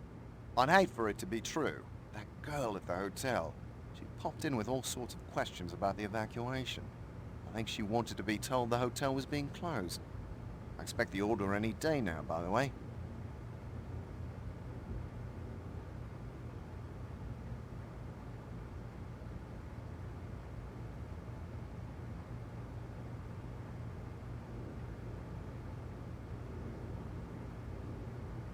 Was it Linda Marshall? Yes, as a matter of fact, it was.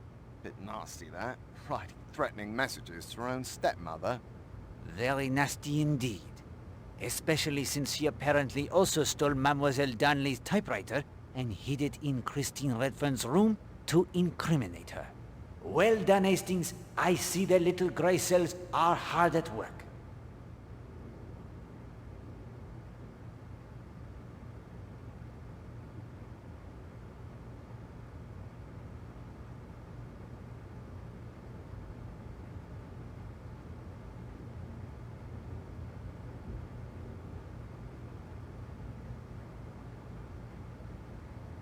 Sorry, no word.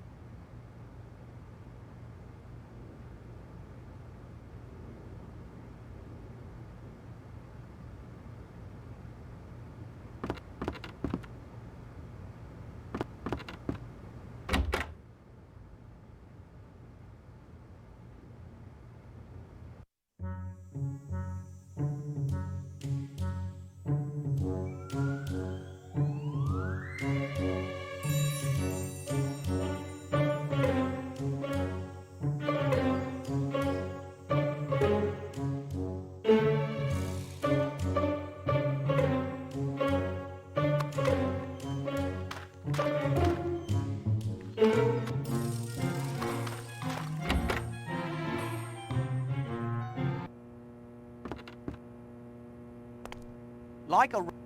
Yes, please. Let's be off then.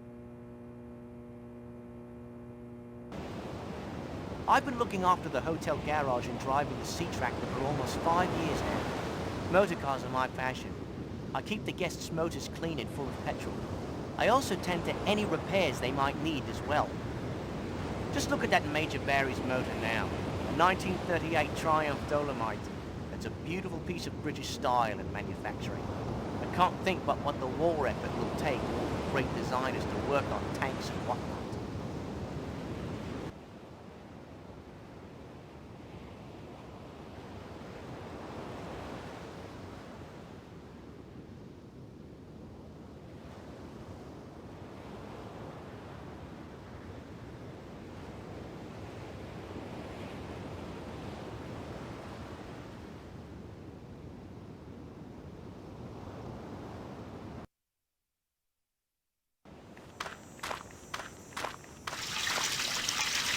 Hello.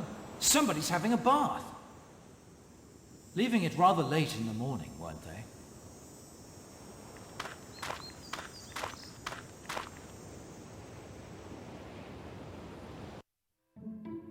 You have done well, Hastings. Perhaps a misstep or two here or there, but overall I give you high marks indeed. Thanks, Poirot. Very decent of you. But now, your mettle will be tested. Recall where each suspect was last seen. I have marked their positions on the map here. As you probe their alibis, we will update the map so that perhaps you can see who had the most opportunity to kill Madame Musher. And do not neglect the inhabitants of Leathercombe Bay. They may also have information of importance. I'll be thorough, old man. You can count on me. Excellent. And of course, if you find yourself unable to progress, we will consult the magic of the Finger of Suspicion. Magic my eye. But at any rate, it's time now for a fifth clue to its secret. The clue is magnet. Magnet. At last, a clue that suggests something useful. I am glad the clue it pleases you. I shall place it next to the Finger of Suspicion. Use it as you will. When you are ready, my friend, we will return to Seadrift Island. It is now late morning.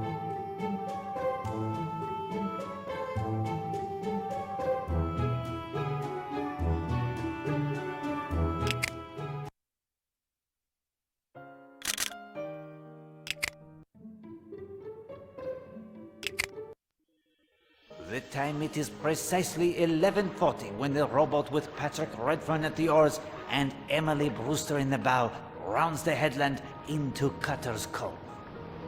Hello? Who's that?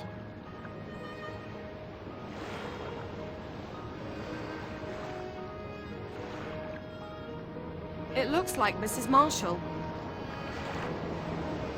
So it does. We don't want to land here, do we? Oh, plenty of time. That's odd. Why is Mrs. Marshall lying in the shade?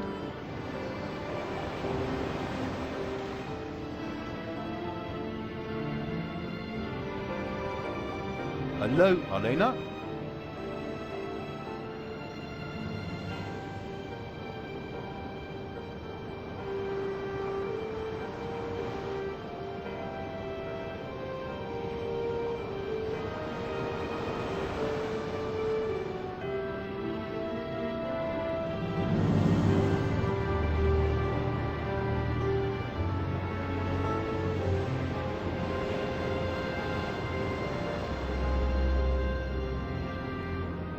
Mademoiselle Brewster senses something.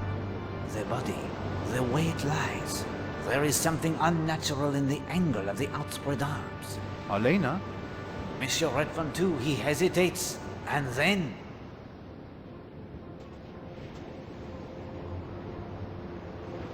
No. Elena! No! Is she... She's dead! Oh, God. She's been strangled! Elena!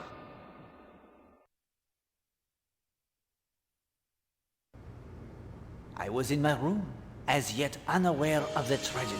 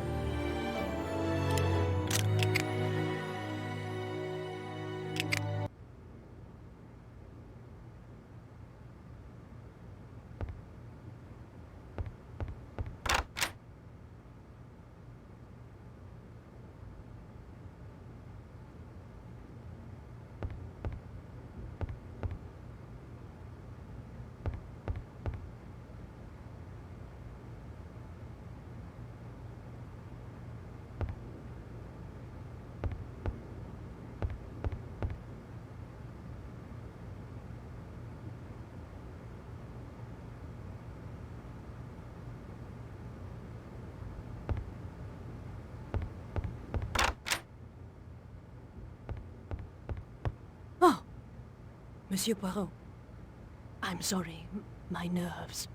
Madame, has something happened? Don't you know? The police have been here for an hour at least.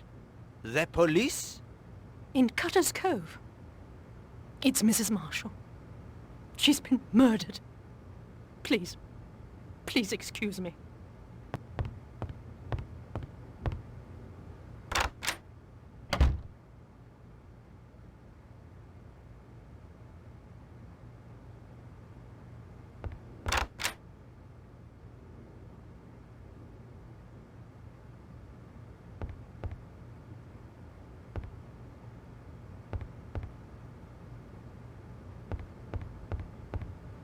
Oh, sir.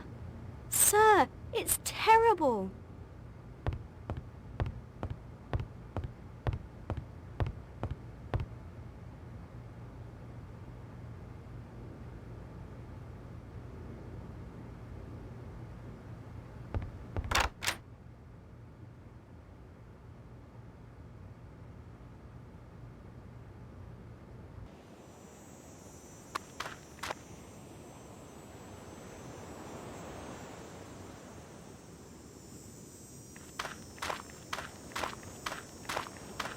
Please, not now, Monsieur Poirot.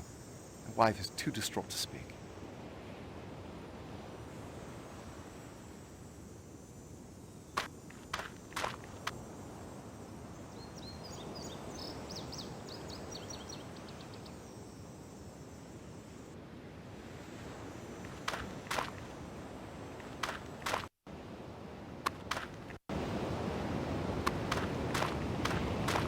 Mr. Poirot, there you are.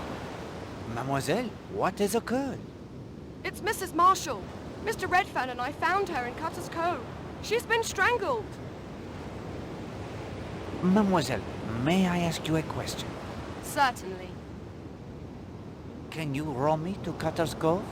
Mr. Poirot, after your efforts to find Millie's killer, I'll row you any time you like. You need only ask me. Climb in.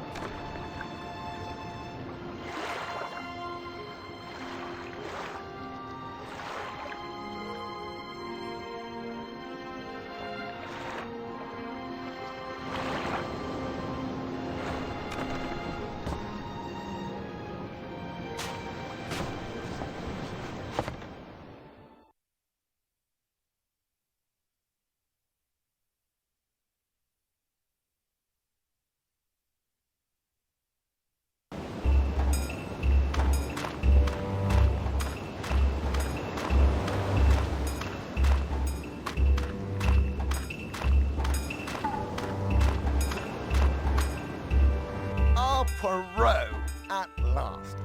Listen, you know how strapped I am right now with the evacuation, the Home Guard, and now fifth colonists. If you could lead the investigation, I would be in your debt. I will help in any way I can, my friend. Thank you. You just missed Dr. Neaston, the coroner. My men have done a cursory search of the cove. We'll be back shortly to collect the remains and with equipment to do a better job.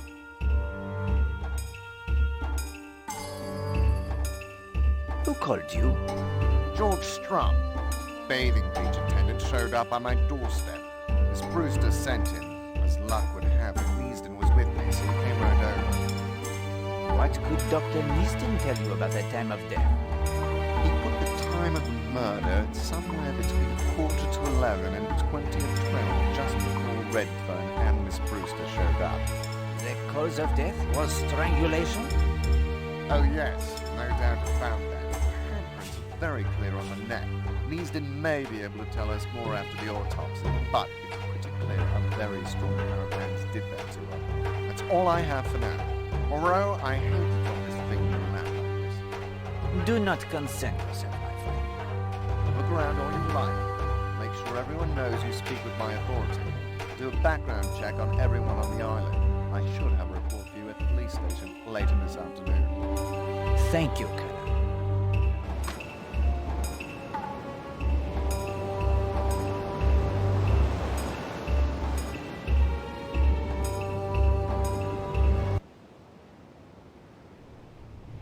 You aren't going to matter of murder cannot be squeamish, Hastings. Still, if you assure me of the facts, there isn't any real need, is there? As you wish. I state categorically that Mrs. Marshall was strangled to death by a very powerful pair of hands. Elena's coffee flask.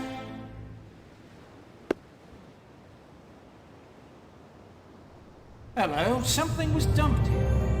What does it smell like, Poirot? Coffee.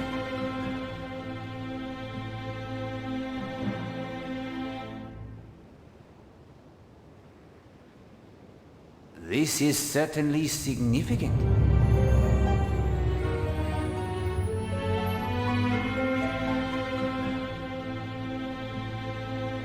Mrs.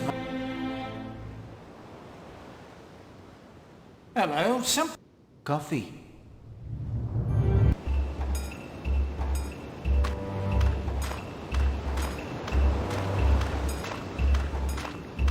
What?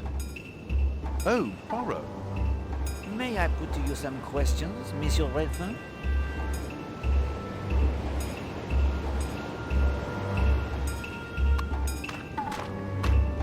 How did you and Mademoiselle Brewster come to be rowing together?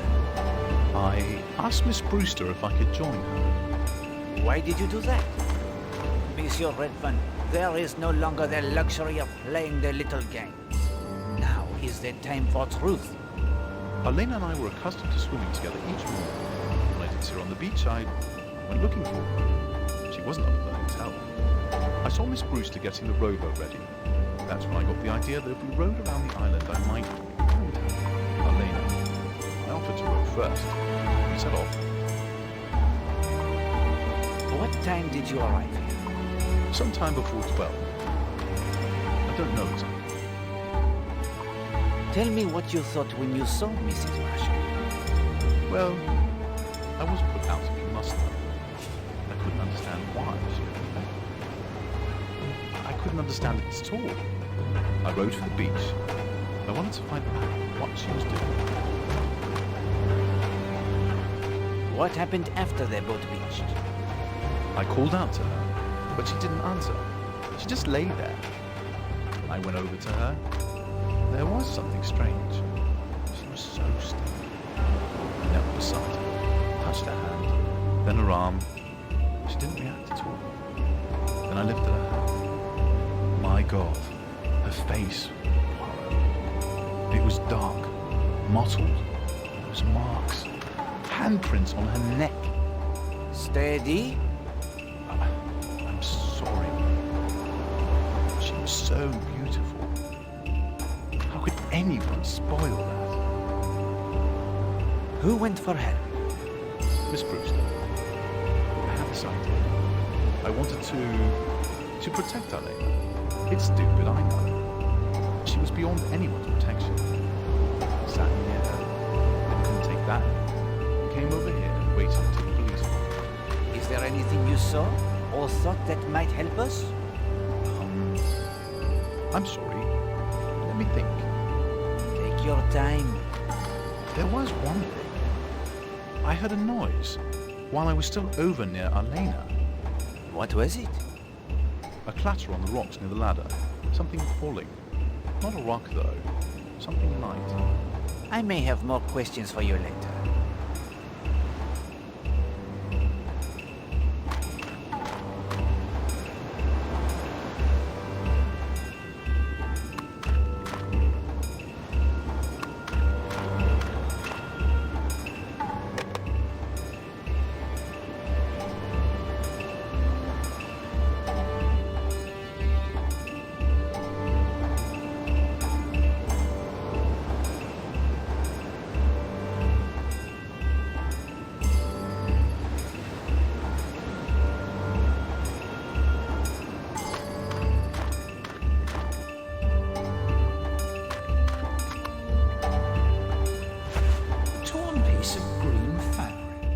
The same colour as Elena Marshall's hat.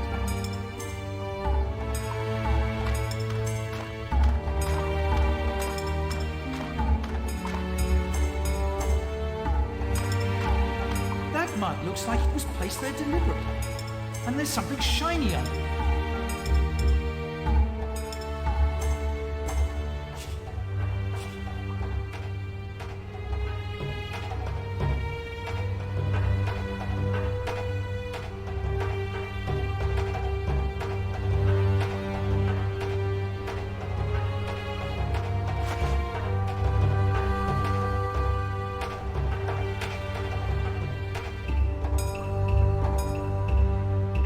I say, a six-sided metal receptacle hidden by the mud.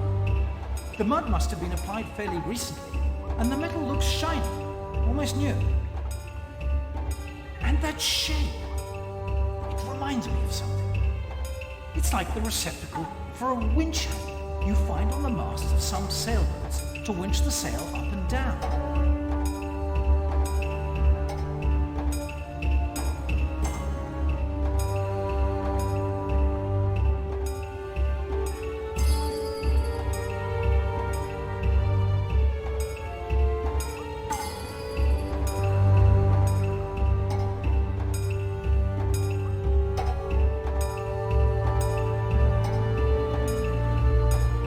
I say, and that...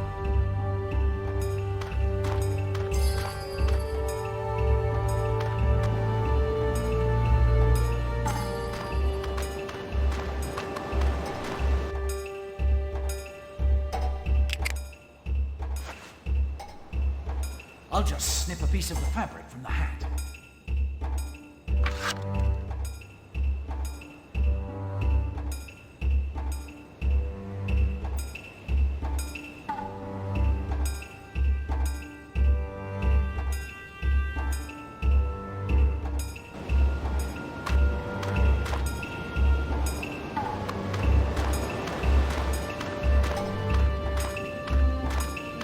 I would like to put to you the questions, if I may. Of course.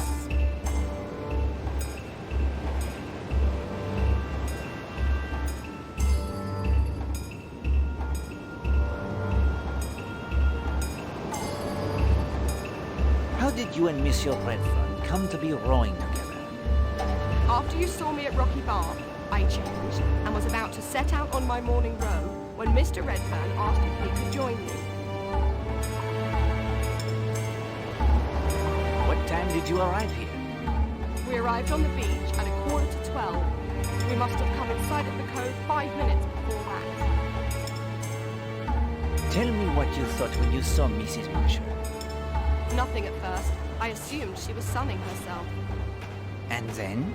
Well, the first thing I noticed was she was lying as if she was sunbathing, but she was in the shade of the cliffs.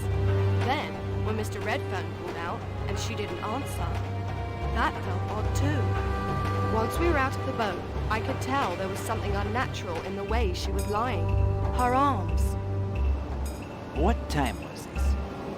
He wanted to row right round the island, so I checked my watch. It was not quite 11:30. Did Monsieur Redfern often accompany you? No, this was the first time. If you ask me, he was looking for Mrs. Marshall. He volunteered to take the oars first. What happened after the boat beached? Mr. Redfern and I approached Mrs. Marshall. I could see he thought the situation wasn't right as well. He knelt beside her, touched her hand, then her arm, and he started to lift her hat. He saw her face and cried out. Who went for help?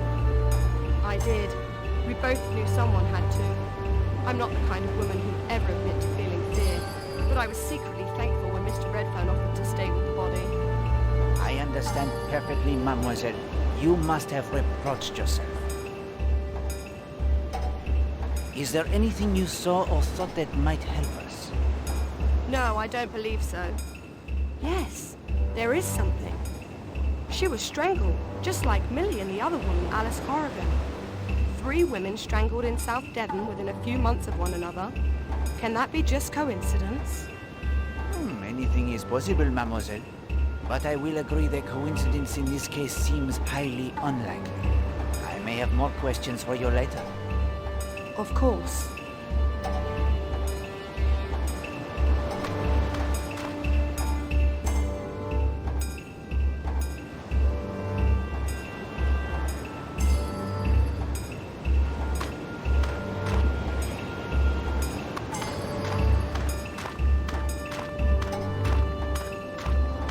Can you row me back to the bathing beach?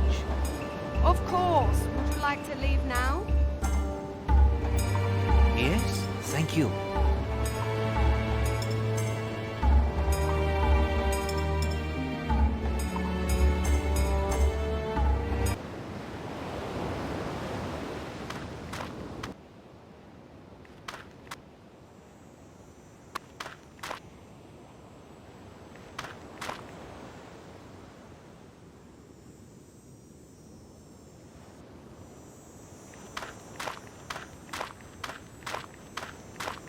May I have a word with you?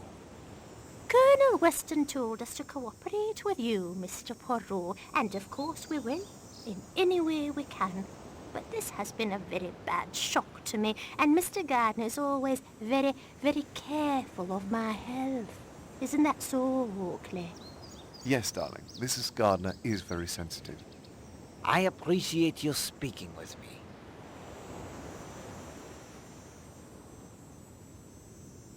You spent the morning here, overlooking the beach? Yes, we did.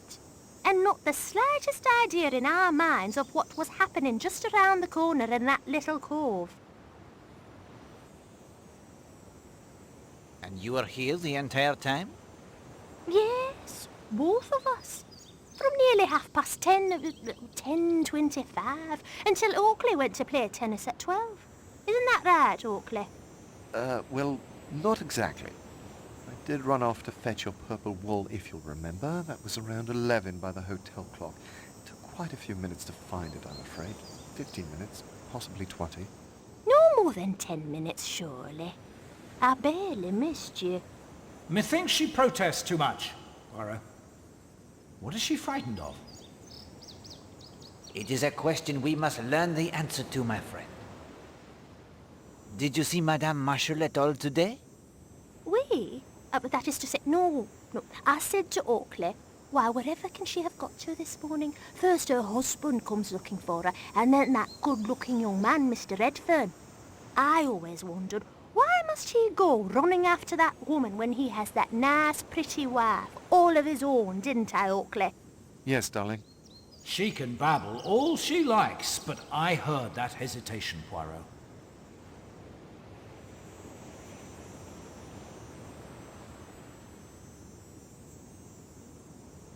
Did you notice anything that might have a bearing upon the case?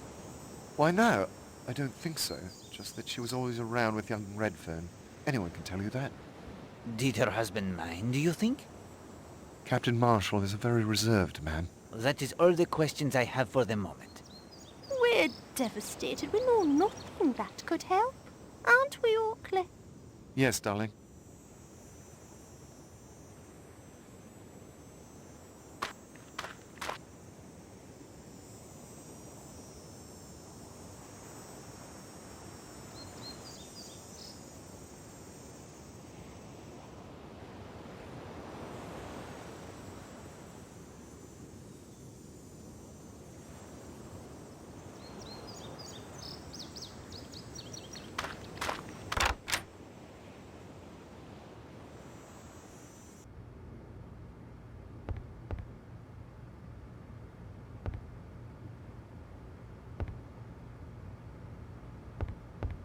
Madame Castle.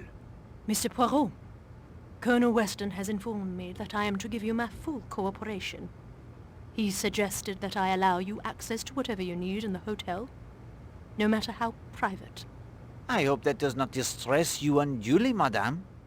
Well, my duty to the owners, but I have little choice. Here is the master key. This will unlock any door in the hotel. Merci, madame. Can you account for your movements between 11:15 and 12 this morning? Well, from 10 o'clock till 11:15, I was seeing to it the staff were all performing their duties. Then that the dining room was cleared and made ready for luncheon. That was until noon. It was a very ordinary morning, and until... Quite so. Did you notice any of the guests behaving unusually? Let me think. Mr. Redfern seemed agitated, underfoot, asking if anyone had seen Mrs. Marshall. What time was this? Between 10 and 10:30, I would say. Tell me about the sandwiches and flasks of coffee prepared for the guests this morning. Mr. Lane asked for sandwiches and coffee. He was planning on hiking, I believe. Mrs. Marshall asked for coffee only. Those were the only requests this morning. How early are they put out on the table in the dining room? Directly after breakfast. No later than 9:30. I wonder if you would excuse me. This has quite unsettled me, I'm afraid. Of course, madame. She's rattled by more than the murder. You are correct, Hastings. The idea that I would have access to anything here in the hotel obviously includes the contents of her safe. Think she'll do a bunk? If she makes the... what was it you said? Think she'll try to sneak away? Oh, yes indeed. It is good that Colonel Weston is prepared to have her followed.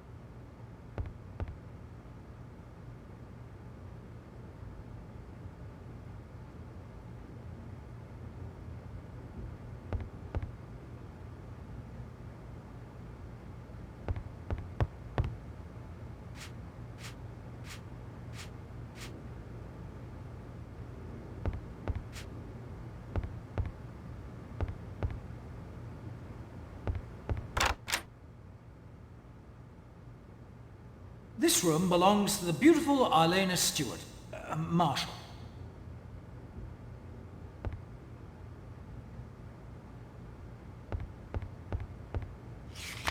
This looks important.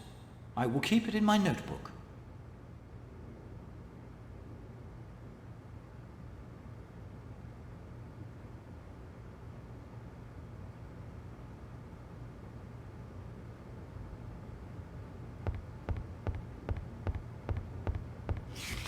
I'll just put this in my notebook.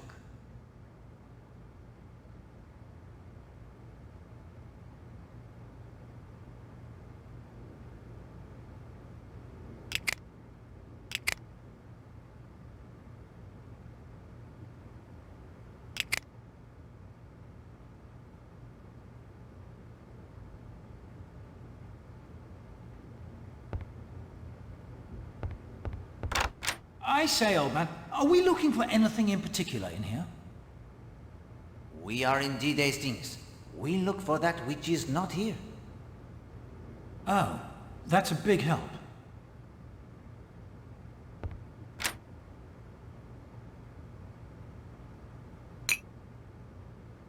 Arlena Marshall's most delightful and expensive perfume. It is the same as that which we found in the cave.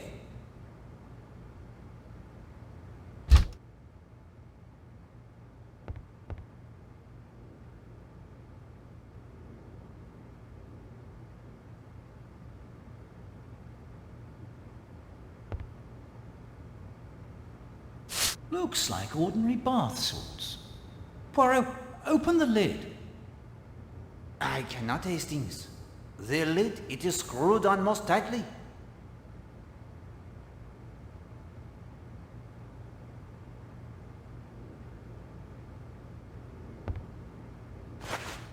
There are red hairs caught in the bristles. No mistaking that color.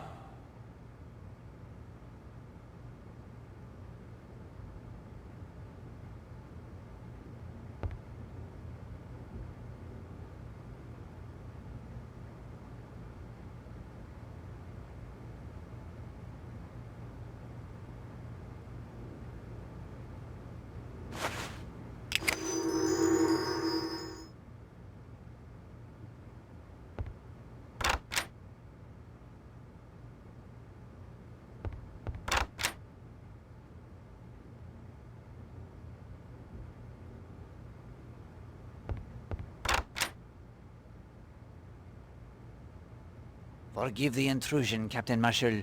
My condolences. Forgive me, but I must impose upon you. Carry on. Poirot, I just saw a shadow by the balcony door. I think someone is out there listening.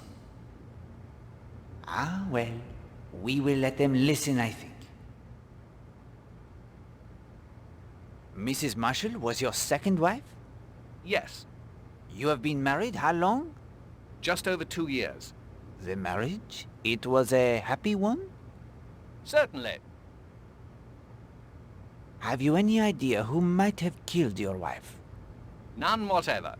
Had she any enemies? Possibly. I say. Oh? Don't misunderstand me. Arlena was an actress. She was also a good-looking woman. She aroused a certain amount of jealousy, envy, hatred, malice. From men as well as women? Mostly women.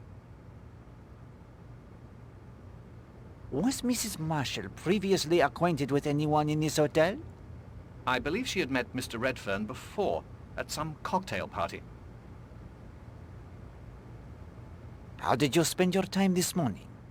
I breakfasted downstairs at 10 minutes after 9 o'clock. After that, I went down to the bathing beach where I saw you. I had a quick bathe. Let me see. At about 20 minutes to 11, I returned here to type some letters. I typed until 10 minutes to 12. I then changed into tennis kit as I had a date to play tennis at 12. Who else played the tennis? Mrs. Redfern, Miss Darnley, and Mr. Gardner. I went down at 12 o'clock. Miss Darnley was there. Mr. Gardner and Mrs. Redfern arrived a few minutes later. We played for about an hour. Just as we came into the hotel afterwards, I got the news. When was the last time you saw your wife? 9 o'clock. She was in her room opening her letters. What was her manner? Unusual at all? No, perfectly normal. Did she mention at all what were the contents of the letters? No. You did not, pardon me, object to your wife's friendship with Monsieur Redfern? I wasn't in the habit of criticizing my wife's conduct. You did not protest or object in any way? Certainly not. Packet of lies. We overheard them arguing. You will not deny then that Monsieur Redfern admired your wife? He probably did. Most men did. She was a very beautiful woman. You were persuaded there was nothing personal in the affair? I never thought about it. Utter rot. Did your wife leave a will? You know, I'm not sure. Her solicitors? Barkett and Applegood, Bedford Square. They handled all of her business affairs. Was she well off? Well, yes, her career was very successful, as I've told you. I would expect she was worth in the neighborhood of £50,000. Then you would call your wife a rich woman? I'll say. I suppose she was, really. See here, Poirot. Aren't you getting a good way from the essentials of this business? What I believe or don't believe is surely not relevant to the plain fact of murder. You do not comprehend, Captain Marshall. There is no such thing as the plain fact of murder. Murder springs 9 times out of 10 out of the character and circumstances of the murdered person. Because the victim was the kind of person he or she was, therefore was he or she murdered.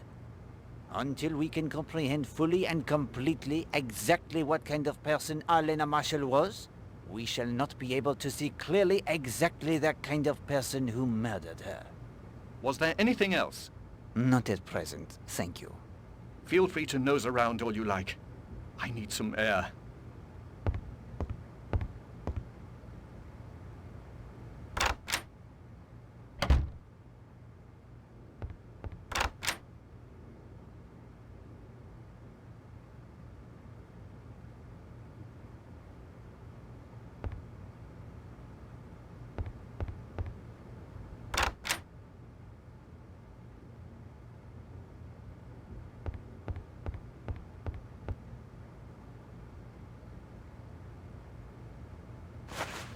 That's a rather nasty-looking stick pin.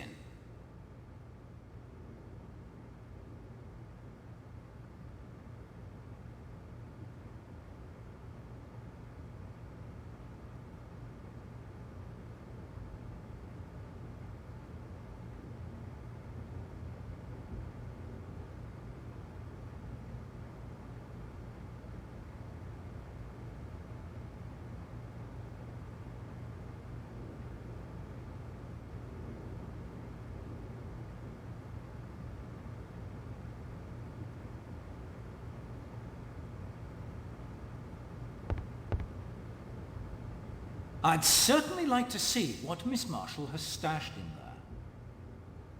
Then the combination to the box. It must be found. Trial and error will not open it.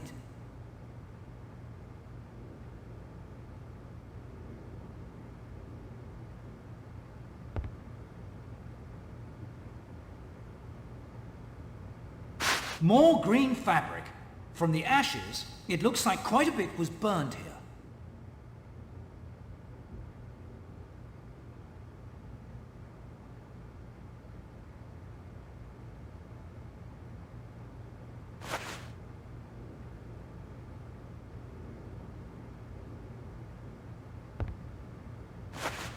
Linda's watch. It agrees with yours exactly, Poirot.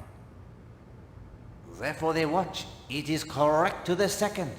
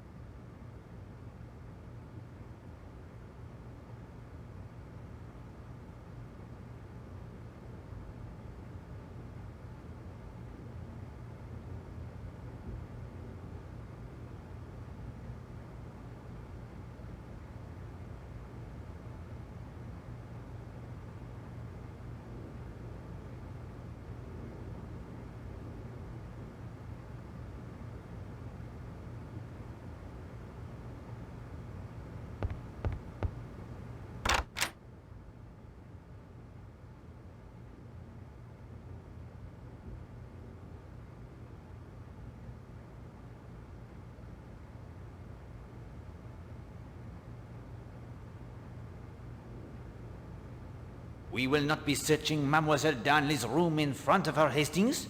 It is not done.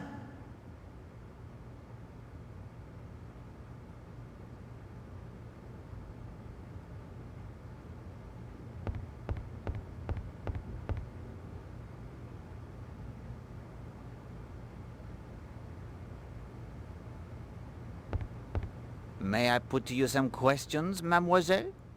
Of course, I'll do anything I can to help.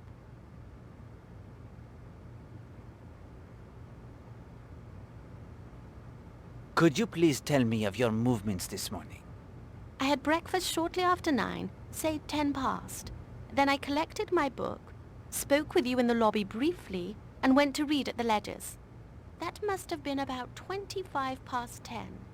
I came back to the hotel about 10 minutes to 12. Got my tennis racket and played until about 1. From about 10:30 until 20 minutes of 12, you were at the Ledges and never left there during that time? Not entirely. At about 11, I went back to my room to fetch my sun hat. I saw Kenneth Marshall typing in his room. Indeed? From the hall, perhaps? Or the balcony? The hall. His door was slightly ajar. Did you see Madame Marshall this morning? No. You did not see her as she paddled her float round to Cutter's Cove? No, she must have gone before I got there. Did you see anyone at all on a float or in a boat? At the Ledgers? Possibly Mr. Blatt. At least I think it was his boat. It had a white sail, though. You didn't see Monsieur Redfern and Mademoiselle Brewster when they rode past? No, I don't think I did. You see, I was reading, only glancing up occasionally. Did anyone pass you on the path? I was on the lower ledge. Unless someone had called out to me, I doubt I would have noticed them.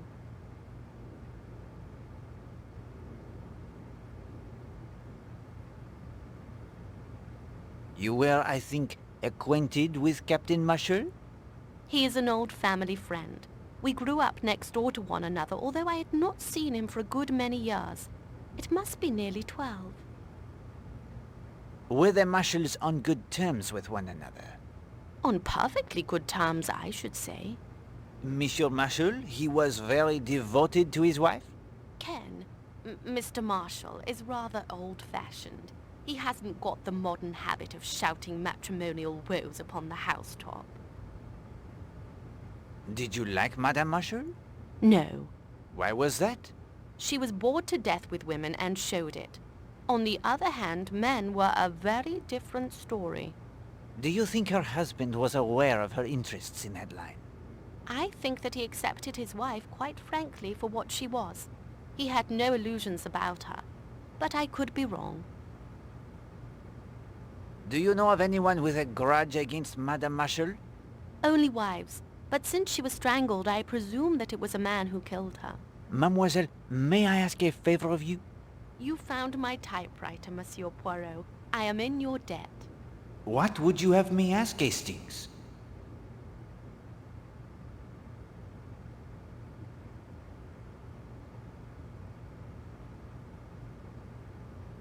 Could you compare some pieces of fabric for me?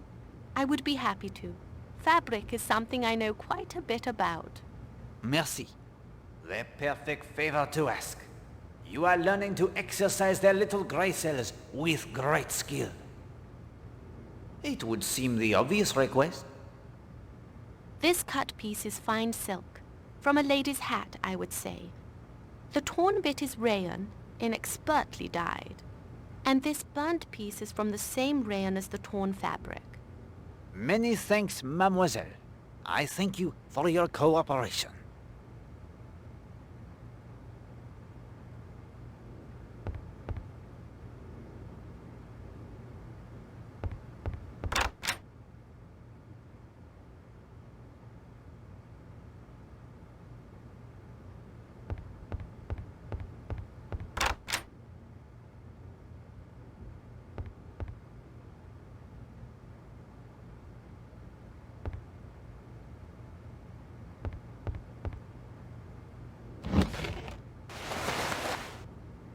A rather touching photograph.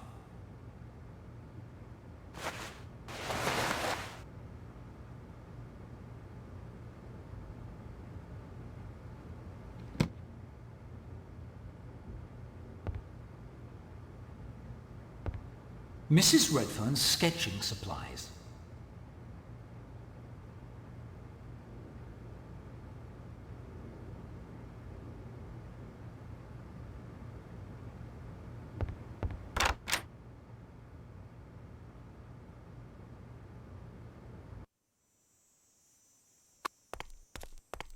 You were right, Monsieur Poirot, weren't you? Madame? You asked me to have patience, and now Arlena has been removed from the picture. Perhaps. But the manner of her removal is not something to celebrate, I think. Oh, I'm not celebrating, I'm not that callous. But I do know that eventually that door will open, and it will be my husband standing there. If you could give me an account of your movements this morning? Of course. Let me see. On my way down to breakfast, I stopped in to see Linda Marshall and fixed up with her to go to Sanctuary Cove. That was about 9:40. After breakfast, I saw you in the lobby. I sketched that man for you at about 10:20. Again, my thanks. Then Linda and I set out for Sanctuary Cove. What time was that? I think it was just on 10:30. What did you do at Sanctuary Cove? I made some sketches of the birds, while Linda swam and sunbathed. Have you seen them walk, Monsieur Poirot? It quite reminded me. Ha! We will not dwell upon the birds, madame, if you don't mind. As you wish. What time did you leave? At 11:45. I was playing tennis at 12 with Miss Darnley, Mr. Marshall, and Mr. Gardner. How did you know the time? Linda had a watch. I asked her. I see. And then? I packed up my sketching things and went back to the hotel. What was Mademoiselle Linda doing when you left the beach? Oh, Linda went into the sea again. Did Linda Marshall actually enter the sea before you left the beach? Yes. Oh, yes, she ran down the beach. I heard her splashing in the waves as I climbed the path. What happened after you went back to the hotel? I changed into my tennis things and went to the tennis court where I met the others. We played 2 sets and were just going in when the news came about Mrs. Marshall. How did you feel when you learned of Madame Marshall? It was a horrible thing to happen. Yes, but you were so very surprised? I think I see what you mean. No, I was not perhaps surprised. Shocked, yes. But she was the kind of woman. She was the kind of woman to whom such a thing might happen. Yes, madame. That is the truest and most significant thing that has been said to Poirot today.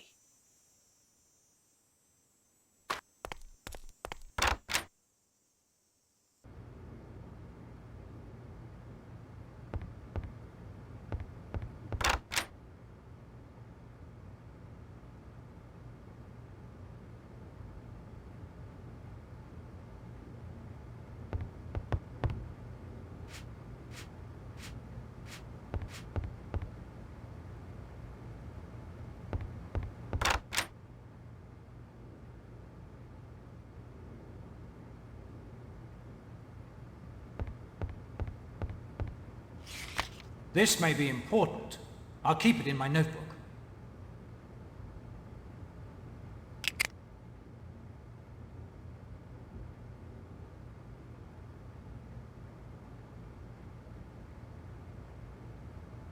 Poirot.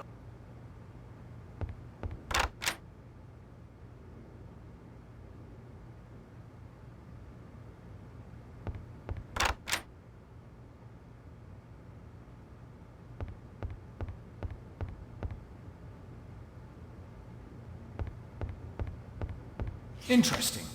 I'll put it in my notebook.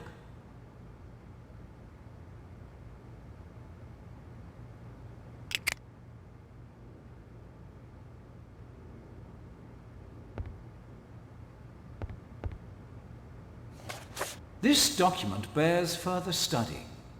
I will keep it in my notebook.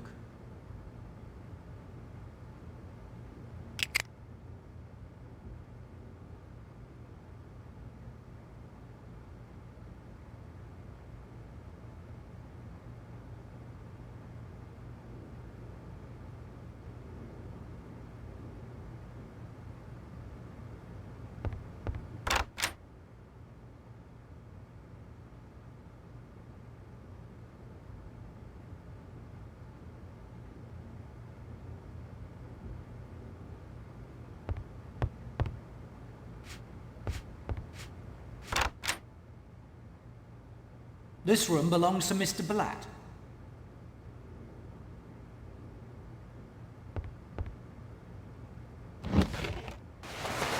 Fascinating. I say, what caused that oily spot? My nose tells me it is some kind of oil. A test would determine it more precisely.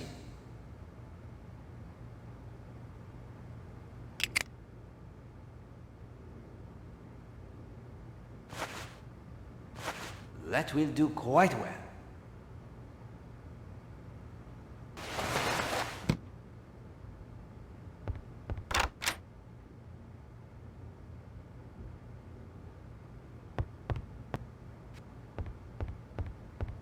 Mademoiselle? Mr. Poirot, you gave me such a start. I'm all nerves. Is all well, mademoiselle? What were you doing in your bath yesterday? It was such a mess. It took forever to clean it up.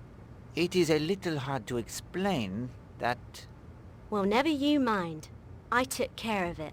It's my job. How are things between you and Monsieur Will Jenks? Mr. Poirot, the Marshall girl told me that there is nothing between her and my will. Everything's patched up. I am so glad. She also told me that you had a hand in clearing up that mystery. If you need a helping hand in this horrible murder case, you just let me know.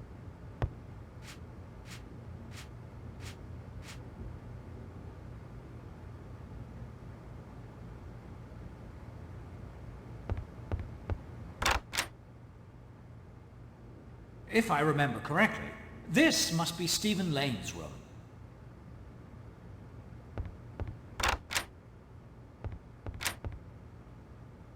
My dear Hastings, it is the safe My dear Hastings...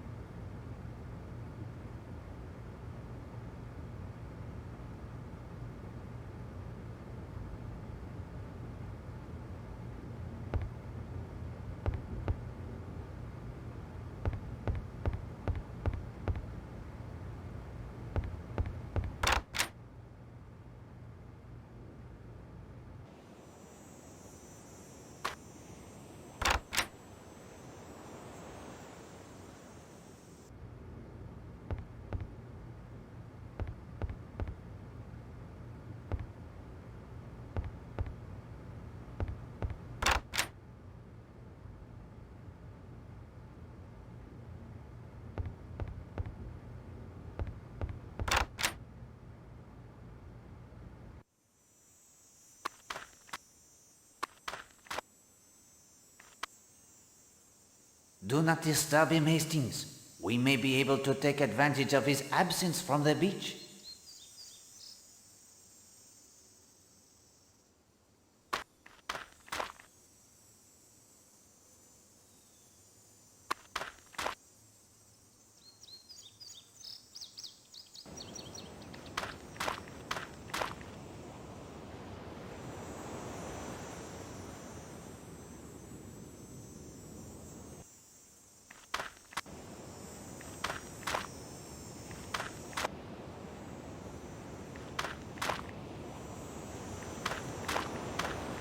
Hello, Monsieur Poirot.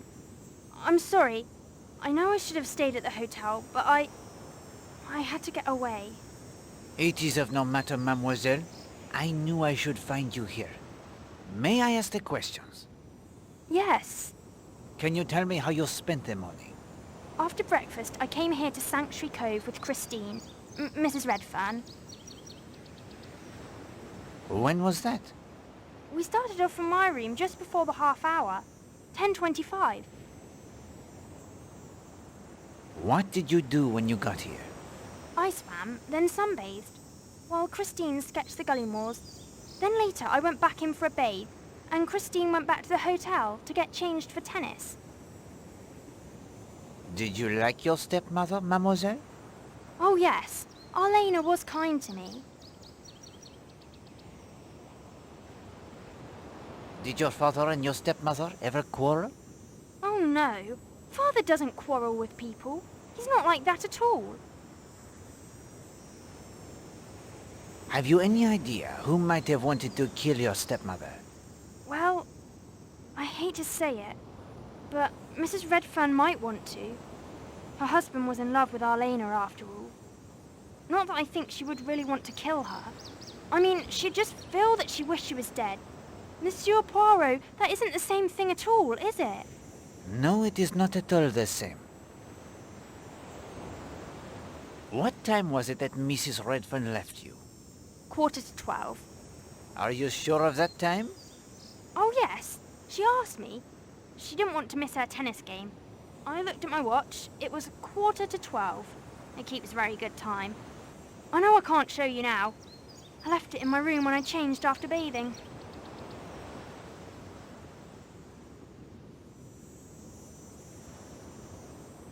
When did you return to the hotel?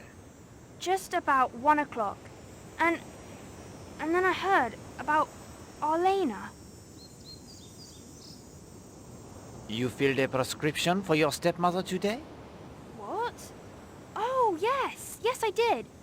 Just a while ago. Trinol. And where is the Trinol now? I put it in her room. There are evil people in the world. They need to be punished. But Mrs. Redfern isn't evil. I don't want her to get into trouble. She loves her husband, that's all. Don't you think? I think she loves him very much. Oui, mademoiselle. Look here, Poirot. There are quite a few more things we should be asking her. She clearly wasn't telling the truth about her feelings for Arlena, or about her father and Arlena never fighting. Hastings, that is a very troubled child. I think it would be very unwise to press her. Besides, there is still more we need to discover about the events at Miss Potter's school for the young ladies.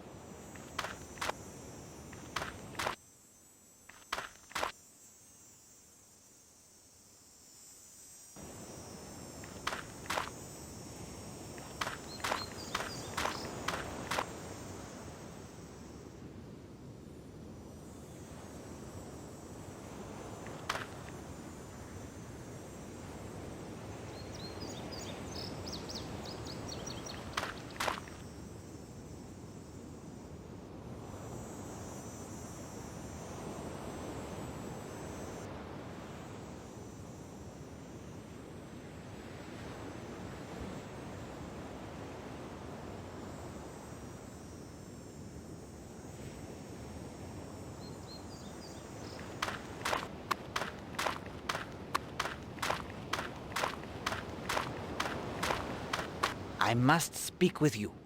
Sir, Colonel Weston says I should answer any questions you might have. Murder. Isn't it horrible? It is indeed. What can you tell me about the murder? Nothing. Nothing at all.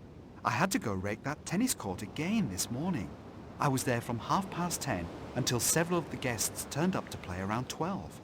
Can you believe somebody had been digging it up? Well, that is terrible. I am sorry you were put to so much trouble. Oh, that's all right. It's not as if you did it. This is a washout. He knows nothing. He can still be useful, Hastings. See if you can find out how.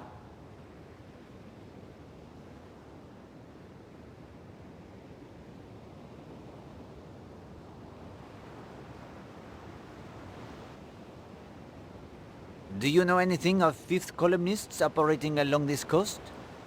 Fifth columnists? You mean spies? Traitors? No. No? But then he would not be likely to. Try again, Hastings. I saw Tom Cutter's ghost last night. You did? Now folk will believe me. They thought it was just the liquid carriage making me see things. How is this useful, may I ask?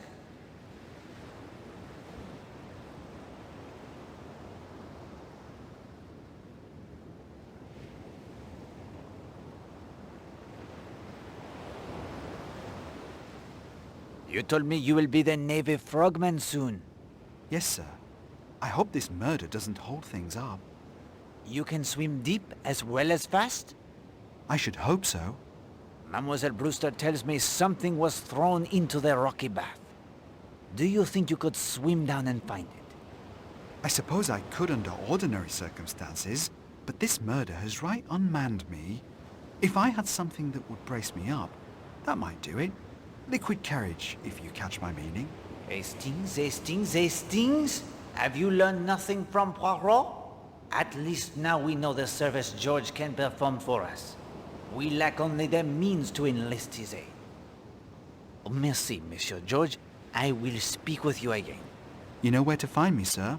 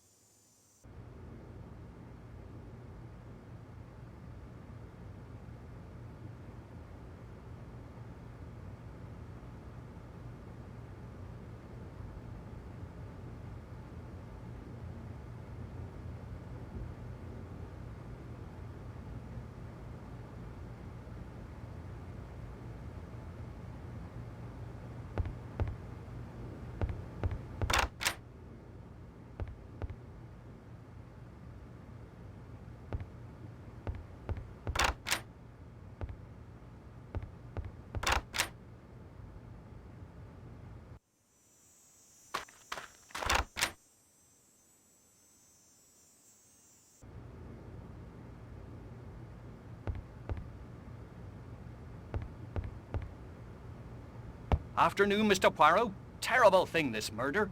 I hope you get to the bottom of it. Need a little stimulation to help you think? Choose from the menu if you like. I say, some tasty concoctions here, Poirot.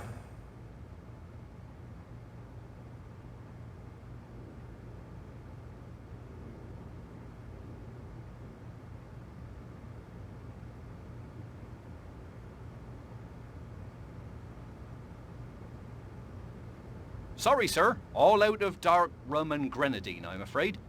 Blame George. It's his favourite drink. Allow me the contribution. Cough syrup? I can't serve cough syrup to my customers. I say, some tasty concoctions here, Poirot.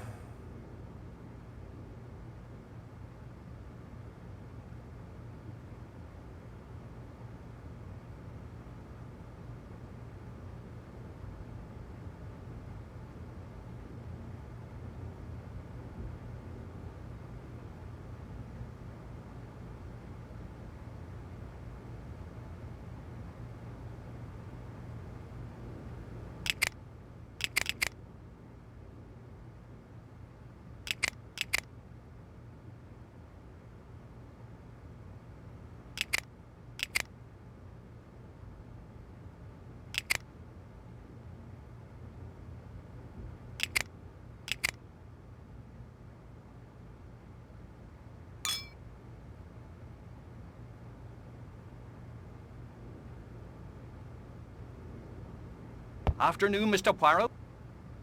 I say, some tasty concoctions here, Poirot.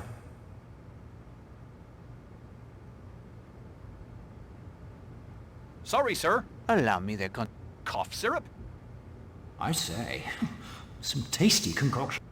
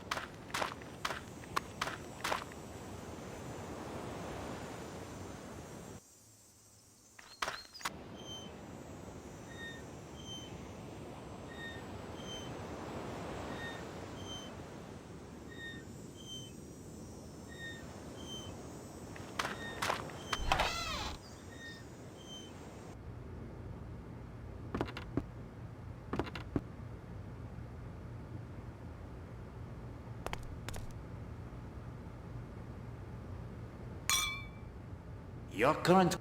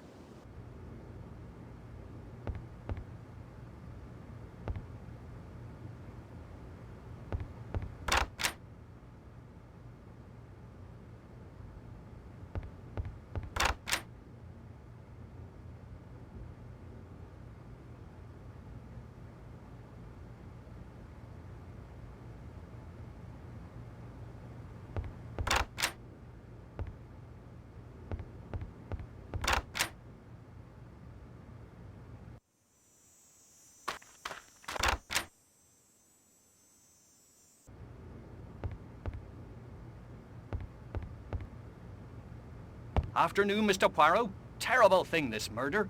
I hope you get to the bottom of it. Need a little stimulation to help you think? Choose from the menu if you like. I say. Sorry, sir. All out of dark rum and grenadine, I'm afraid. Blame George. It's his favourite drink. Allow me the contribution. These will do nicely, sir. I can make several planter's punches with these. Thank you.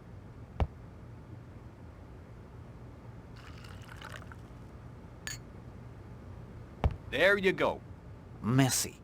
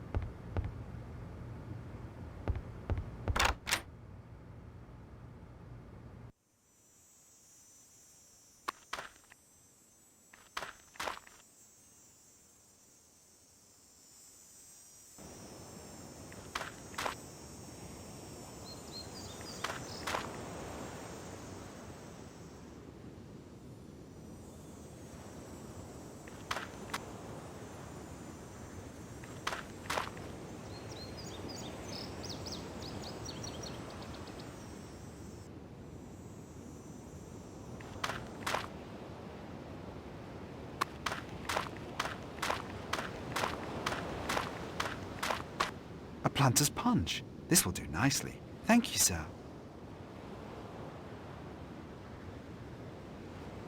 That certainly restored my nerves wonderfully.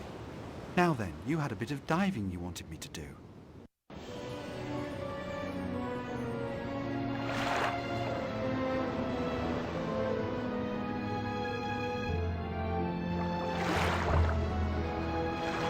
No luck yet, sir, but I'll have another go.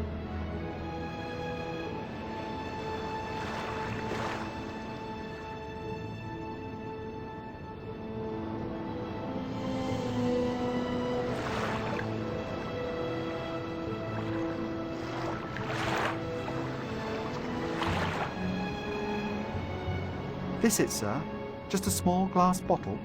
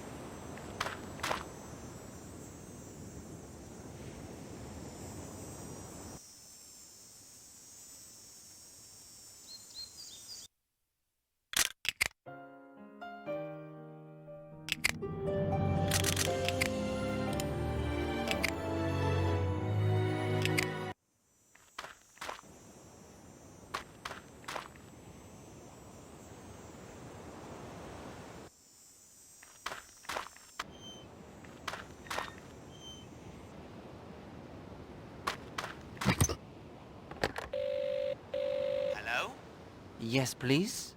On me way.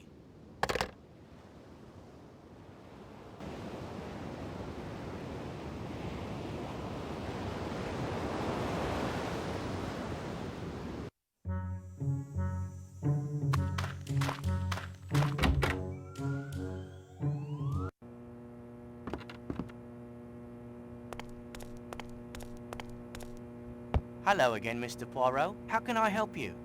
I have a few matters to discuss only. What can you tell me of hotel guest movements this morning? Well, let's see. Mr. Lane came across on the sea tractor fairly early this morning, about 8, I'd say, and set off on foot across the moor. He hasn't come back yet. Major Barry picked up his car, thanks again for repairing it, and drove off to Kingsbridge just before 10. Say, 10 minutes of... Major Black came in from sailing not too long ago and headed for the Monk's Head. I've seen no one else except the police and Dr. Needston coming and going. Colonel Weston went back to the police station, I think.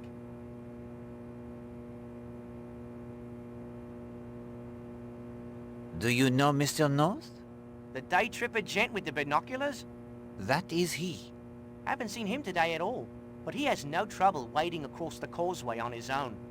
He has been visiting Seadrift Island often? Every now and again over the past few months. Anything else I can help you with, Mr. Poirot? You did a bang-up job on that motor of Major Barry's.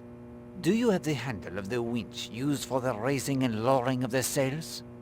No, but I can probably track one down for you. Come back later this afternoon.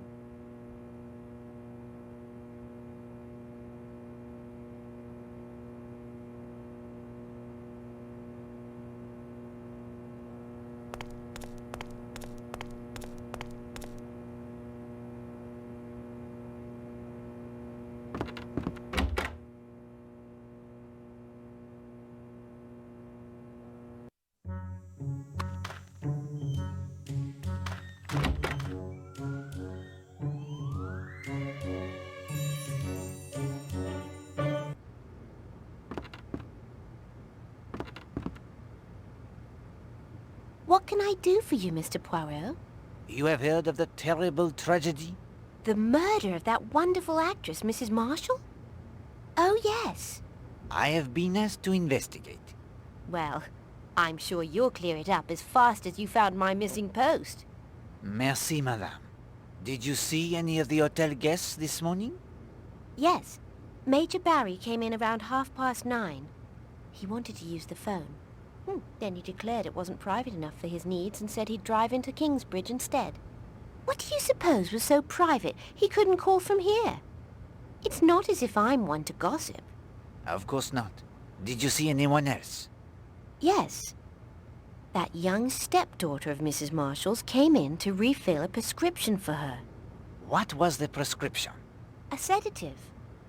Trianol. When was Mademoiselle Marshall here? Why, it was only a little while ago. Right before I heard the news of the murder. Hold on. Arlena was well dead by that time. Indeed. She had no more need of the sedatives. Thank you, Madame Hughes. That is all my questions.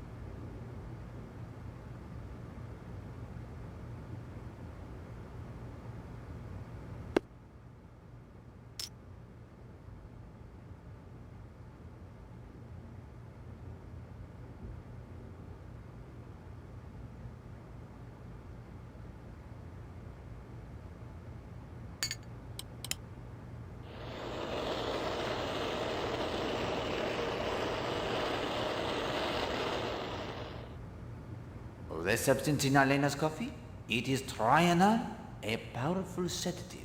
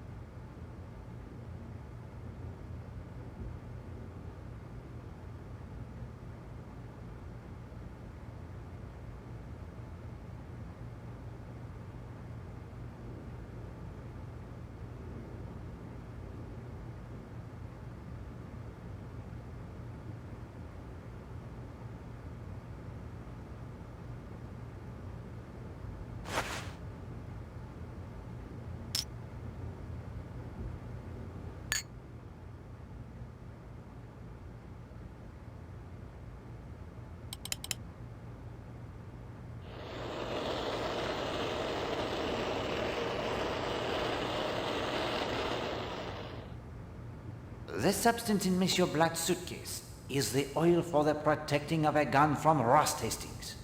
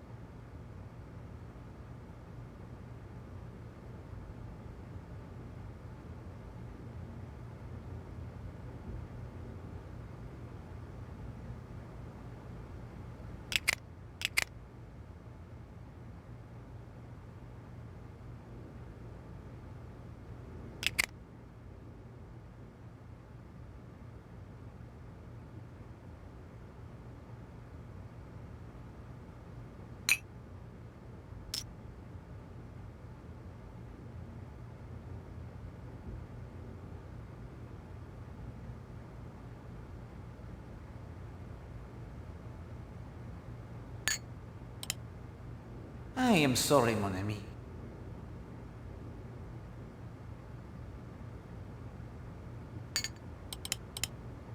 I am sorry.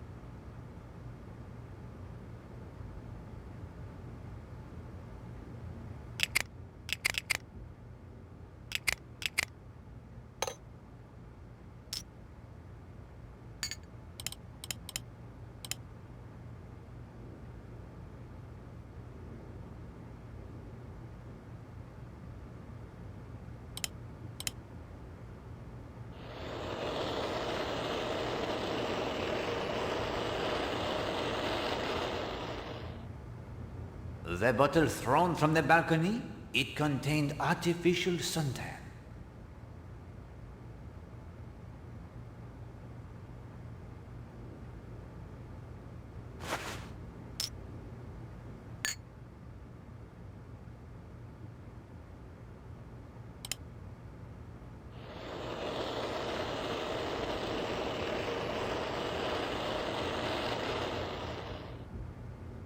The blood found at the monastery ruins, it is from the chicken. I am sorry.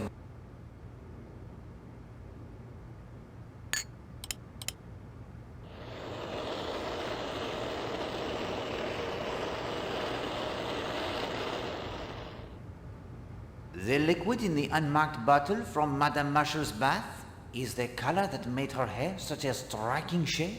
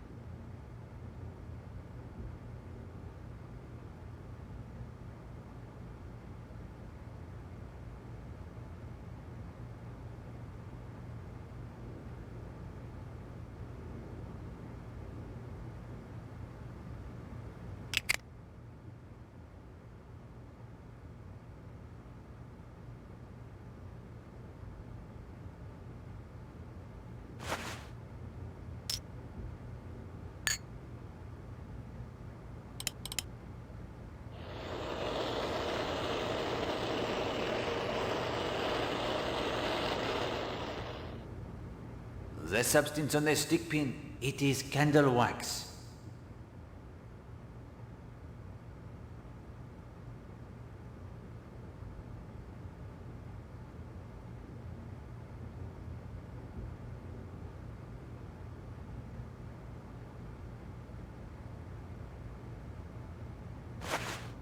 Oh, that does not...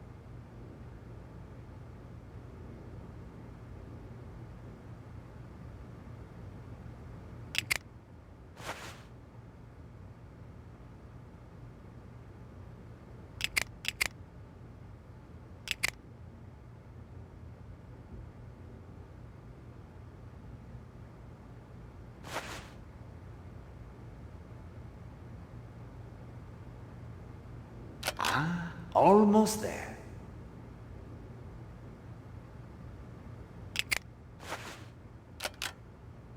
Hastings, this is important. Would you not agree?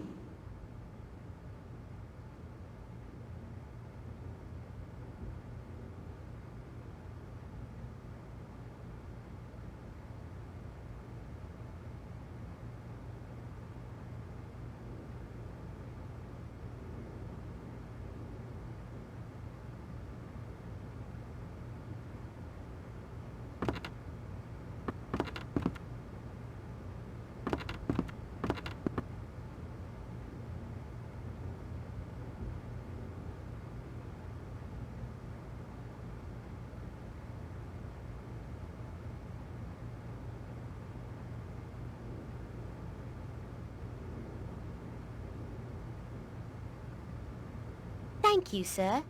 I'll send it off directly.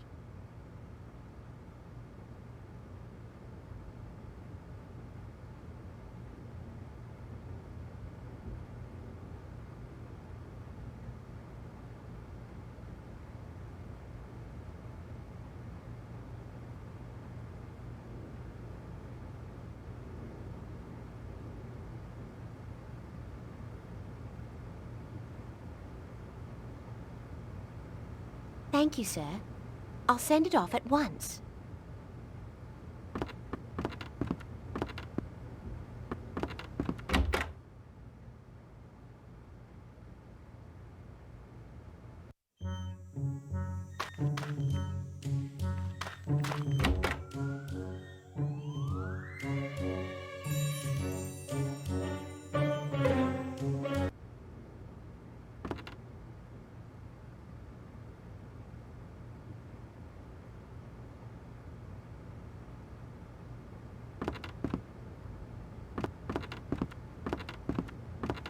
Hello, Poirot.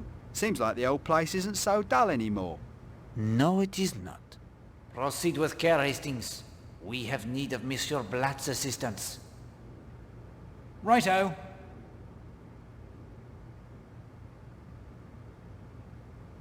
Where were you from 11:15 and 20 of 12 this morning? Easy. I put out in my yawl about 9, then spent the morning zipping up and down the bay. Just got back a few minutes after 1 and heard the news about the murder. Ghastly business. Could you see Cutter's Cove from your boat? Well, yes. I suppose I could have, but I wasn't looking, I'm afraid.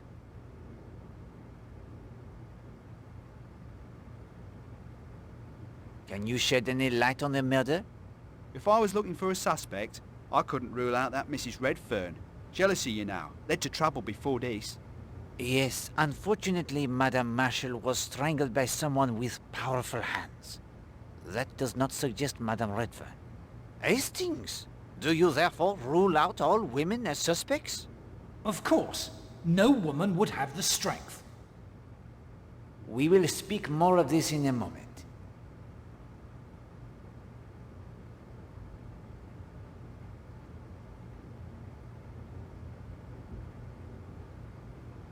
I believe you have lost a life ring buoy from your sailboat? How did you know that? I have found it. Your boat is called the Parsimony, is it not?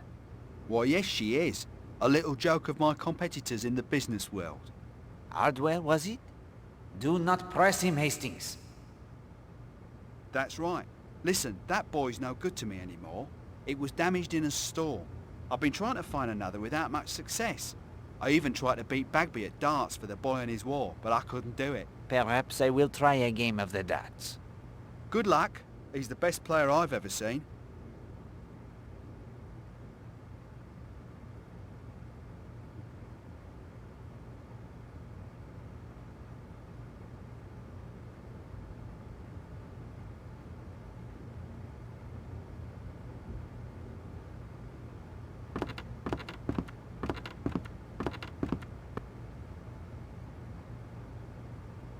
A regulation dartboard. A regulation... Fancy a game, sir? Care to make a gentleman's wager? I will play you for that life ring buoy on your wall. Oh, very well. But it's worth 10 quid. Is it a bet? £10 for a boy? That's highway robbery. Only if he wins, Hastings. Oh, I pegged you for a sporting gentleman the moment you first walked in here. We each start with 301 points. I don't have time for a complete game, I'm afraid. Whoever hits the highest score subtracts that from 301. We'll declare him the winner. Go on, you go first.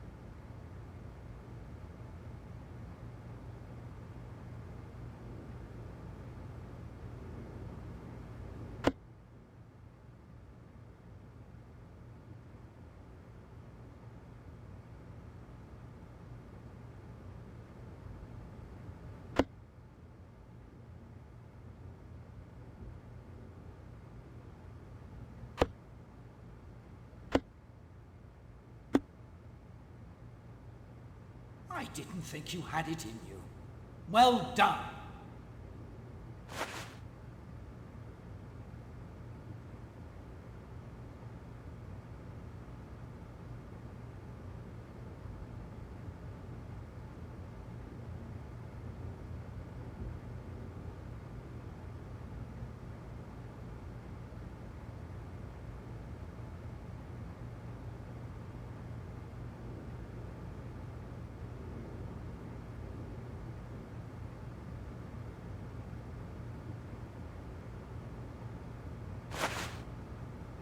I do not think... I have obtained the life ring buoy. So that's mighty nice of you, Poirot. Anything I can do for you in return? Do you have the compass I might borrow? Well, I guess I could let you use my compass. Not much use for it sailing around Leathercombe Bay. Mind you, return it though.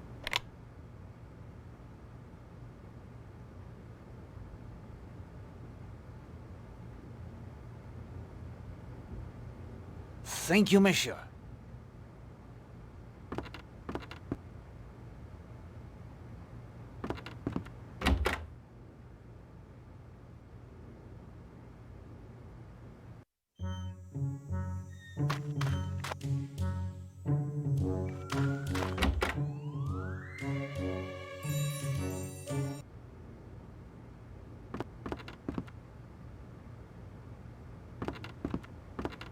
Poirot, any indications yet in Arlene and Marshall's murder? Indications, yes, but there is still work to be done, Colonel. Of course. How can I help? Has the body been moved from Cutter's Cove? Yes. Dr. Neasden is performing the autopsy right now in Kingsbridge. Did your men uncover anything new from the murder scene? No, nothing, I'm afraid. Have you an answer from Scotland Yard on the sketch? Yes, goes by the name of John North. Here's the report. I will copy the important points into my notebook. Nasty bit of goods there. Hate to hear he's in my district. Have you the report on the Alice Corrigan case? Here you are. As I said, it wasn't my district. Chief Constable in charge did all he could. Eventually turned it over to Scotland Yard. They have a couple of men on it, I believe. Merci beaucoup.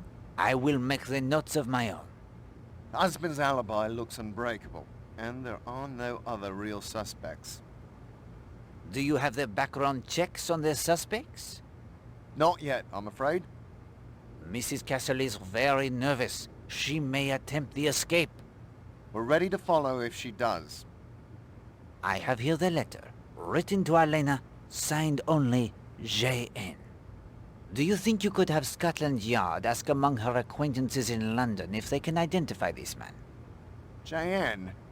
It's not much to go on. Do you have anything else? This photograph of the red funds was taken by a Jimmy Nash, as you can see from the reverse side. Yes. I will ask Monsieur Redfern if he knows Monsieur Nash, but please send it along to Scotland Yard as well. It may help. Of course. Did Monsieur Blatt report to you that his boat had been fired upon? I'll say not. When was this? That I cannot tell you. He mentions an accident in the storm only. What storm? We've had fair weather for weeks now. Then why would he conceal such an attack? I could bring him in for questioning. Not just yet, please. Again, I would advise only to watch his movements should he leave Seadrift Island. I'll inform my men. Au revoir, monsieur.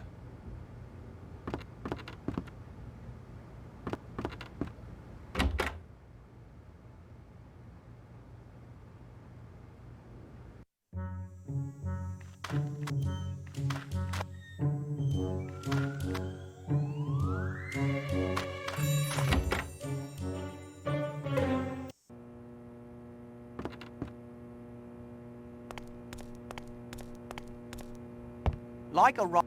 Yes, please. Let's be off then.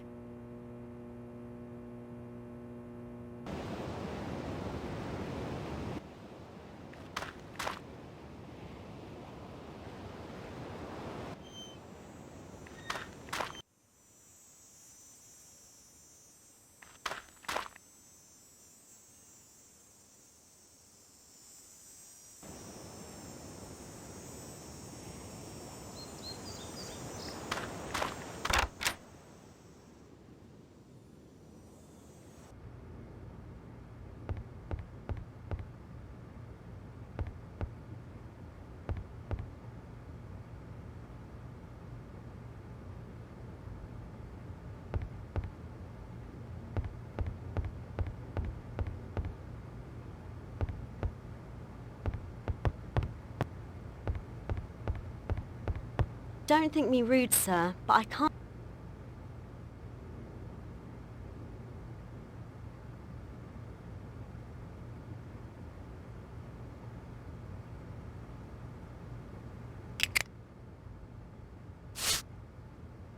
Well, that is not going to help.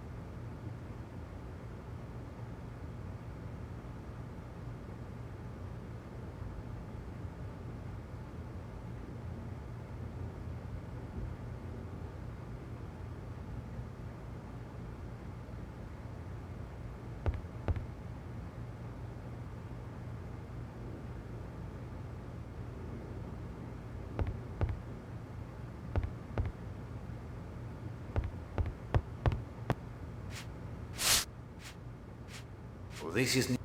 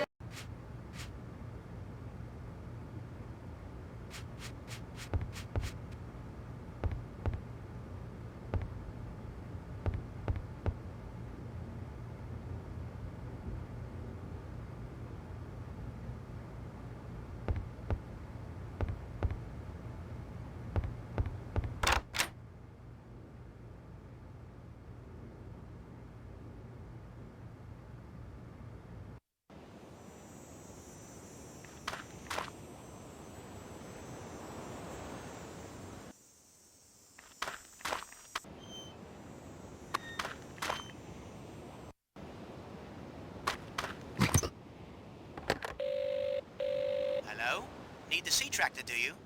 Yes, please. On me way. What a lot of police going back and forth. I guess it's true then. Murder's been done. I heard it was that actress lady, Arlena Stewart, who died. Good to have that Colonel Weston in charge. He'll soon get to the bottom of things. And I brought over Dr. Neasden as well. He does the autopsies at the hospital in Kingsbridge. Hard to believe that such a thing could happen here. I don't think there's been a death on the island since Tom Cutter was hung 3 centuries ago.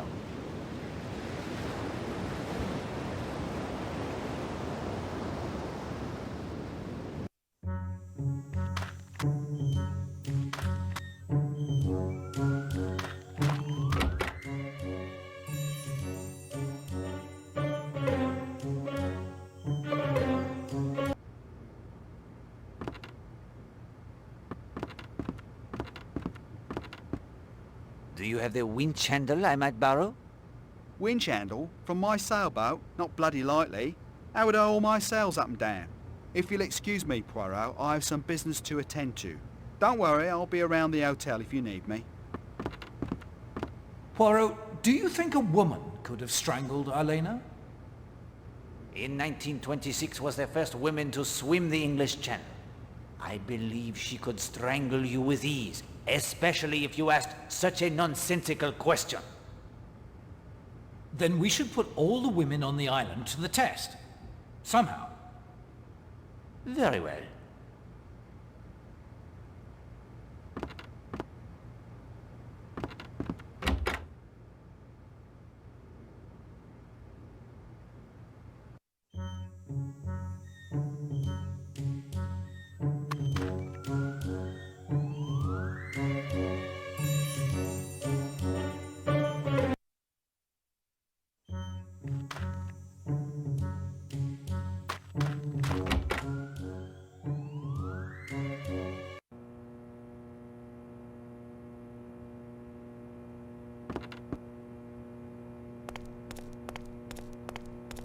Like a ride to the island? Yes, please.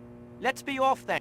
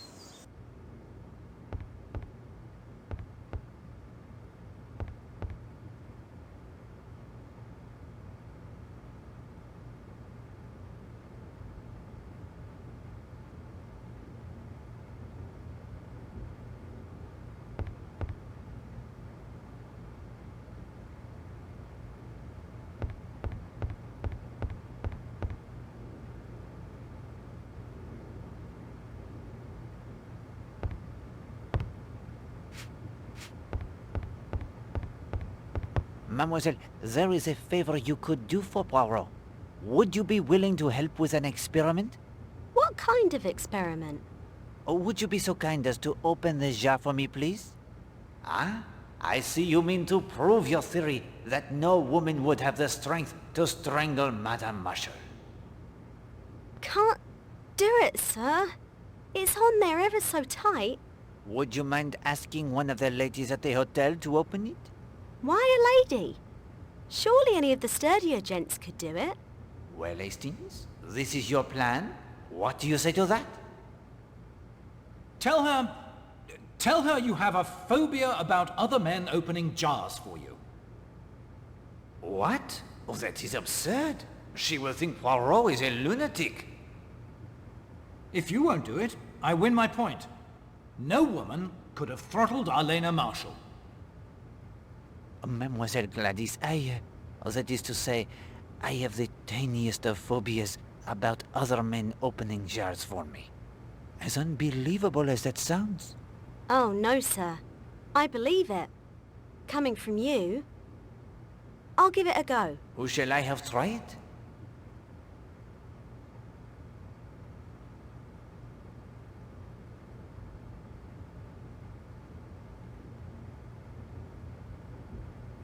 Mademoiselle Brewster.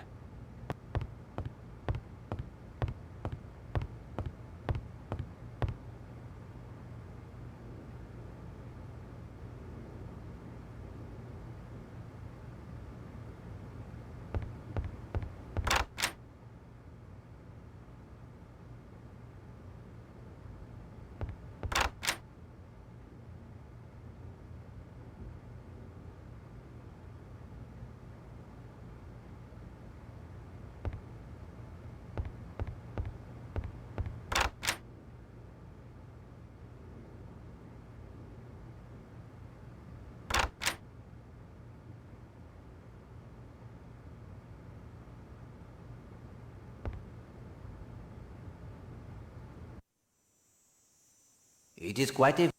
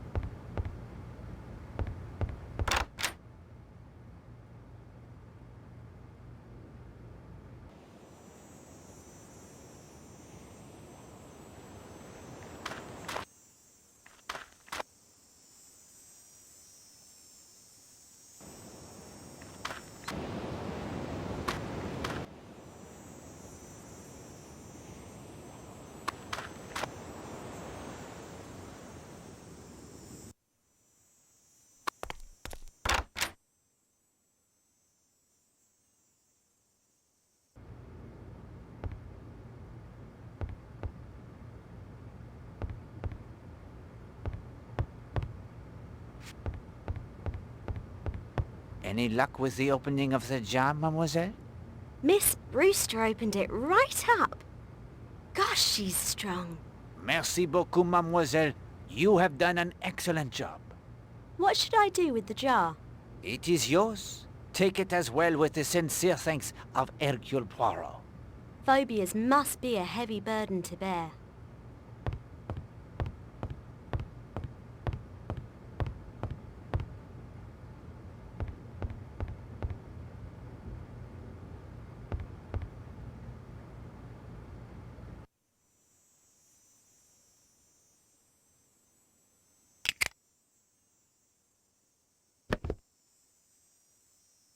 It is quite a... These are the... These are the binoculars.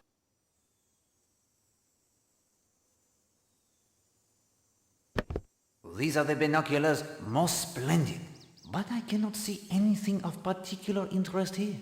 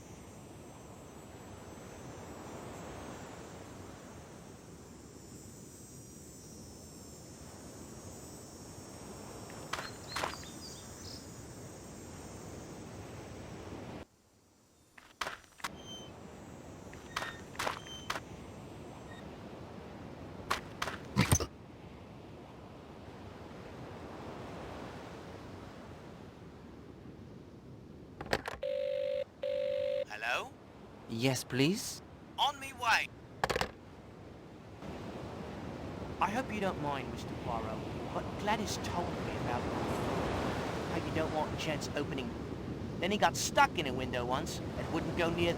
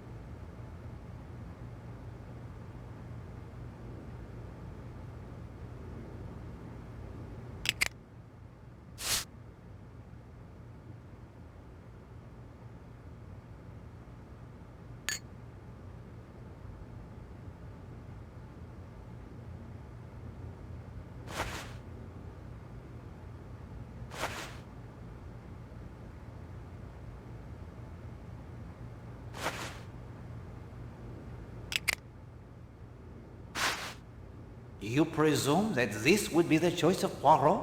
I think not.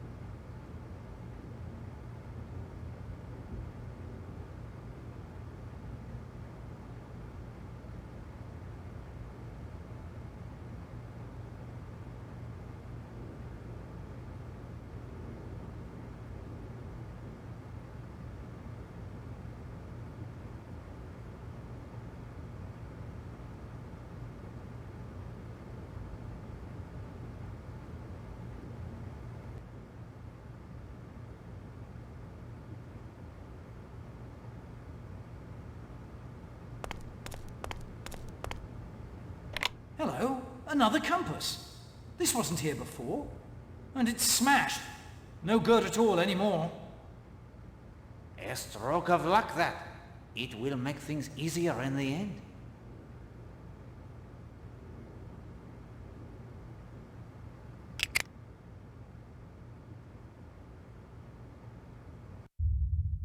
From the Smuggler's End pub via the tunnel, it is 28 minutes.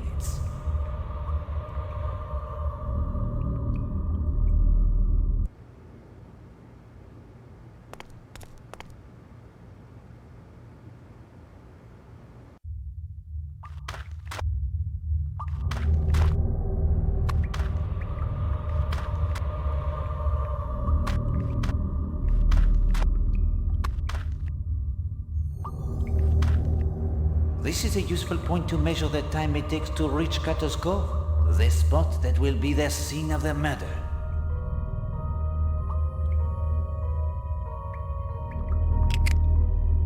From the monastery ruins to Cutter's Cove via the tunnel, it is 11 minutes.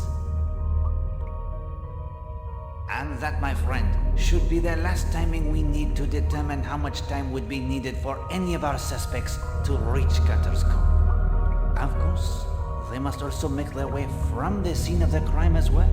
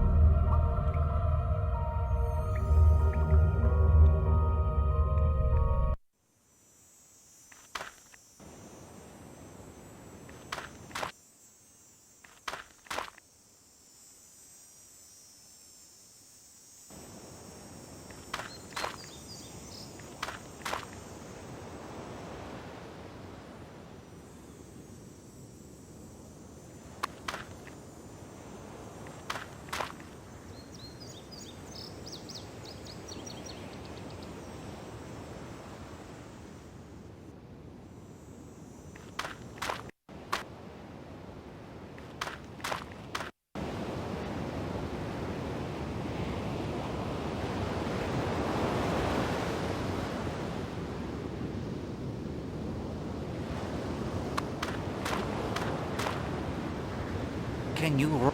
Mr. Poirot.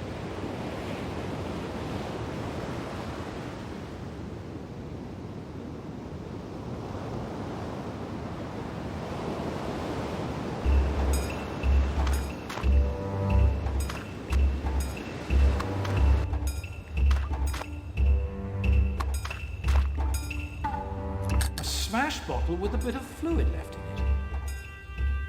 It is the same distinctive scent as the perfume we found in Madame Marshall's bath.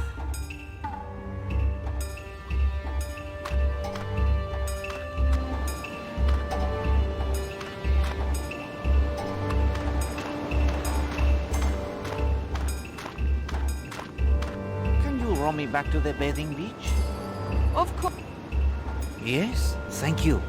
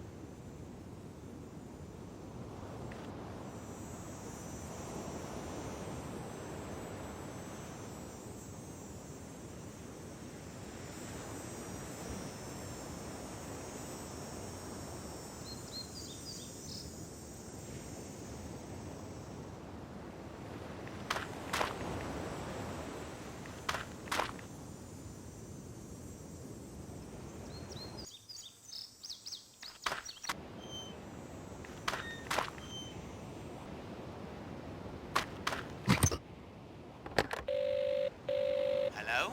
Yes, please. On me way.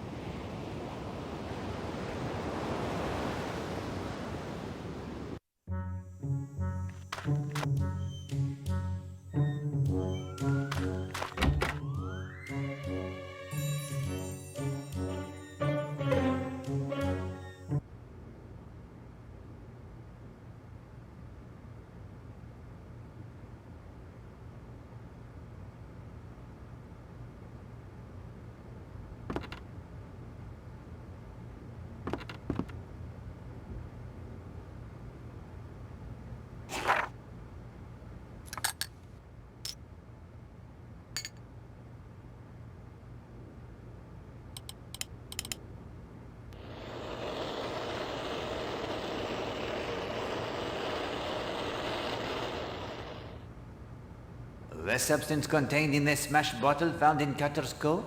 It is perfume?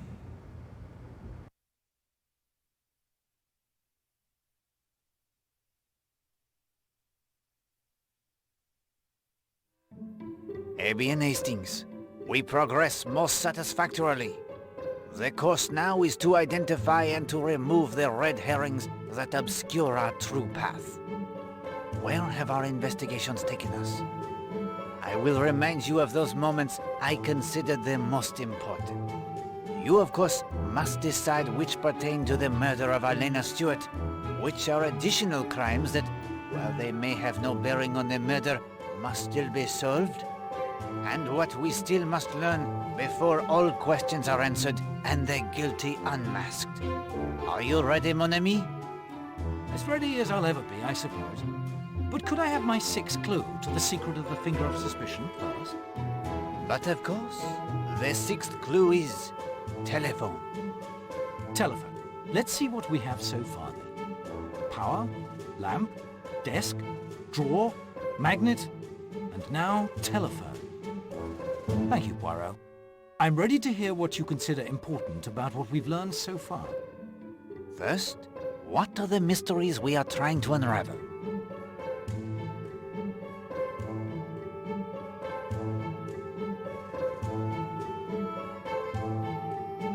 The murder of Arlena Marshall. Of primary importance. We will explore the possible suspects presently, but let us take a moment for motive. What are your thoughts on the reason Elena Marshall was murdered?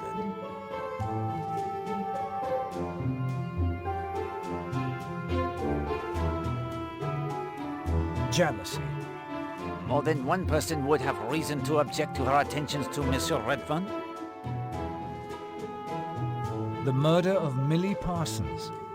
We now know enough of the circumstances in the crime to point towards a killer with motive and opportunity. The anthropology instructor, Gideon Fell. And unless Mr. Fell is on Seadrift Island or in Leathercombe Bay in disguise, he is not a suspect in Elena Marshall's murder. Yet there were several persons who either intimately or peripherally involved in the case on Seadrift Island. True, and 2 points remain to be cleared up. Can you name them?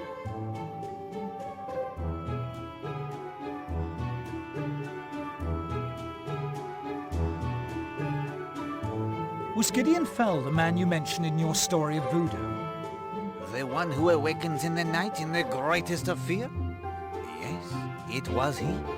Because of voodoo? Is it so hard to accept?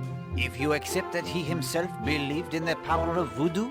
Is Linda Marshall involved in voodoo? The signs seem to point in that direction, I am afraid. Once we hear from Miss Porter and learn what Mademoiselle Marshall hides in her puzzle box, we will have our final answers, I think. The murder of Alice Corrigan.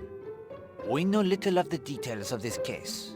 Only that the husband was implicated and cleared due to the unbreakable alibi.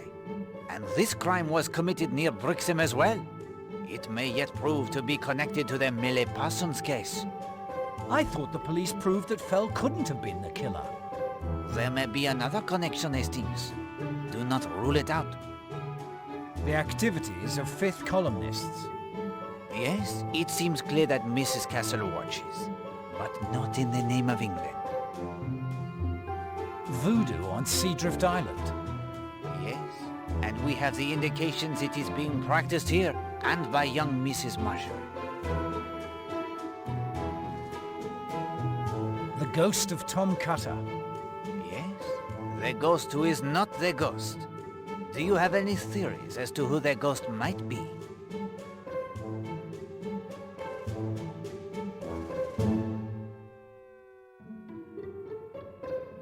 Mrs. Castle. Mrs. Castle? Creeping about in the coat with a luminescent paint? Oh, I find this idea difficult for the digestion. The birdwatcher, Mr. North. Yes, the report from Scotland Yard, which I hope you have read. It tells us he is the smuggler. But of what? Is he allied with the Fifth Communists? Or someone else? Bullets and Mr. Blatt. Yes, Monsieur Blatt is shot at, but fails to mention the fact. Shot at by whom? A German U-boat? Possibly. If it were the authorities, I am sure Colonel Weston would have been informed. Yet he did not find the incident of sufficient interest to tell anyone. He even makes up the transparent lie of storm damage. Why? Yes, all of these mysteries still bedevil us to greater or lesser degree. Now I will list the characters in our little drama. Do you believe that we can eliminate anyone from any of the mysteries we pursue?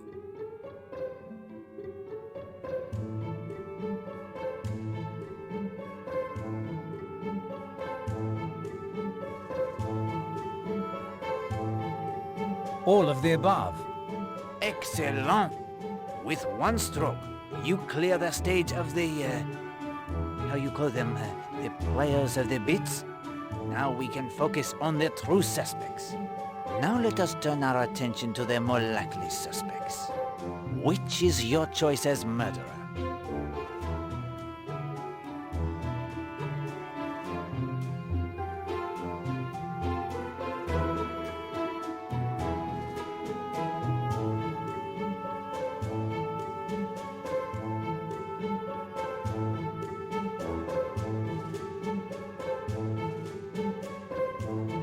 Major Barry. Or Major Barry, a man who has lived through the violence of war, an obsession rebuffed by Madame Marshall, may indeed have turned to more violence. Horace Blatt. It is true the man has secrets. He would also have had the opportunity to slip quietly ashore at Cutter's Cove and depart in his sailboat during the time of the murder. Emily Brewster.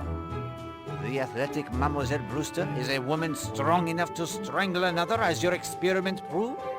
And we have not determined a sufficient alibi for her, I think. And yet she is another like Monsieur Black, par exemple, who apparently has no motive for the crime at all. Hilary Castle. Arlena could have figured out that she was betraying her country. Self-preservation. I did not see among her many attractive qualities any indication that Mrs. Marshall possessed the instincts of a detective. Still, it is a possibility. Rosamond Darnley. The murder of empathy, to protect the man she truly loves. She is a strong woman who has succeeded in the business world. It is possible she would be capable of such an act. Carrie Gardner. Another who is hiding something? Would she strike down the woman who ruined her husband's business?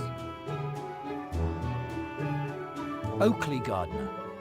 The likable Mr. Gardner, who takes so long to find the knitting wool and who was ruined by Arlena Marshall? Stephen Lane. A man so consumed by his zealotry, he has lost his position as a minister of God? The religious fanatic is indeed a man who could be driven to take it upon himself to personally destroy the evil he sees. Kenneth Marshall. The jealous husband? Even the cool customer like Captain Marshall may have the fires that burn deep inside. And there's the money motive too.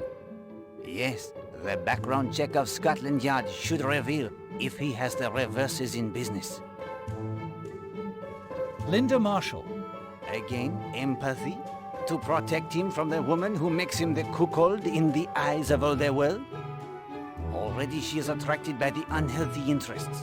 Already she knows the violence that can strike without warning. Yet she would seem to have the unimpeachable alibi thanks to Madame Redfern. Patrick Redfern. Again, an obsession that Arlena Marshall has decided to end. The lover spurned, yet where is the opportunity? His movements are witnessed by many, including myself, until he set off in the rowboat with Mademoiselle Brewster. Christine Redfern. On the face of it, the most likely suspect? The jealousy for her is the most immediate and intense. Yet she too would seem to have the unimpeachable alibi, according to Mademoiselle Marshall. Voila! There we have it then. Barring new evidence against any of those we have eliminated, there are 12 suspects.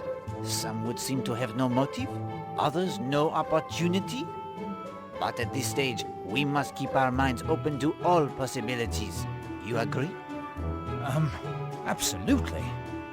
Then when you are ready, we will return to Seadrift Island. It is late in the afternoon. In only hours, the truth will reveal itself and a killer will face the ultimate court.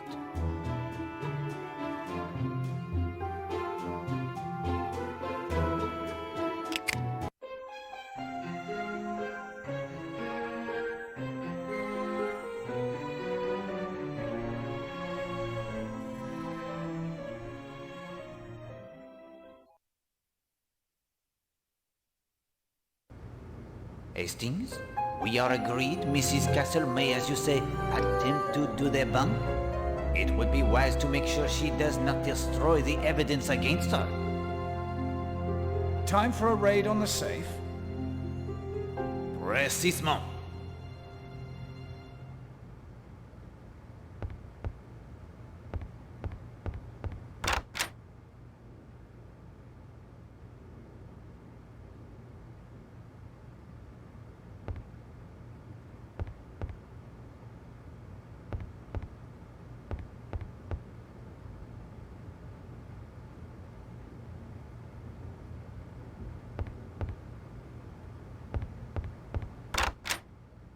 I think now would be an excellent...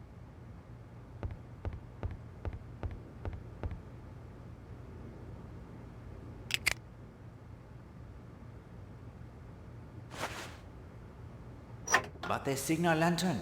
It is missing. Why?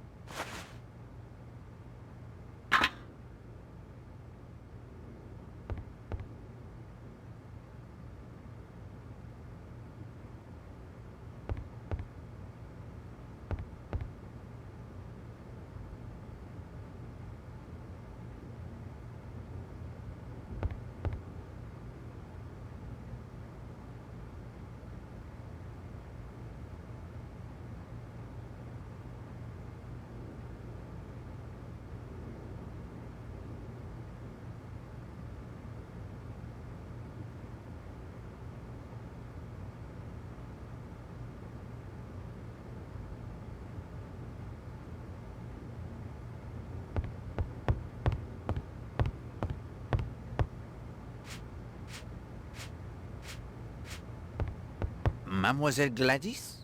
Will you help me by answering some questions concerning the death of Madame Marshall? Oh, yes, sir. I'll help if I can. You were on this floor cleaning all morning? Yes, sir. Just like every day. Clean, clean, clean. Did you see Captain Marshall at all this morning? Yes, sir.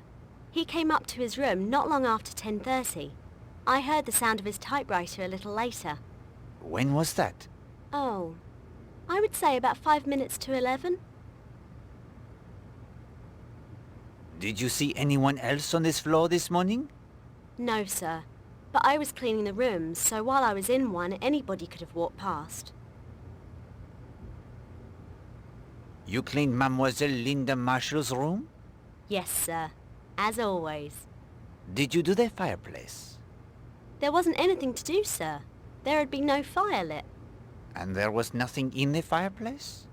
No, sir. It was perfectly all right. Do you recall who had the late bath this morning? Late bath? Oh, I know what you mean. I remarked to Mrs. Castle only a little while ago. I said that it was funny someone was having a bath. It was nearly 12 o'clock. And who was it who had the bath? That I couldn't say, sir. I heard the water going down the waste pipe. That's all. And that's a clue, is it? Of the utmost importance.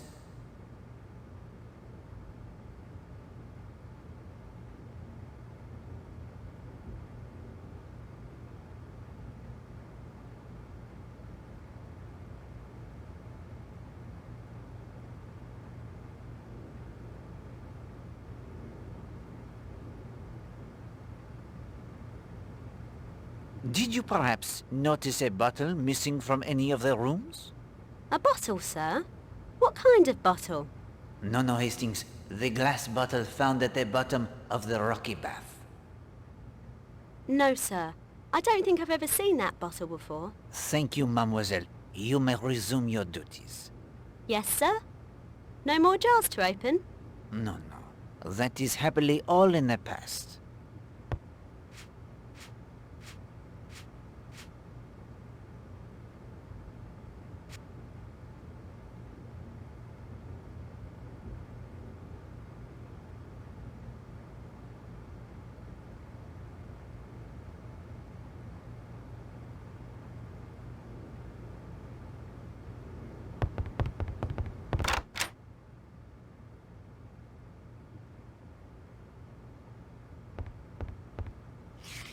This looks important. I will keep it in my notebook.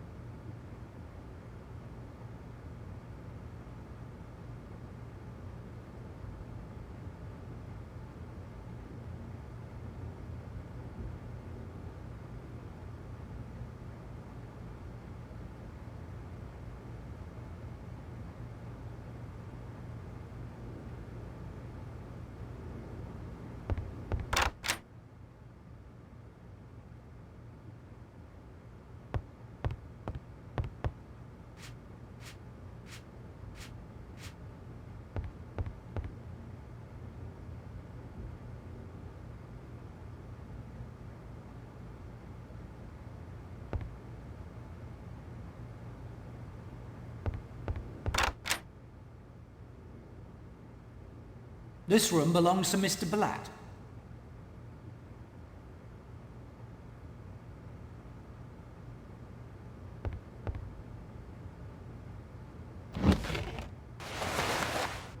I say, Poirot, not the usual kit for a gentleman sailor. A revolver, apparently owned by Horace Blatt. The revolver is loaded.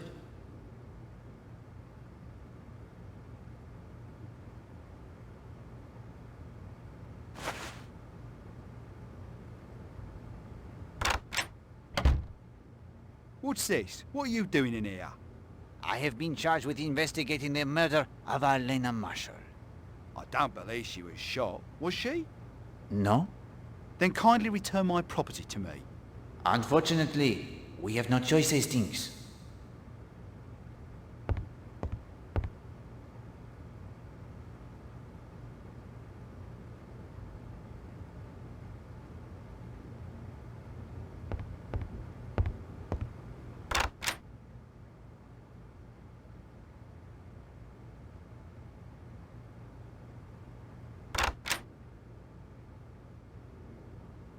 No, Hastings. I will leave him to himself for the time.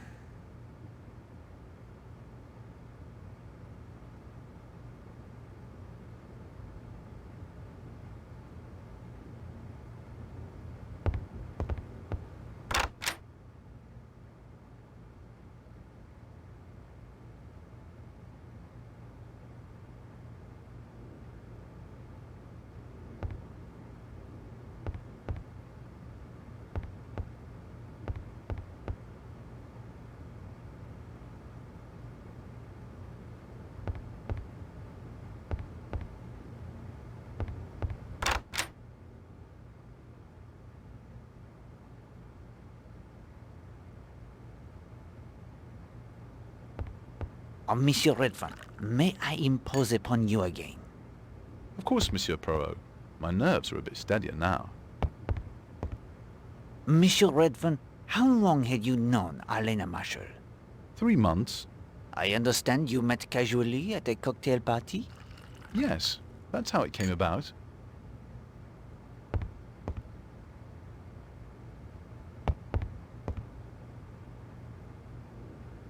Captain Marshall tells me that you and his wife did not know each other well. That's not exactly true. I saw a fair amount of her one way and another.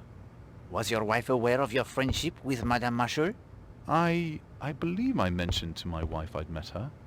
But she did not know how often you were seeing her? Perhaps not.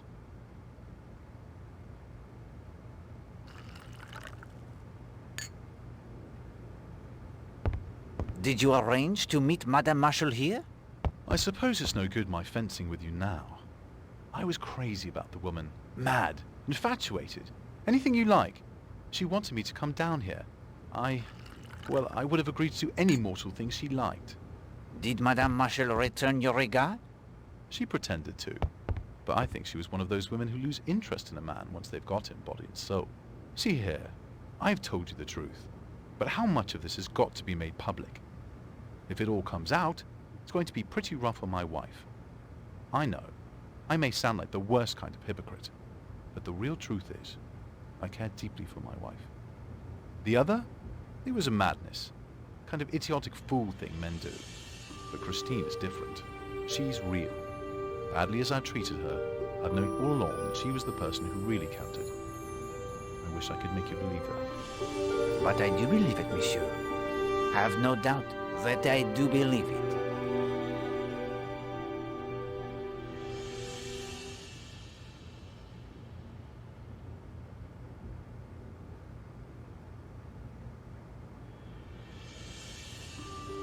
Was Madame Marshall afraid if her husband learned the truth? She was a bit nervous, yes. I'm not sure I'd go as far as to say afraid. Was there talk of marriage between you and Madame Marshall? No, never. Agatha was perfectly satisfied married to Marshall. He's a well-respected businessman. She never saw me as a possible husband. I was just one of a succession of poor mutts.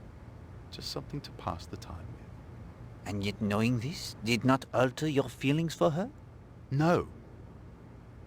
Had you an appointment with Madame Marshall this morning? No.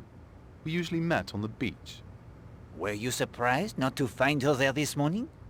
Yes, I was. Very surprised. I couldn't understand it at all. Can you think of a reason why she went to Cutter's Cove this morning? I haven't the faintest idea. It wasn't like Arlena. Do you know of anyone in London who might have the grudge against her? Honestly, I can't think of anyone. Do you know anyone with the initials J.N.? J.N.? You mean Jimmy Nash? Tell me about him. Well, Jimmy was just one of the crowd. A photographer. Took a splendid picture of Christine and me, as a matter of fact. But now that I think of it, I did hear he and Arlena were an item at one time. Haven't seen much of him lately. I'd heard he got himself into some sort of trouble over money. He just dropped out of sight. Monsieur Poirot, if there aren't any more questions, I think I'd like to be with my wife. Of course, monsieur. I think you will find that she would like that as well.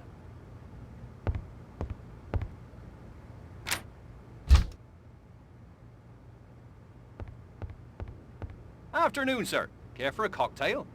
No, I thank you, Henry. May I inquire of your movements this morning?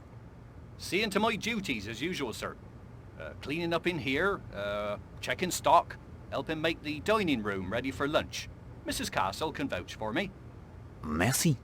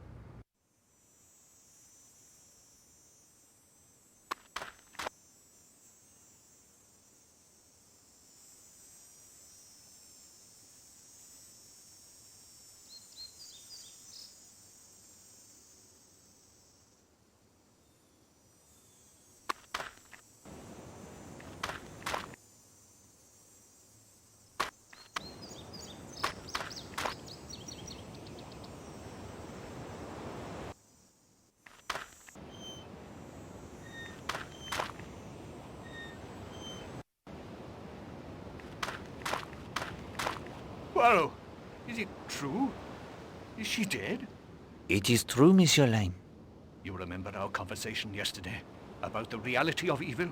Colonel Weston has put me in charge of the investigation. There are some questions I therefore must put to you. I understand.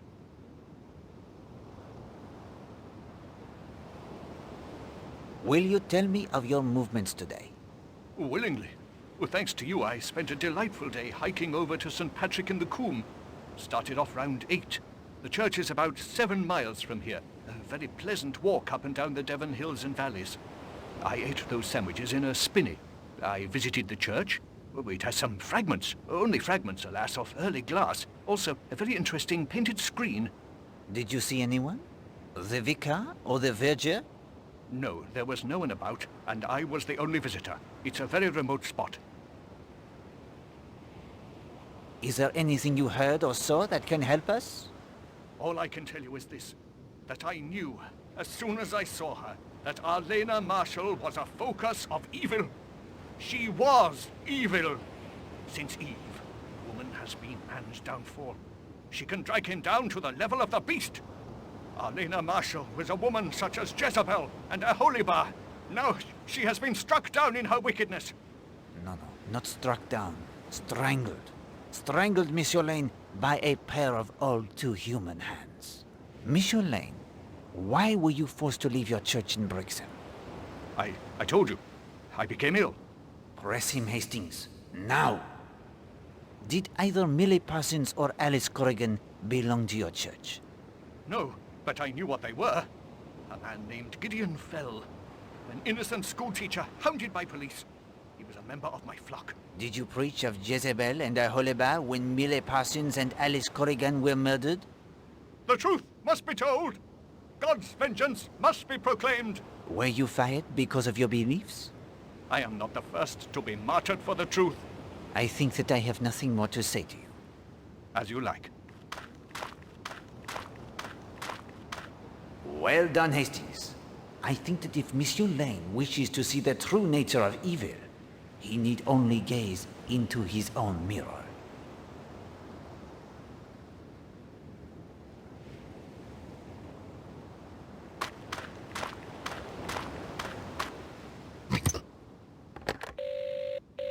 Hello?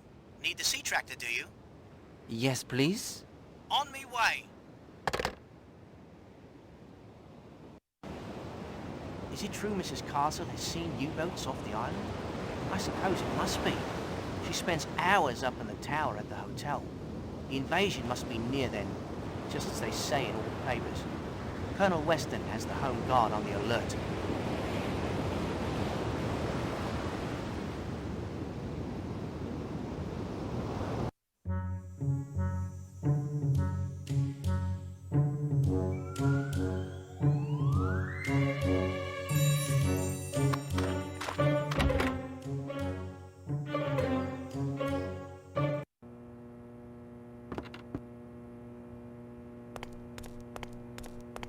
Ah, Major Barry.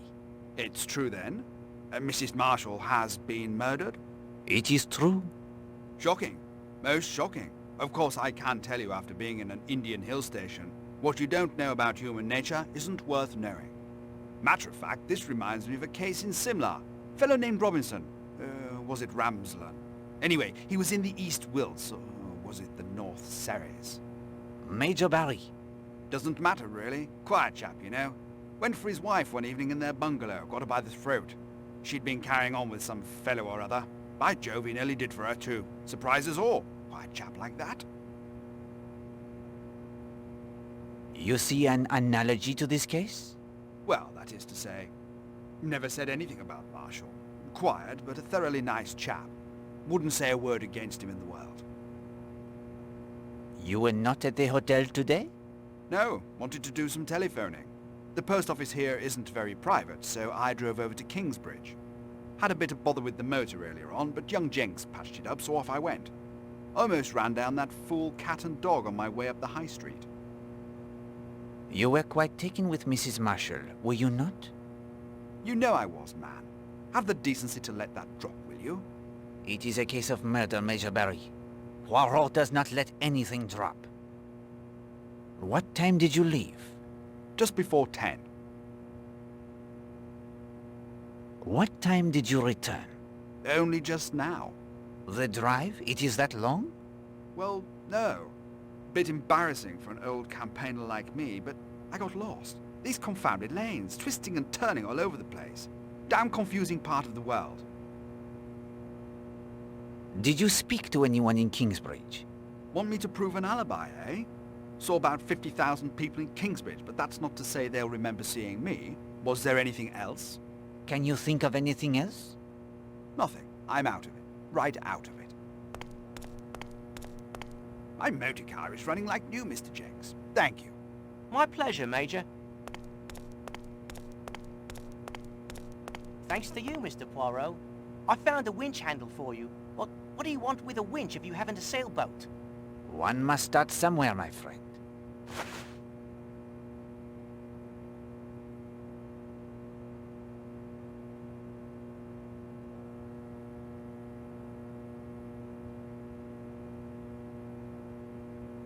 Like a ride to the island? Yes, please. Let's be off then.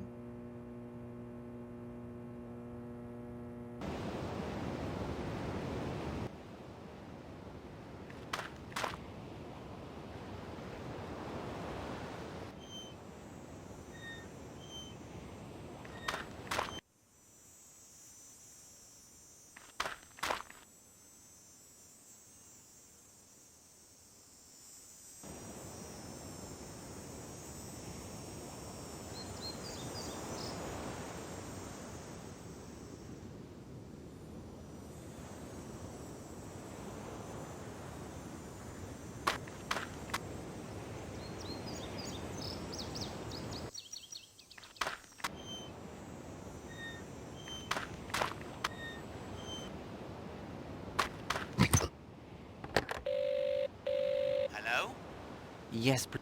On me way.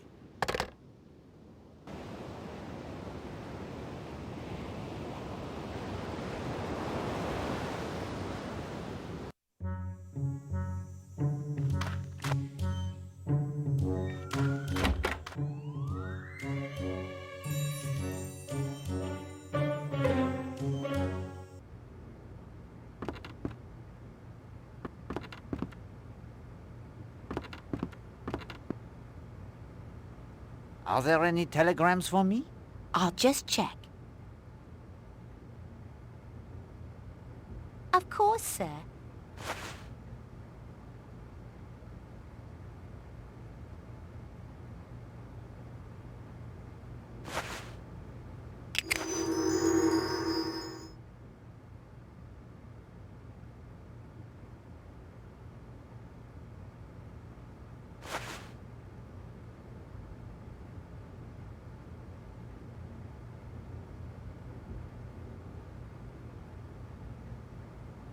How may I be of service? I would like... Of course, sir. No more.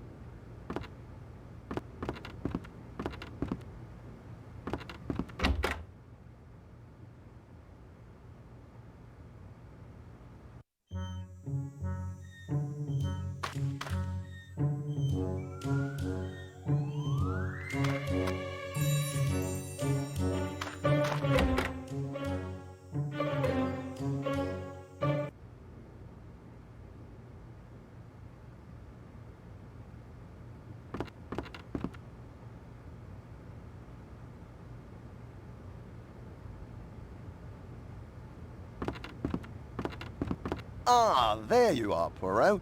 What can I do for you? Do you have the background checks on the suspects? Yes, here they are. Any news on Jimmy Nash, the photographer? I haven't received the report yet, but your inquiry got Scotland Yard very excited about something. I will be curious to hear what they find. That will do for now, monsieur.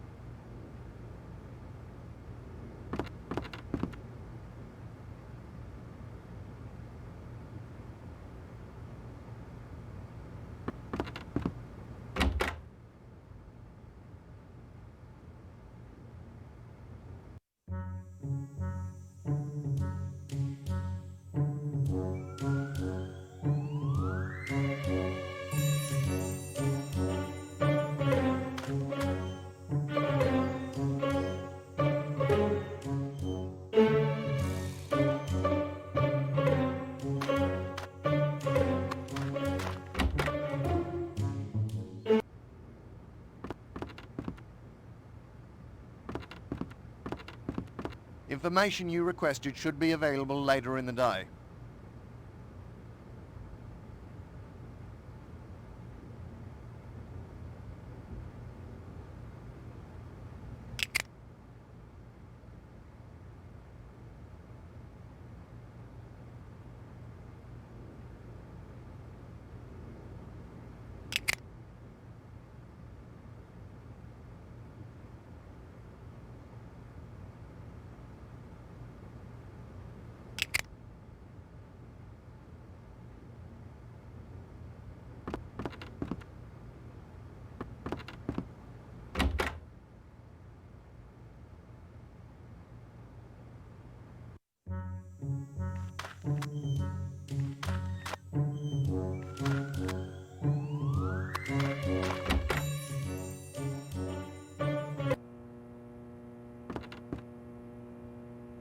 Like a ride to the island?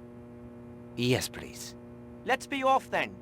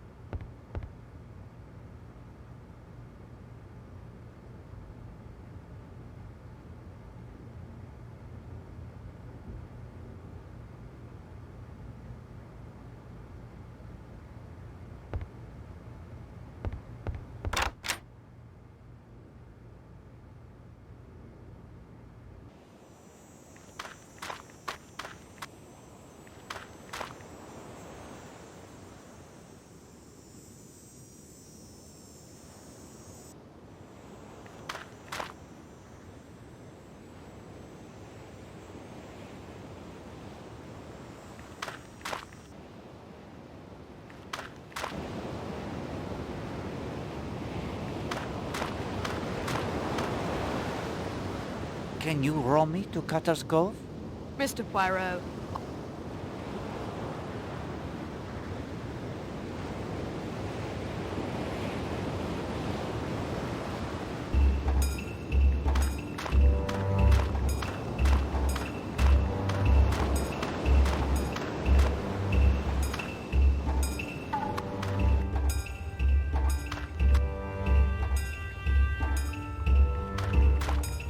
Hello, this seaweed wasn't here before.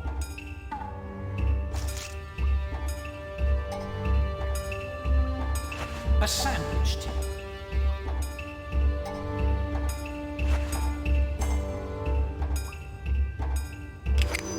Good Lord. You must test it, of course, Hastings. But do not expect to find this is a box of powdered sugar. Too right.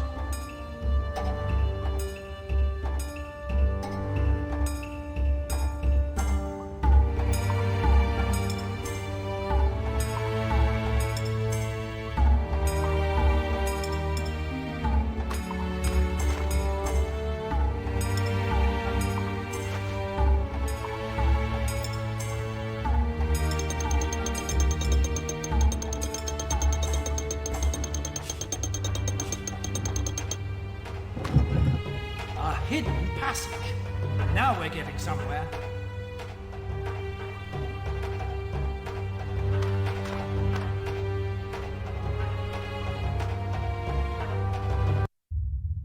For heaven's sake, it looks like an army's marched through here. Poirot, the invasion. I think not, Hastings. These are not the footprints of many men, but of one man only, passing here many times.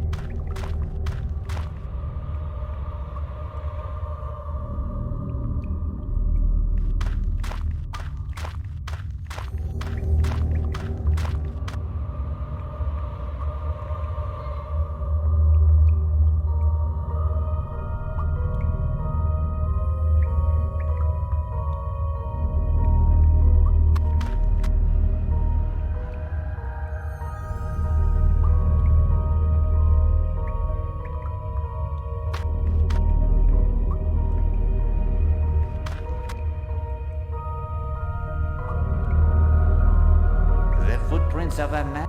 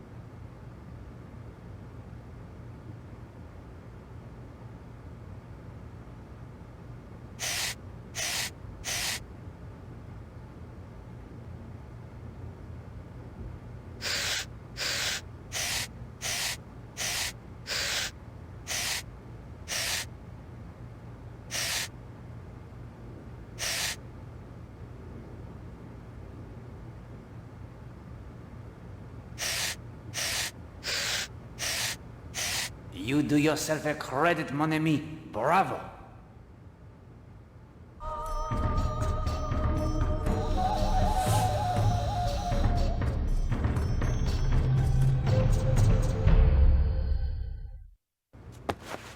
A discovery of significant importance.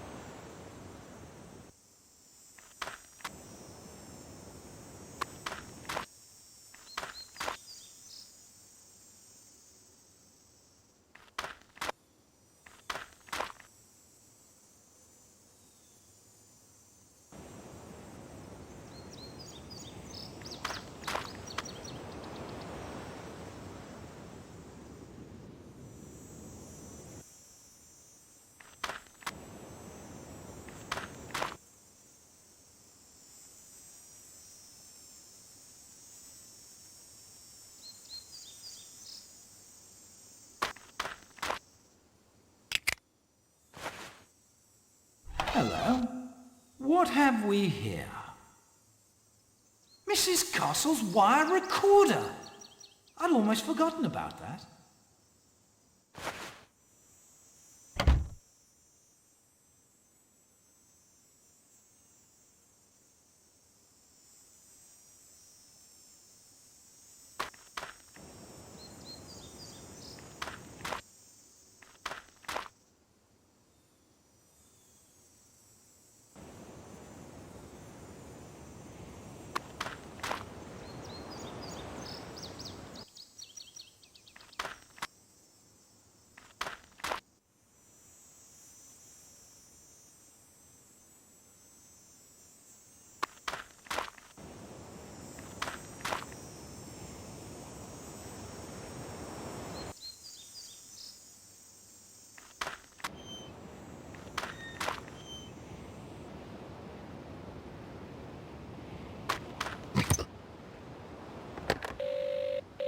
Hello? Yes, please. On me way.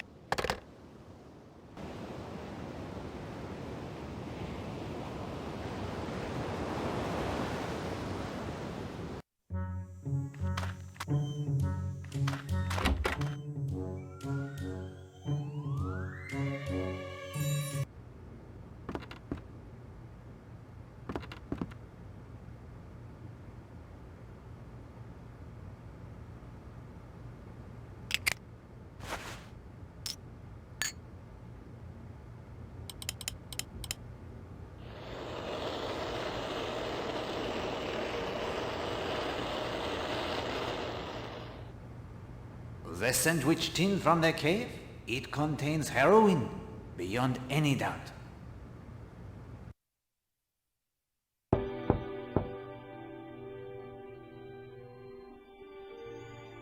Linda?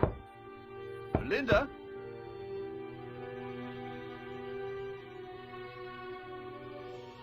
Linda, dear, I'm having dinner in my room.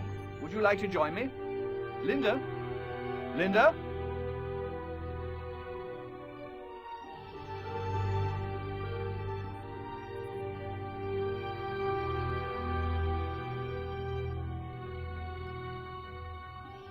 Good Lord, Linda! No! Someone help us! It's my daughter! Please!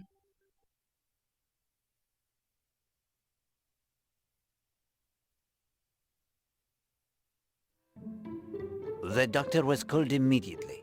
Mademoiselle Marshall's stomach was pumped. It was a near thing, but she was saved. Thank God. The trial was purchased for her, of course, not her stepmother.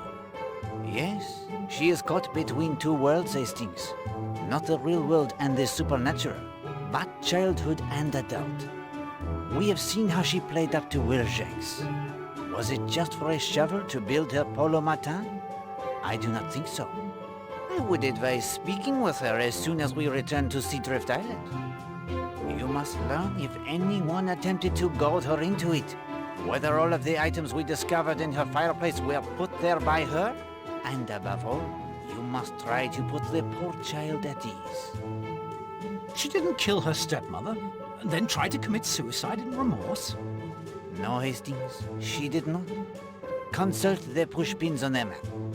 The picture they tell is based on the times we have gathered during our interrogations. Someone lied? Hastings, you may expect a murderer to lie. Oh, right you are. Of more importance is that someone thinks they have told us the truth. Time to unmask the murderer? No, my friend. The smugglers of the heroin must first be apprehended. They are the last obstacle that stands between you and the true secret behind the murder of Agatha Marshall. For them, a small trap must be laid. And so, what do we know of the smugglers? Tell me who you think is involved.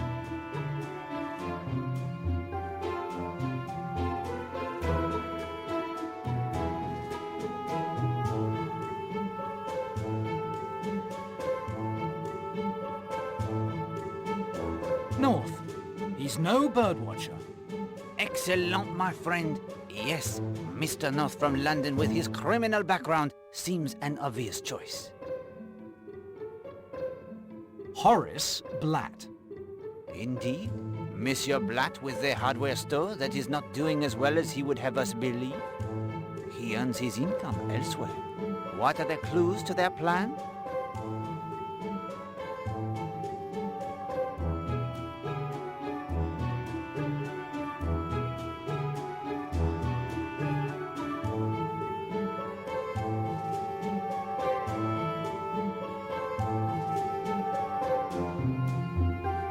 Colour of Blatt's sails. Red and white. Oui, bien. What do they signify?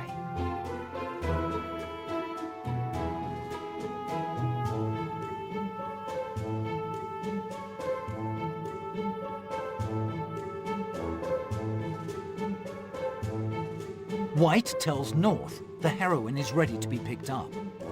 Exact. That is when North makes his move to collect it. The murder. It throws the plans of Monsieur Blatt and Monsieur North into disarray. They dare not retrieve the sandwich box from the scene of the murder, with so many police tramping about. So, we know three things which will help us capture them. The first, they assume the heroin is still where Monsieur Blatt hid it in the cave, for no outcry has been raised. Second, once it is in their possession, the safest route off the island will be back through the tunnel they have used so many times before. And third, we have the means to stop them in their tracks. What do we possess that Monsieur Blatt must need most desperately to navigate the tunnels beneath the island?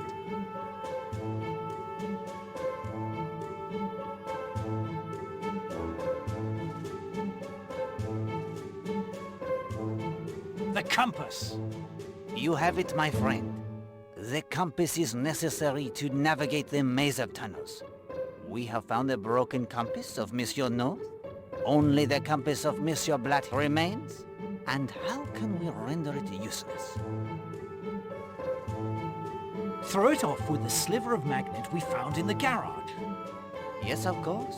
We return the useless compass to Monsieur Blatt, replace the sandwich tin, and the trap, it is set. Now all that remains before we return to Seadrift Island is the last clue concerning the magical finger of suspicion. Before you give me the last clue, may I see how I am doing so far? But of course, present the clues you have so far and your interpretation of them. If you choose correctly less than half of the time, I will give you an additional hint, along with the final clue. Power was the first clue.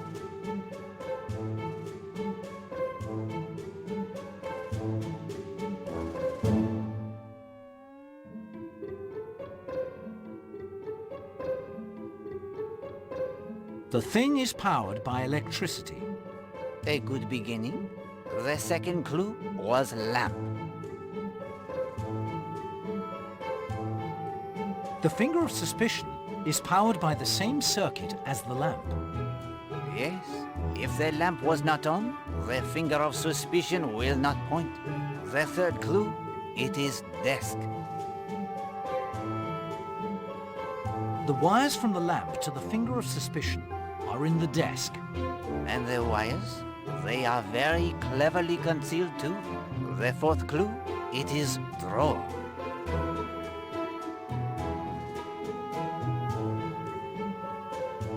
You close the drawer every time you operate the finger of suspicion. Your observation does you credit. The power it runs through the desk. The drawer, it is a logical choice for the switch to turn the machine on and off. So, the finger of suspicion is powered by the lamp through the wires hidden within the desk. Closing the desk drawer closes the circuit to allow the current to flow. Clue 5 is an easy one. Magnet.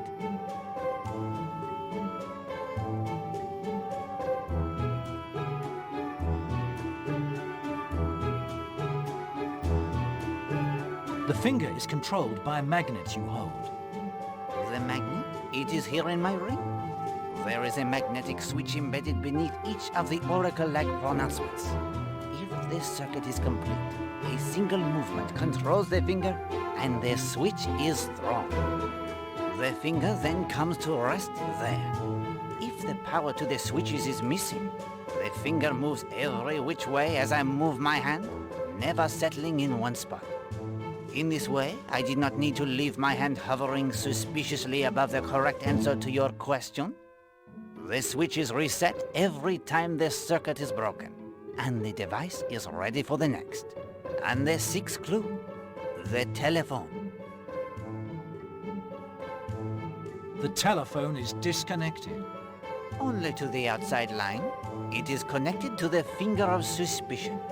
You have proven your little grey cells are worthy of a final clue without hints. After the denouement on Seadrift Island, we will wrap up this last little mystery.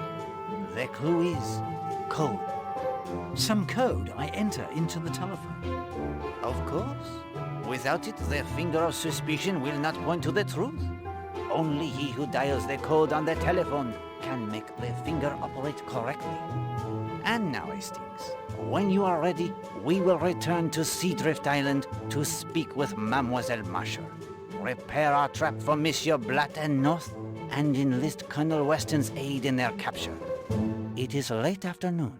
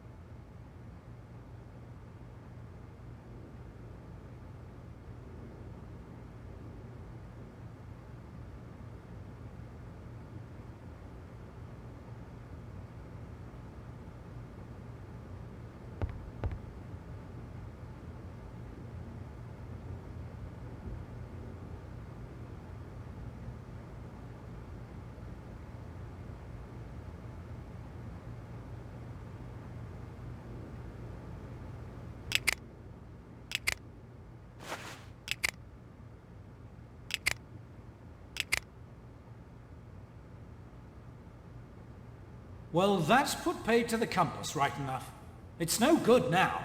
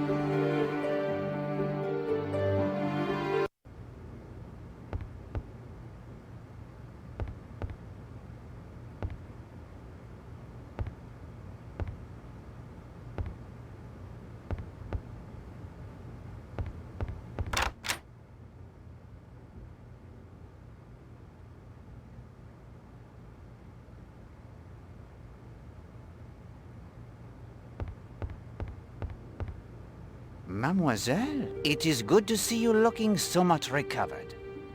Thank you. Captain Marshall, it is necessary that I speak with your daughter in private. I can't allow that. She's still too weak. It is of the utmost importance. No. Monsieur Poirot, I know what you want to speak to me about. I should like my father to remain. Are you certain? Yes, Daddy. Let Monsieur Poirot ask his questions.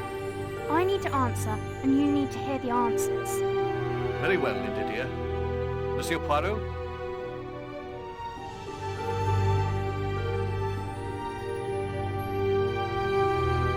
Mademoiselle, it is not true that you like your stepmother. No, I loathed her. She ignored me. That was all right. It was the way she treated Daddy I couldn't stand. Did your father and your stepmother argue? Daddy doesn't argue. He makes his point and then is done with it. But they often had differences of opinion.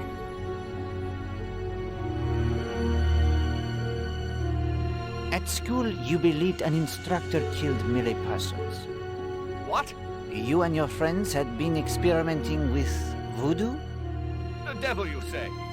See here, Poirot. How dare you? Mademoiselle? Yes, Mr. Fell, he believed in it. He got us interested. I knew Miss Porter wouldn't believe me if I told her about Millie, about him grabbing her and the horrid things he said.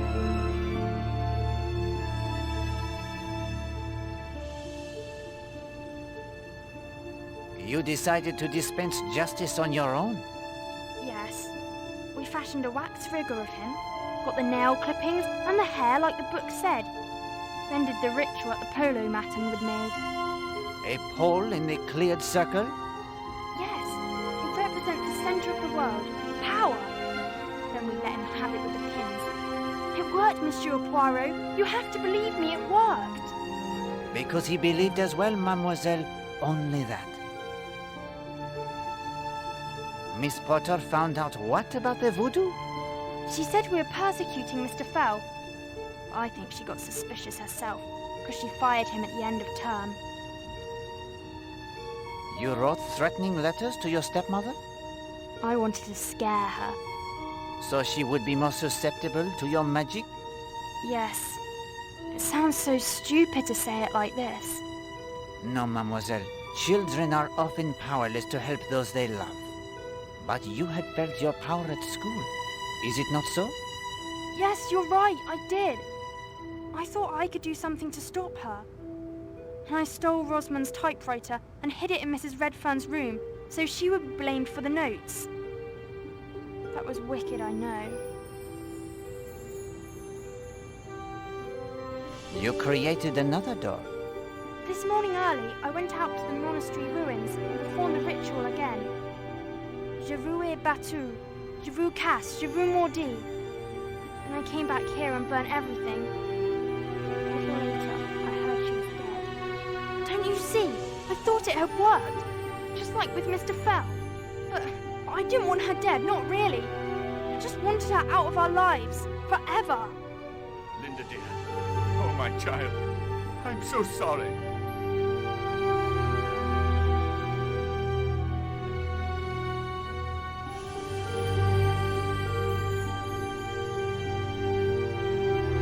Mademoiselle, did anyone tell you to take your own life? No, it seemed the only thing I could do. I will list for you the things I have found.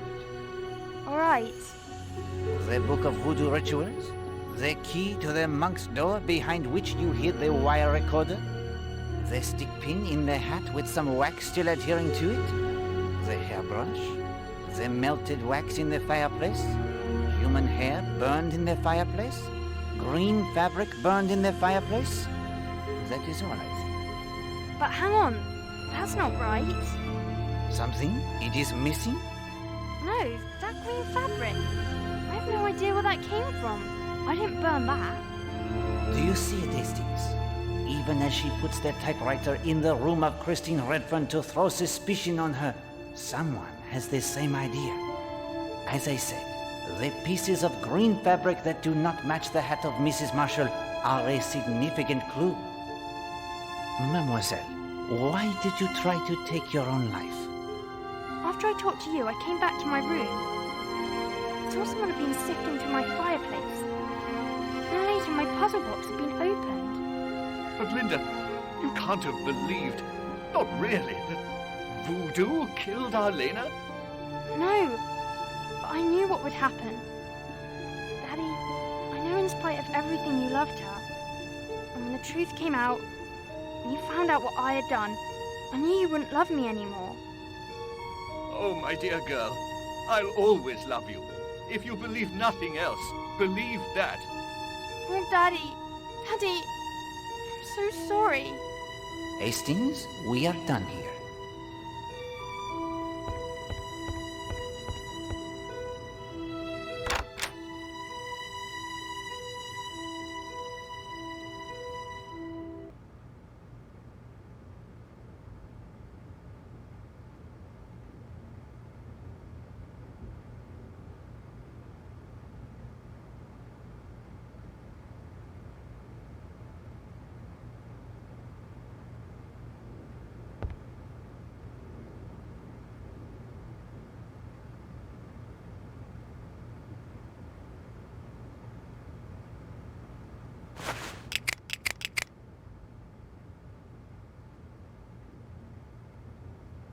Well, that's put paid to the compass, right enough. It's no good now.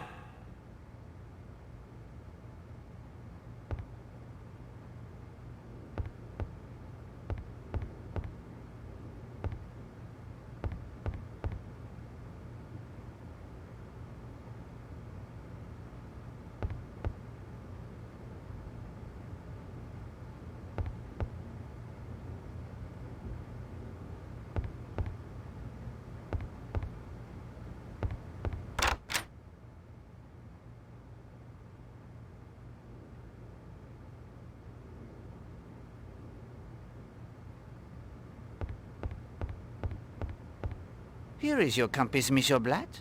I thank you for allowing me to borrow it. It's about bloody time, too. I'm afraid...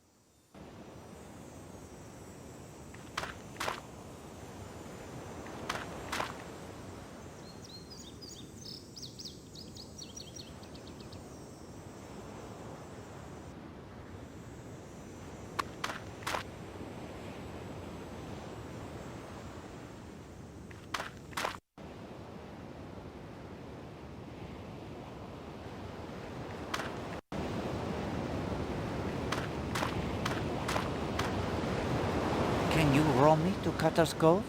Mr. Poirot, after your efforts to find Millie's killer, I'll row you any time you like. You need only ask me. Climb in.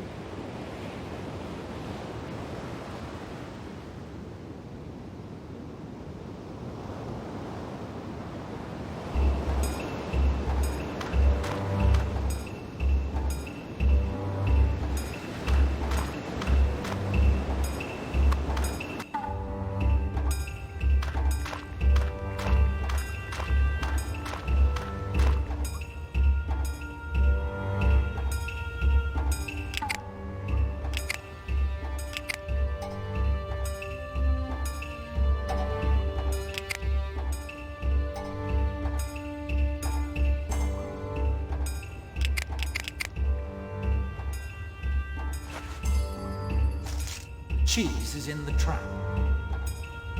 Excellent. One more step only.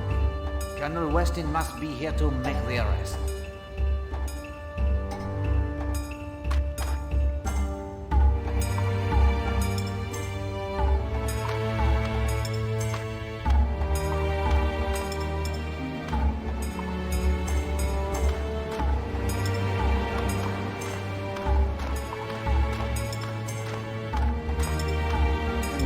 Back to the bathing beach? Of course. Would you like to leave now? Yes, thank you.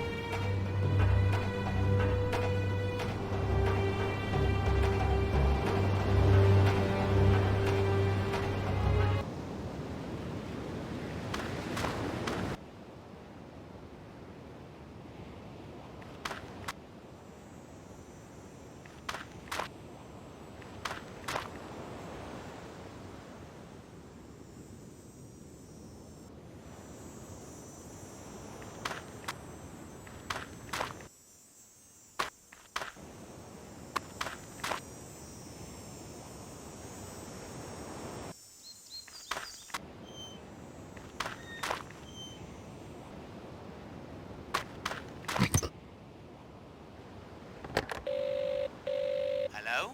Need the sea tractor, do you? Yes, please. On me way.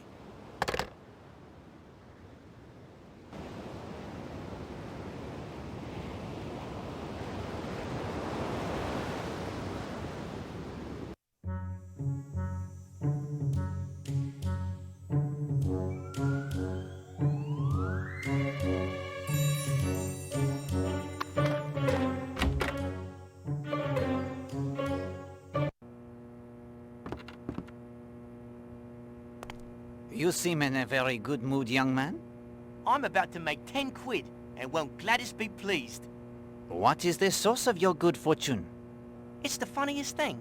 One of the guests at the hotel is paying me to help play a joke on somebody. I'm to lay off the island this evening in my motorboat, and when he signals from the hotel tower, I'm to pick him up and run him over to Thurlestone. It's a surprise for someone, but I don't know any more than that. We must learn more, Hastings.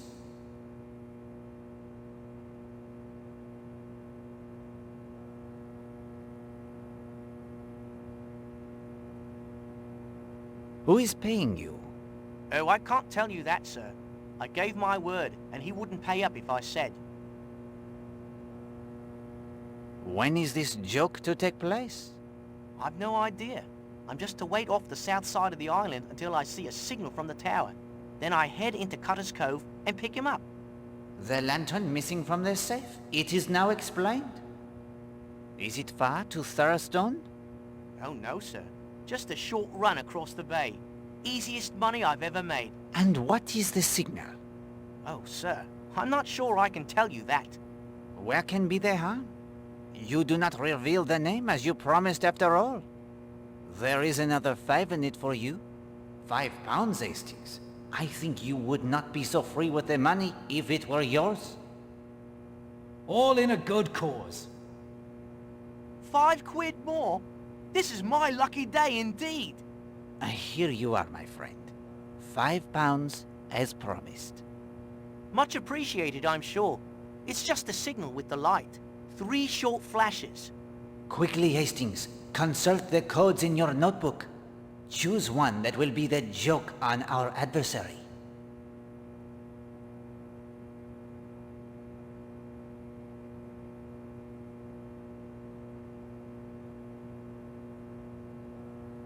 Three long.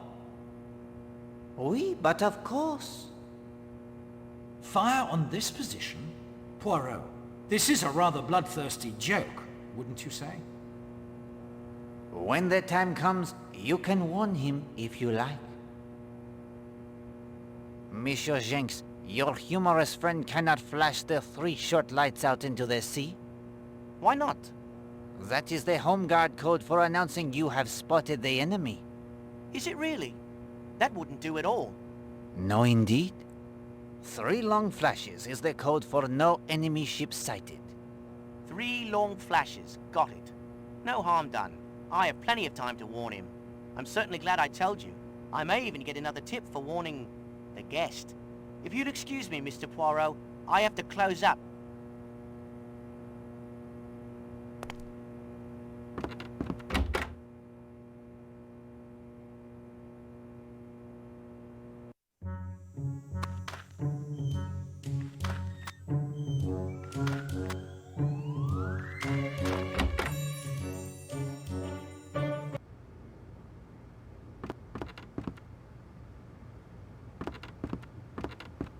Hello, Poirot. Have there been any new developments? I'll say. What of Mrs. Castle? She met with certain individuals in Exmoor, then hopped a train to Southampton, trying to leave the country as my guess. She'll be detained the moment she tries to board a ship. You are watching her associates, I assume? Scotland Yard is on it. Any report on Gideon Fell? He's being questioned as we speak. I hope to have some information before the night is over. What of Monsieur Jimmy Nash? Nothing yet, Poirot. Scotland Yard has promised to bring through sometime tonight. It is time to clear up our remaining mysteries. I need your help. Anything? Your men must watch the causeway and stop anyone who tries to leave. My men will be ready. Anything else? We must settle this business of the heroin. Tell me what you need.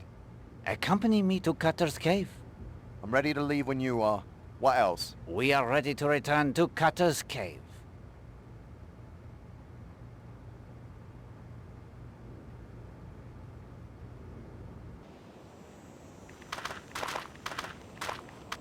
Colonel, perhaps you should descend to Cutter's Cove by the ladder. I will ask Mademoiselle Brewster to conduct me there. Why don't we both take the ladder? Tell him the smugglers might try to escape by boat. If the smugglers try to flee by boat, I shall be ready. If they try to make their escape via the ladder, you will be there to apprehend them. On my way. Thank you, Hastings. You appreciate my suspicions of the ladder. The sea, it does not appear too rough? Poirot, you can't fly to Cutter's Cove. Fly? No, no. Flying is not for Poirot.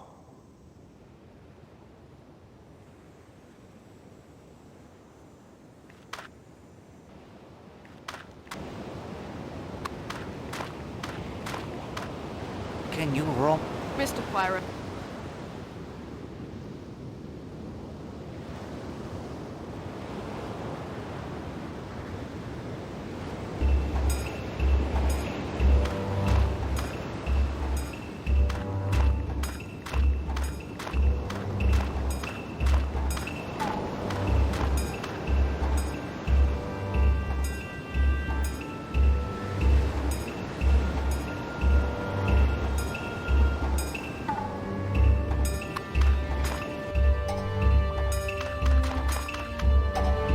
I say, the heroin is gone.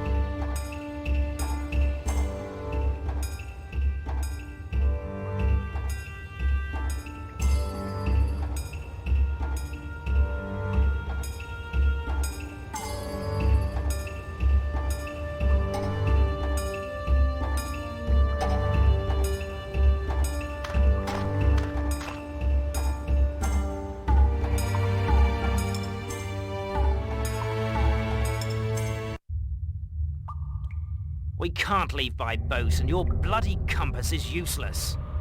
I don't understand it. Compass worked fine before I loaned it to... Oh, hoaxed it, did you? I am afraid so. Clever, aren't you? Oui? May I borrow the compass once more? I guess you've earned it. I'll take the sandwich tin if you don't mind. A few questions, only to satisfy my curiosity.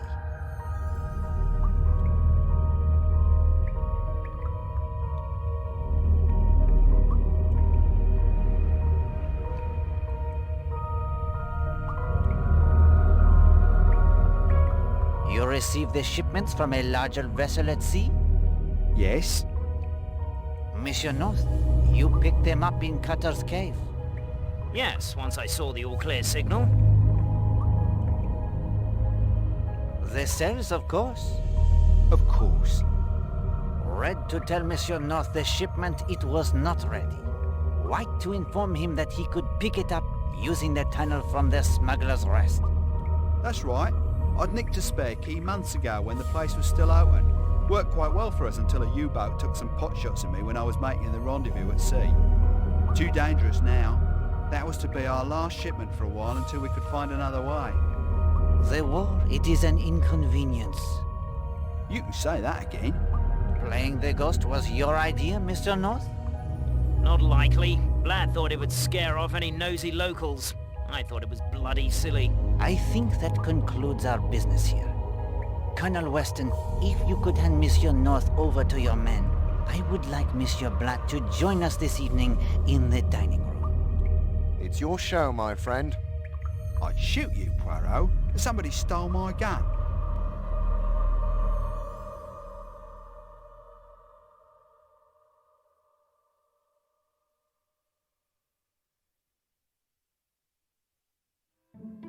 Eh bien, Hastings. The murder of Millie Parsons, it is now explained. The fifth columnist has fled and will hopefully lead Scotland Yard to other traitors. The practitioner of the voodoo has been revealed. The smugglers have been trapped with the goods, as you say. Only one target remains, the murderer of Arlena Marshall. Then you knew by now who had murdered Arlena Stewart. But of course, all of the clues are now in your possession as well.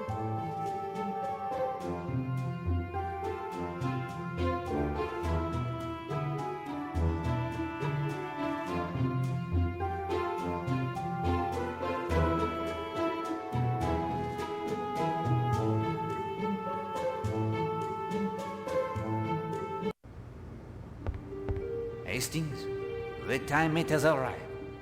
The crowning glory of any case.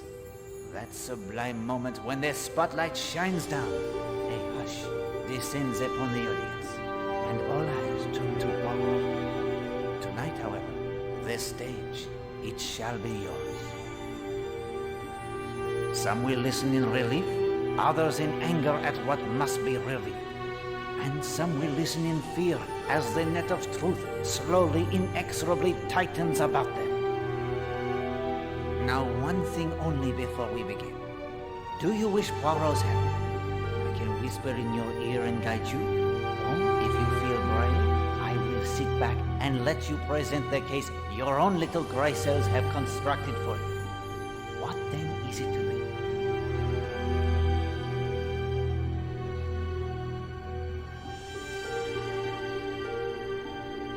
Give me a few moments. As you wish.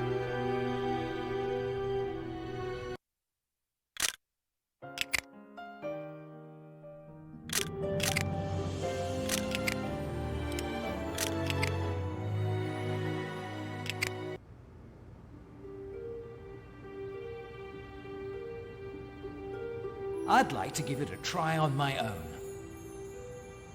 I salute you, my friend, and wish you bonne chance. Well, that is to say, Hastings, pull yourself together. You wanted to present the summation on your own. Get on with it. Yes, oui. Mesdames et messieurs, we are gathered here to learn the facts behind the death of Arlena Marshall. Two matters I will touch on briefly first. Mrs. Castle, our hostess, will not be joining us. She has fled the island, carefully shadowed by the police. Good God, man. Do you mean to say she murdered Mrs. Marshall? No, none at all. But for some time she has been in the employ of this nation's enemies. Rest assured, she will be arrested the moment she leads the police to her co-conspirators. Also, Monsieur Horace Blatt and a day tripper by the name of North have been taken into police custody. What's he done? He was arrested with a considerable quantity of heroin in his possession. Blatt murdered Mrs. Marshall, then? No. Fifth columnist, the drug smugglers, as I recall, Mr. Blatt, you thought this a rather dull place for a holiday. And now we must turn our attention to murder. In order to understand the crime, it is necessary to separate the clues to its nature from the many red herrings that obscured our path. Once that is accomplished, we are left with the truth. Let us begin with the comparison of two bottles. The two bottles I compared were, of course, perfume bottles. I speak of the two perfume bottles. The first bottle was in Madame Marshall's bath. She had applied the perfume before leaving on her float this morning, as I myself remarked. Why would she need a second bottle? And why was it found in the cave? Next, we come to another comparison. And for this, we owe much to the expertise of Mademoiselle Darnley.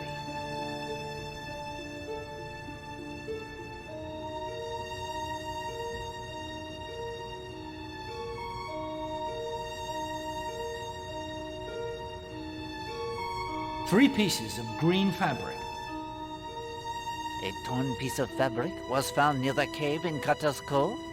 Another piece of green fabric was found in the fireplace of Linda Marshall. They appeared to be the same fabric as that of Madame Marshall's hat. In fact, Mademoiselle Darnley was able to tell at a glance that neither was the silk from the hat. I will now turn to another curious incident of this morning. Someone threw a bottle from the hotel balcony. It narrowly missed Mademoiselle Brewster. Why dispose of an unneeded bottle in such a fashion when there are convenient dustbins? The contents of the bottle was also surprising.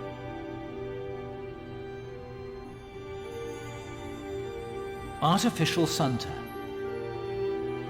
Testing proved the bottle it had contained artificial suntan. But the weather, it has been most agreeable.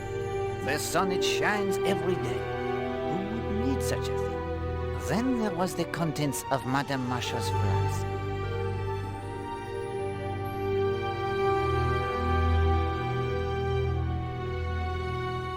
Trianol. Her coffee was laced with a heavy dose of the sedative Trianol. Instead of reviving her, it would almost certainly have put her into a deep sleep. Taken separately, the clues, they mean little. But together, a bath where there should have been none, duplicate perfume bottles, fabric for the hat that is very much alike, yet not the same. Artificial suntan when the sun, it shines brightly. These suggested at once to me a single thought alone.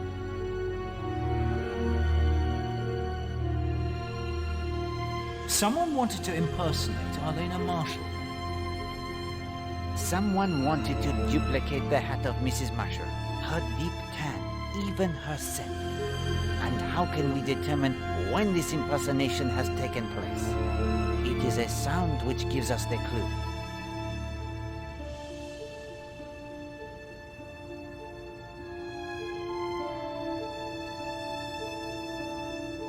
The sound of running water. An odd thing, that running water. It was heard both by Poirot and the maid Gladys Narracott. It was very late in the morning for someone to be taking a bath. And as I observed when I had occasion to use my own bath yesterday at an unusual hour, the sound, it is very noticeable in a quiet hotel. Why would someone need to run a bath so late in the morning, if all had already risen and breakfasted?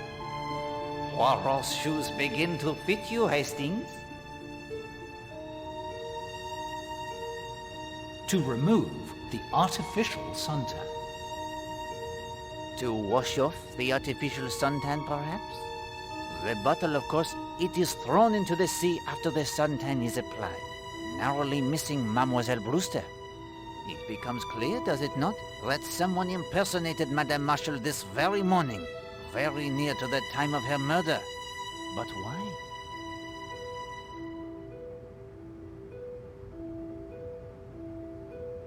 To provide an alibi for the murderer. Précisément. I have calculated the time it would take for every person on this island to reach Cutter's Cove, murder Madame Marshall, and come away again between 20 of 11 and 15 minutes to 12. And I tell you that only Mademoiselle Darnley can have done it. Monsieur Poirot. Calmez-vous, mademoiselle? You were the only one close enough. Yet the nature of the crime, strangulation by powerful hands, eliminates you. Captain Marshall was typing the letters. Linda Marshall and Mrs. Redfern were together at Sanctuary Cove. Monsieur Redfern is in plain sight of several people, both guests and hotel staff. Mrs. Castle tends to her duties. The gardeners were together above the bathing beach, except when Monsieur Gardner goes to fetch the knitting wool. Despite Madame Gardner's apprehensions, he would still not have had enough time to do the deed. Mademoiselle Brewster swims, converses with Poirot and Rose. Monsieur Black sails, Major Barry gets lost, Monsieur Lane hikes. What about the tunnels? Ah yes, they're tunnels. They would certainly allow someone to reach Cutter's Cove undetected if their secret were known. But they do not make the trip there any shorter. Whether you travel from the Smuggler's Rest to Cutter's Cove, or the monastery ruins to Cutter's Cove via path or tunnel, the time it is almost the same. And without a compass, you may rest assured the trip would be much longer. The method of murder? Strangulation by a powerful pair of hands. Only a man or a strong woman could have done it. It is true, there is a woman in this room who could have done it. Mademoiselle Brewster. Forgive me, mademoiselle. Not at all. I believe in keeping fit. This fact helps us to eliminate Madame Castle, Madame Gardner, Madame Redfern, Mademoiselle Darnley, and Mademoiselle Linda Marshall as the strangler. Strangulation, yes. A method of murder seen before in Devon. A schoolgirl named Millie Parsons. A housewife named Alice Corrigan. One murdered only a few weeks after the other earlier this year. One of these murders is connected only slightly to the death of Arlena Marshall. But the perpetrator of the other is far more intimately involved. The murderer of Alice Corrigan. Alice Corrigan and Arlena Marshall were murdered by the same man. How does Poirot know this? The unbreakable alibi. The primary suspect in Alice Corrigan's murder also had the unbreakable alibi just as we face here. An alibi based solely on time. Corrigan, the husband of the murdered woman, was apparently aboard a train when she was killed. Yet in that case, all a certain young lady hiker by the name of Elizabeth Stride must do is give the time when she discovers the body at least 20 minutes before Alice Corrigan actually died. The husband has time to alight at the station, kill his wife, and be gone before the police they arrive. Note how the alibi, it is worked precisely the same. And here the clue that demolishes the false alibi in the murder of Arlena Marshall is her stepdaughter's watch. No, Poirot, you're wrong.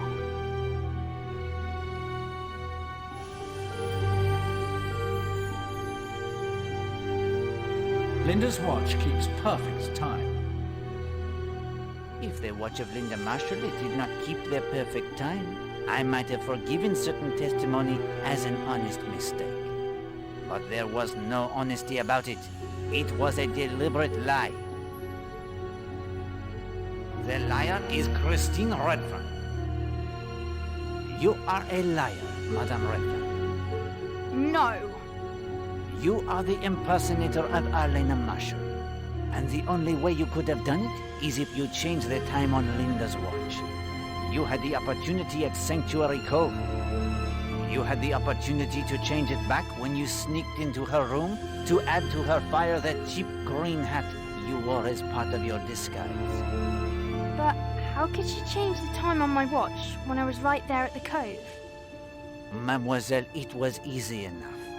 Turn the watch back 20 minutes the first time you go into the sea. Then ask what time is it as you prepare to go into the sea once more. The watch, it says 15 minutes of 12. But of course, it is in reality only 25 minutes past 11. She is already dressed in the white bathing suit like Arlena's. The green hat, it is concealed in her sketch bag. And the suntan was applied much earlier, now concealed by the clothes she wears to protect her from the sun. At 11:20, Madame Redfern, she hurries to Cutter's Cove, a journey of no more than 15 minutes. I have timed it myself. She finds Arlena unconscious from the drugged coffee and pulls her into the cave. It could not have been easy. She spilled the coffee.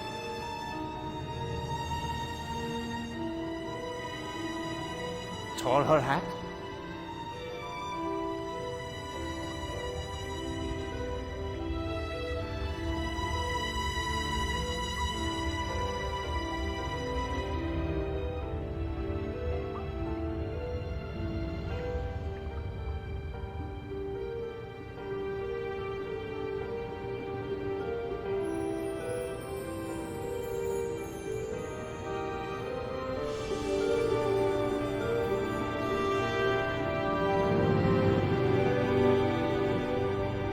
She has but a few moments to dab herself with Alena's perfume and compose herself before the rowboat with Patrick Redfern at the oars and Emily Brewster in the bow rounds the headland into Cutter's Cove. The time, it is precisely 11:40. You have no proof of any of that. Why would she do such a thing? She loves you, Monsieur Redfern, as you love her. Have I not agreed it is so? Mr. Poirot, you're saying that the woman I saw lying there was Christine Redfern and not Arlena Marshall? Oui bien. A little play artfully contrived for your benefit. Each step you were led. Each step you thought you saw what you were supposed to see. Then after you left to go get help,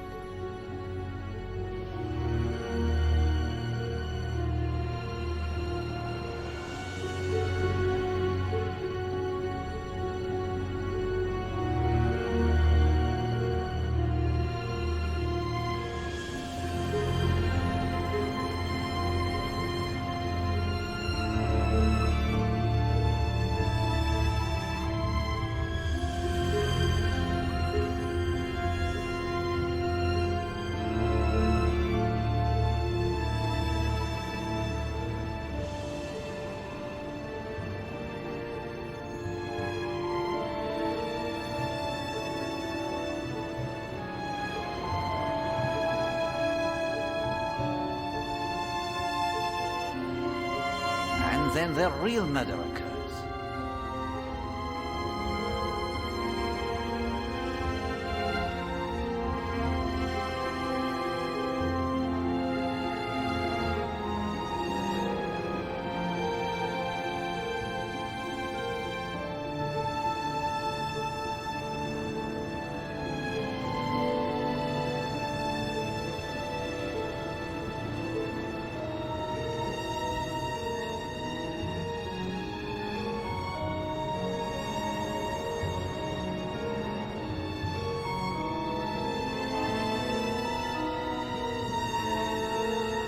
Now, of course, it is truly 15 minutes of 12.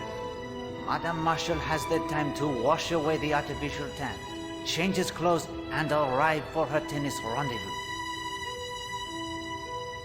Monsieur Poirot, I am sure everyone will agree that I might have had a motive to kill Arlena, but not Patrick. You think I believe in your jealousy, mademoiselle? When your husband, if he is indeed your husband, loves you and you know it to be true? No. The true motive lies in two documents.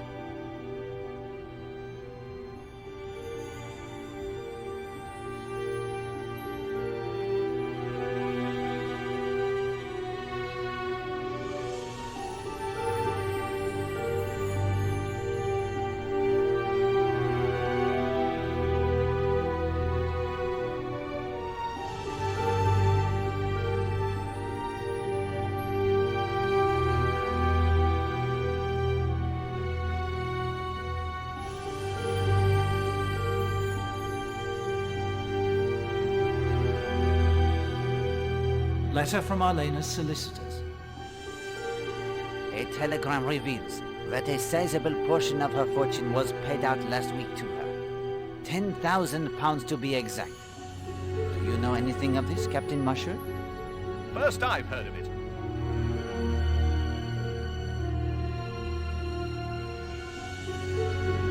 Letter from J.N.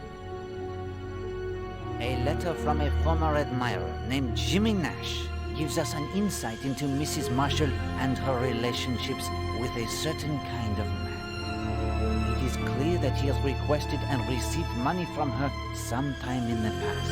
I said to Captain Marshall earlier today that until we can comprehend fully and completely exactly what kind of a person Alena Marshall was, we shall not be able to see clearly exactly the kind of person who murdered her. And what do we see from these two letters?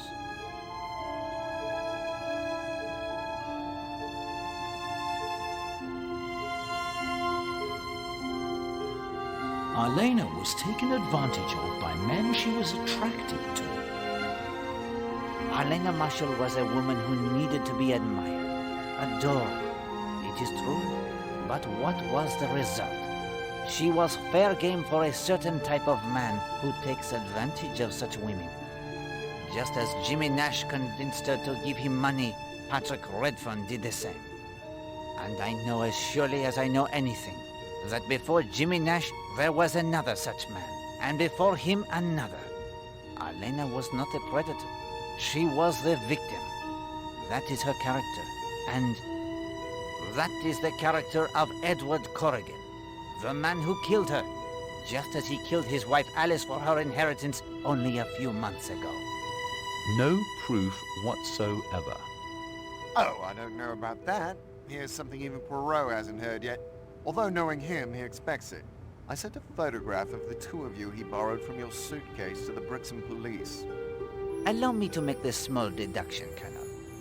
They have identified you as Edward Corrigan and Elizabeth Stride, the young woman who found the body. Bravo, Hastings! I could not have done better myself. Thanks, old man. That's dashed kind of you. Oh, well, that's torn it. Edward, don't be a fool.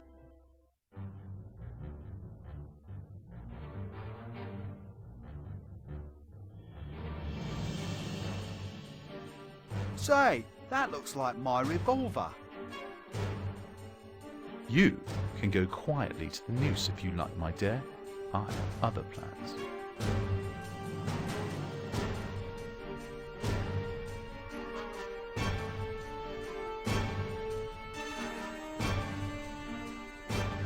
Poirot? Shouldn't we chase after him? Poirot does not chase.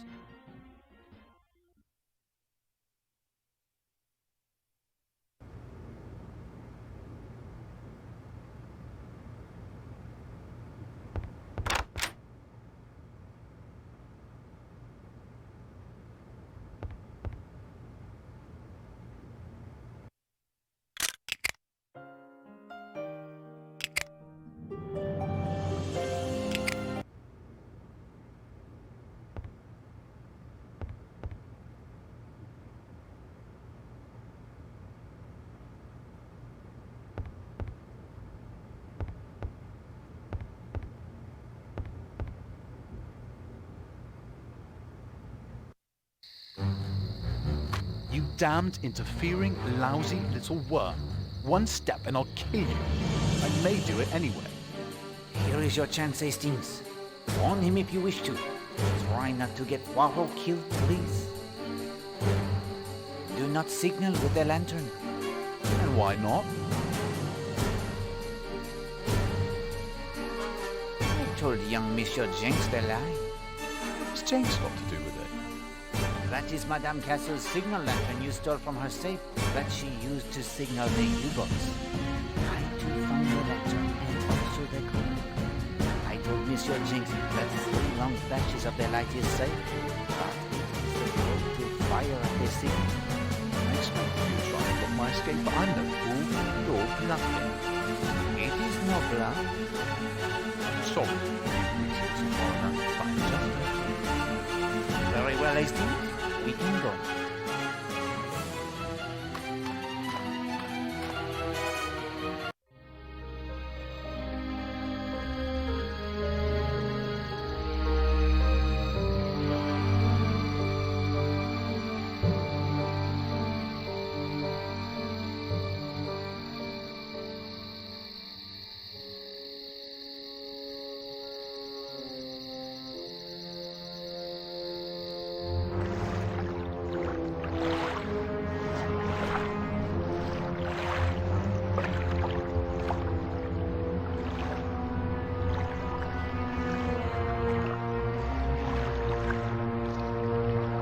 Right. That's the signal.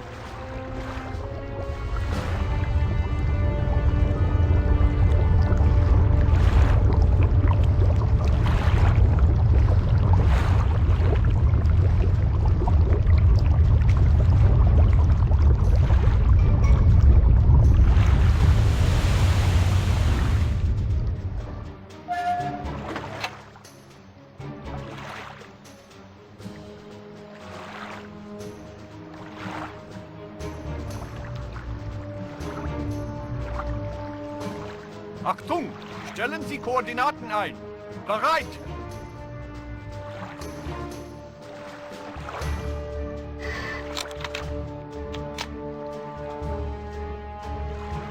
Ziel!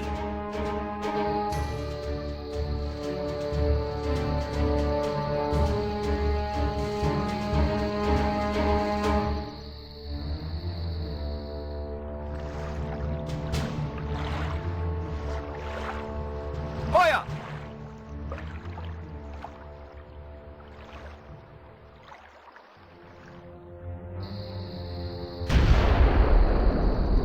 Hell.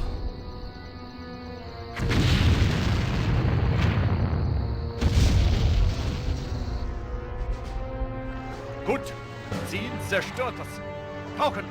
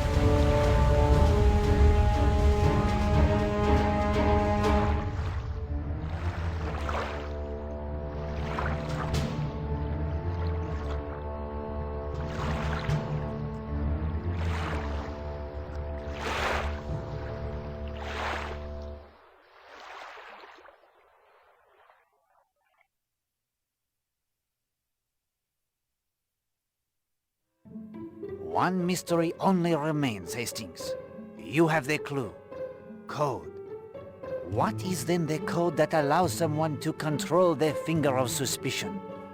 When you think you have the answer, tell me and we shall see what we shall see.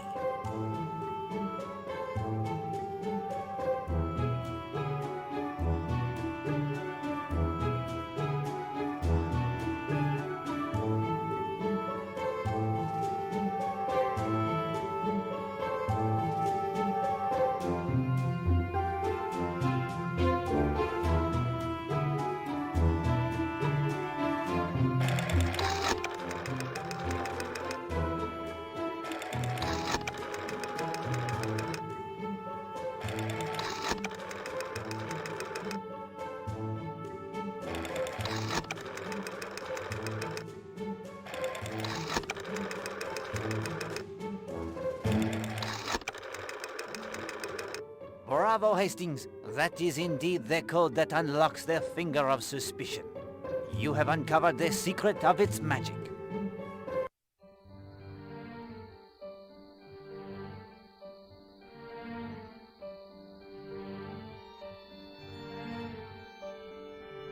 case, it is now complete, my friend. You have walked in Poirot's shoes.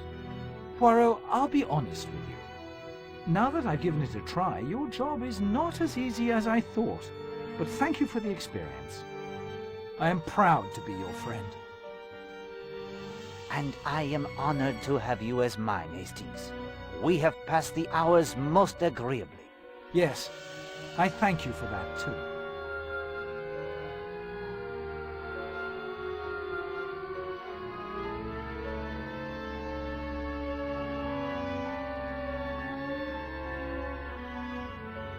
I'm sorry, old chap. I should trot on over to the War Office, I'm afraid. And so, one mystery solved, and another, even greater, begins. Don't you worry. No more holidays at the beach for a time, maybe. But we'll pull through. You'll see. Oh, I feel like the dinosaur, Hastings. Gone is my world, where good always triumphs over evil. Where the clues, they all add up to the satisfactory solution. Where the murderer never escapes. This will be war as we have never seen it. Whatever the outcome, mon ami, the cost, it will be high. And I fear our world, it will never be the same.